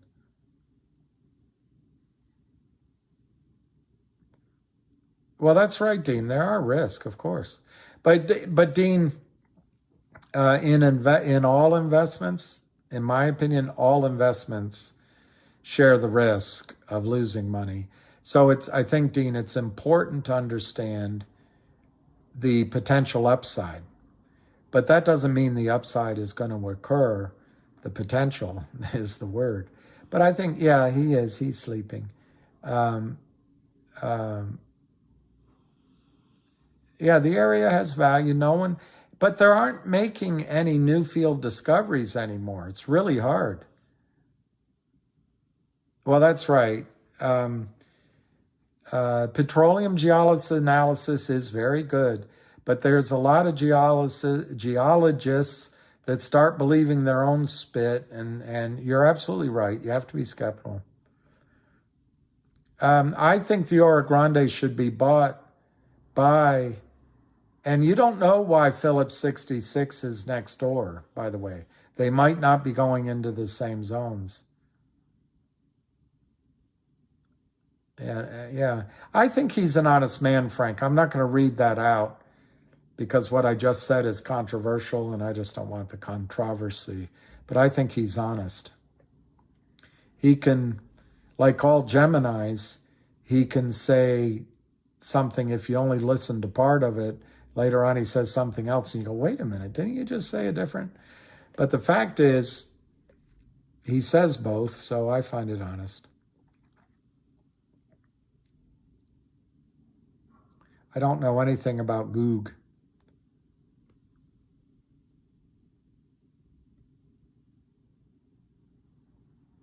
Who was in the stream earlier?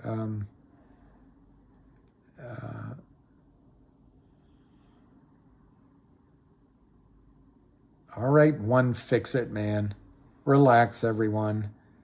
I'll get a bigger whiteboard and I'll get bigger pencils and I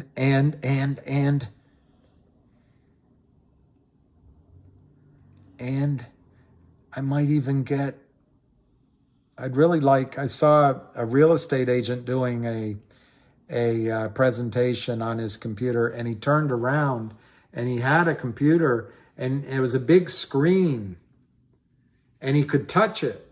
He could touch it and he could highlight a house or highlight a graph. I'd love to get that behind me so I could turn around and touch something and then show you. Geminis are good people. I know a lot of them. Yeah, there's more, Ken Meyer. I just talked about GoLogic and Logic, but I will try to do a video, and tonight I'll try to do one. Johnny, what's the possibility in a month? I've been asked that before. The probability, it doesn't mean what my opinion is. It means diddly squat. But you can pay me later, Josie Wales. Reckon so. Before March 7th? With the 19 million shares to buy, with the pressure Wes is putting on, with the 1-800 law firm,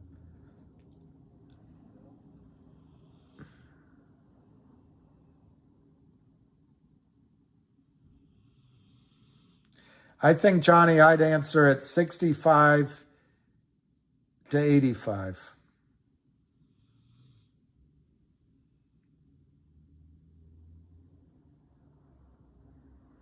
March 7th, Susan, is when the latest extension, the first extension of the Don't Sleep With Anybody Else letter was extended to March 7th. That's why he's using that date. Yeah, like on CNN, yeah. I want to be like that.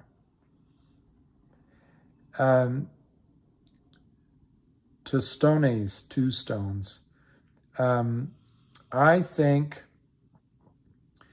the next 30 days, having said what I just said, I'm actually of the opinion that GTII could squeeze tomorrow. We just don't know. No one knows when it'll go. But part of the reason I've been coming on all these, I thought it was going to go anyway. It's one of my bad personality traits. I harp on the past too much. But it's America and we got to go forward. I think it could squeeze tomorrow morning. You could wake up tomorrow and baby, I'll be gone. You could wake up tomorrow and, it opens at $21. Set GTCs. And, you should tell some of your friends that if it starts trading, you're going to be busy for a little while. But anyway. All right, I'm going to go, I think. Unless there's some other thing, I'm going to go. I too am excited for GTII. I'm really excited for Logic. I'm excited for CRTD. I'm really interested in what happens with Finger and DBMM. And there's a couple other stocks you guys have mentioned that I want to follow. I'm open to APE and AMC and even COSM. I'm open to something happening. Wolf, I'm excited by. But I'm really, really believe that we're on the verge of GTII being the explosion. Oh, I would buy Dean Lee. I would buy GTII now. There you go, Cindy Lou. Who Dean Lee, one of the problems, because I'm in the camp with Ham, I always think the time to buy a stock is when no one wants it, you know the story, you don't understand why it's down, and you just buy it when no one wants it, when it's cheap. The problem with that, good night, Brenda Lincoln, and the problem with that is that the variable you can't account for is time. And believe me, time can go on and on and on in a play. And I wish I had your skills. A lot of you have better skills than I do, trading out, getting back in, and all that. But time is frustrating. But it's what you get. That's the arbitrage from a low price nobody wants to what the stock should be worth. The arbitrage is time. That's the price you pay for getting it so cheaply. But if you, right now, after it's had this strong move, this wave one, I know you can't see that, but this big move up and it's having a low volume pullback, this is an opportunity to buy. And what do you get in return for paying $214 or $225 or $250? What do you get in return? You get your time. It's you don't have to wait. You get time. You get your time. It's about to move. And so, one of the things we forget, what we're trying to do is make money. So you take in X amount of money. You could have bought it. You could have bought GTII 2 weeks ago. I forget at $1. It went to $2.90. Now it's at $2.14. Well, if you didn't buy it, you take that same amount of money now. You buy fewer shares, but you buy, and I'm not giving any specific advice, at $2.20. But I think the trade ahead of you, it's hard to see here, but the first move, wave one, then you got wave two. Wave three is the biggest. So who cares what you paid per share? It should happen more quickly, and the move's duration should be higher. So the amount of money, you paid more per share. But remember, it's about money. You're taking that money and it's catching a move that goes much farther. And that's what I said the other day. You don't have to make your money in any one particular stock. Your goal is to make whatever the X is. Or as the Kramers might put it, the FUX is. I personally think, well, Avid has a dip that's lower than what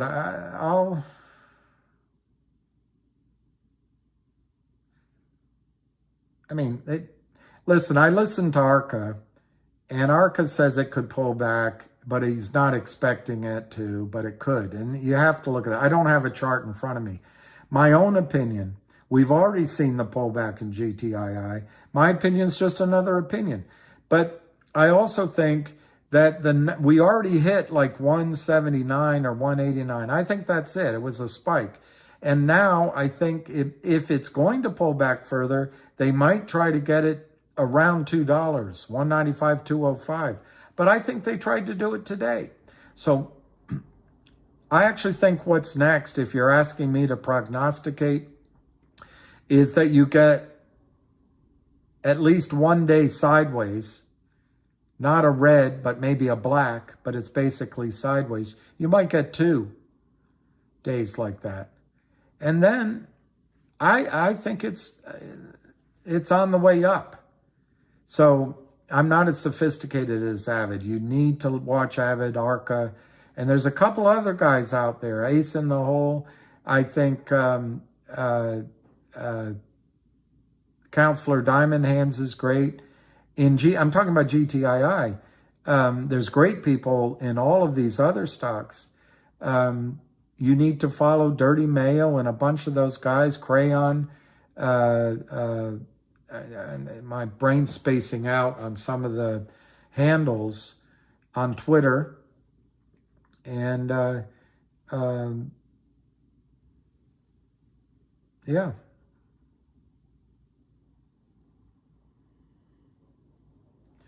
Well, Susan Howard, these assholes drove companies that help blindness, help cancer up here, help other things, walking, paralysis. They drive them down to zero. And then they have the nerve, some of their sidekicks have the nerve to come on here and be little gremlins or ninjas saying wise-ass things. It's horrible what is allowed. Hey, David Lee, we're about to end, not because you joined, but because I haven't walked lucky yet, but I can go a little bit longer. Yeah, those companies destroyed. Well,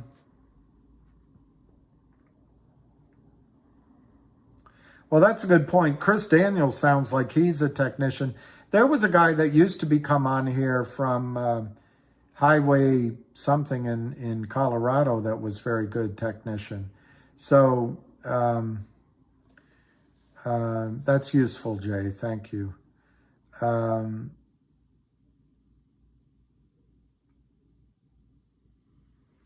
I wouldn't want to be them on Judgment Day, but on the other hand, I wouldn't want to be they on Judgment Day. Wouldn't want to be them on Judgment Day. You're right. Well, you didn't miss much. My typical, some answers are direct, some answers are meandering, and NWBO is fighting back. Well, let's talk about that one.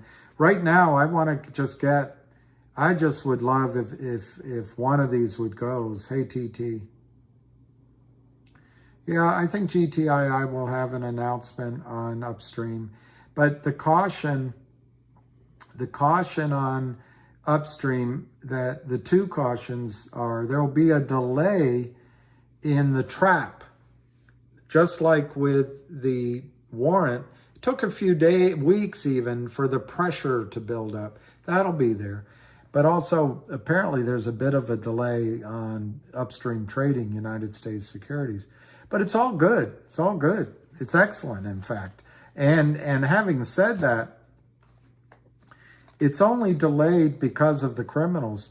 Normally on Wall Street, if there's good news that's coming, Wall Street discounts that news a lot sooner than you think. And then the stock price starts moving up. And the market is a discounting machine, but it gets distorted by the criminals.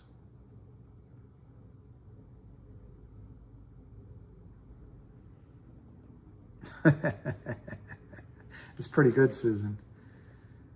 They might go up before St. Peter and try to show St. Peter all of your good works as if they were their good works. I don't know. I don't keep a list of any good works. I'm not sure I do any. But, all right, so it's 7:48. I think I'm gonna go walk lucky. I hope I have enough energy to do a logic video tonight. I'd like to do a GTII video. I'd like to do a video about Alpine and about the Lynn Partners. So much I want to do. And MMTLP. I'd like to do MMTLP.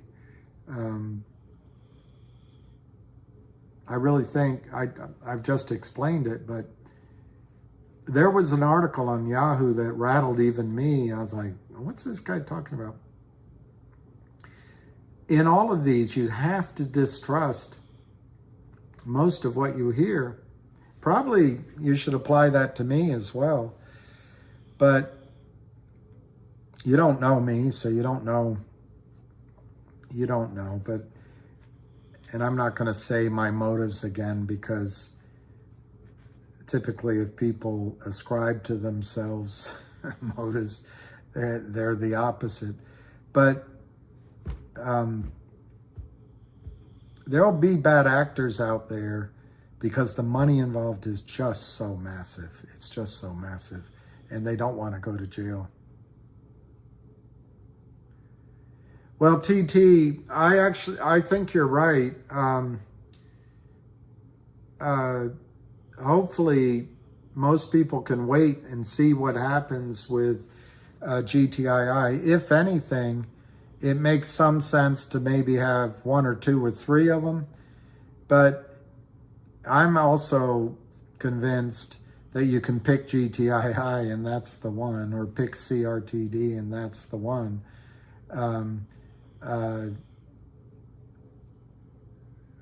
But when they go, it's going to be, you're absolutely right. You're not going to have to do much thinking.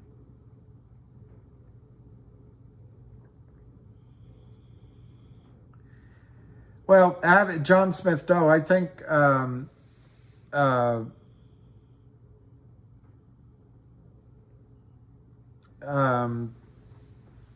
I think he's right. But at some point, you have to give weight, and this isn't what Avid does, although some of his videos do it. And I really admire Avid's work, by the way. I think it's terrific. The 19 million share order takes effect, and then that changes the stock prices. You're well, Jiminy or Jimmy Thunder. You're welcome. But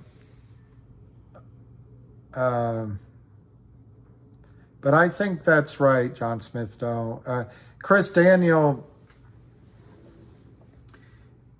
sometimes you have to go with your instincts on the market, and people have been calling for it to correct for so long. I think it might go higher first, and but things are going to be volatile, so you might be right. But one thing you got to factor in, particularly in the bond market, there were a lot of shorts. It got to be a very heavy trade in the shorting of bonds and even the shorting of stocks. So as there's some rally, and I think the buyer in the markets is the Fed, as certain prices come, you could get short covering in some of these securities. So that's what could make the stock market and the bond market go up for a while. Interest rates go down for a while. I do think eventually, though, it's all over, and the market gives a lot up, if not everything up. I'll try to listen to Arca's video. Maybe I'll do a video later. I know that a couple of you just came on, but I gotta walk the boy, and I'm gonna go do that. We've been on now 4 hours, so that's a good amount of time.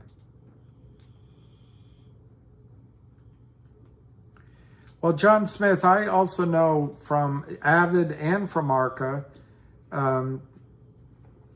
that they see any pullback. Obviously, you got to keep your eyes open. If it breaks support, then the story changes. But they see any pullback as just, I don't know what words to use, as almost fuel, that's the wrong word, almost impetus for the next leg up. And for me, who's not as sophisticated as Avid or Arca, to me, to see these stocks pull back, and CRTD has been in a long sort of sideways movement, which has its own risks. But to see these stocks do this, it shakes out weak hands. And in the case of counterfeit selling, it sets up more kindling for the fire to go back up. So you're welcome, Susan. So yes, C. Parker. So I see it as a very positive thing. And this pullback has been low volume. So I don't know how to call it. I wouldn't be surprised if it's only one more day of this pullback or two. The fact that the price is down makes sense if there's a buyer out there for 19. I'm sure it's coordinated. I'm sure it's coordinated. But it'll end soon. All right, C. Parker. Hey, that's a good point, Chris Daniel. I forgot that. The third wave, Chris points out, not only is it longer, higher duration, if it is an Elliott wave pattern, it's faster. It's like a rocket ship. And I've been in them before. Avid stated GTI will most likely test 165 and 125, 110. He said most likely? Well, I have to listen to it. I don't personally seeing it going to any of those. I think it already tested. It might have already tested sort of 170 range. I'd have to look in a spike the other day. I don't know. I don't have it in front of me, and I'm too tired to pull it out. But I think the most likely support range is this sort of 195, 205 range. And, you know, it's something I was talking about before. We'd go 185, 2, it'd break through, and then that's resistance because it's the fourth time, by the way I read it. And then it'll come back, and that becomes their testing, that becomes support. So to me, the support level is right around in where it's been trading today. And I don't think we spend much more time here. You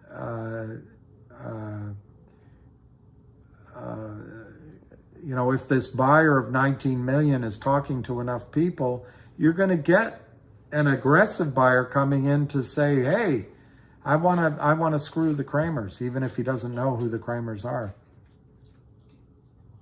Oh, the 200-day is 176. Yeah, but I like that's the number. I think it in the spike it almost got to that. So I would argue we already tested it.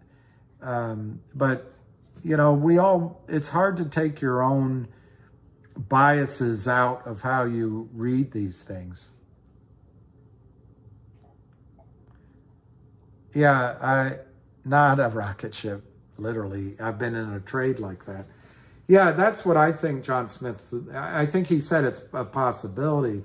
I'm not convinced he would have said it was most likely, but I'd have to listen to it. I think what's most likely in GTII is you're going to wake up one morning and wish you bought more. That's what I think is most likely. And I think it might happen very soon.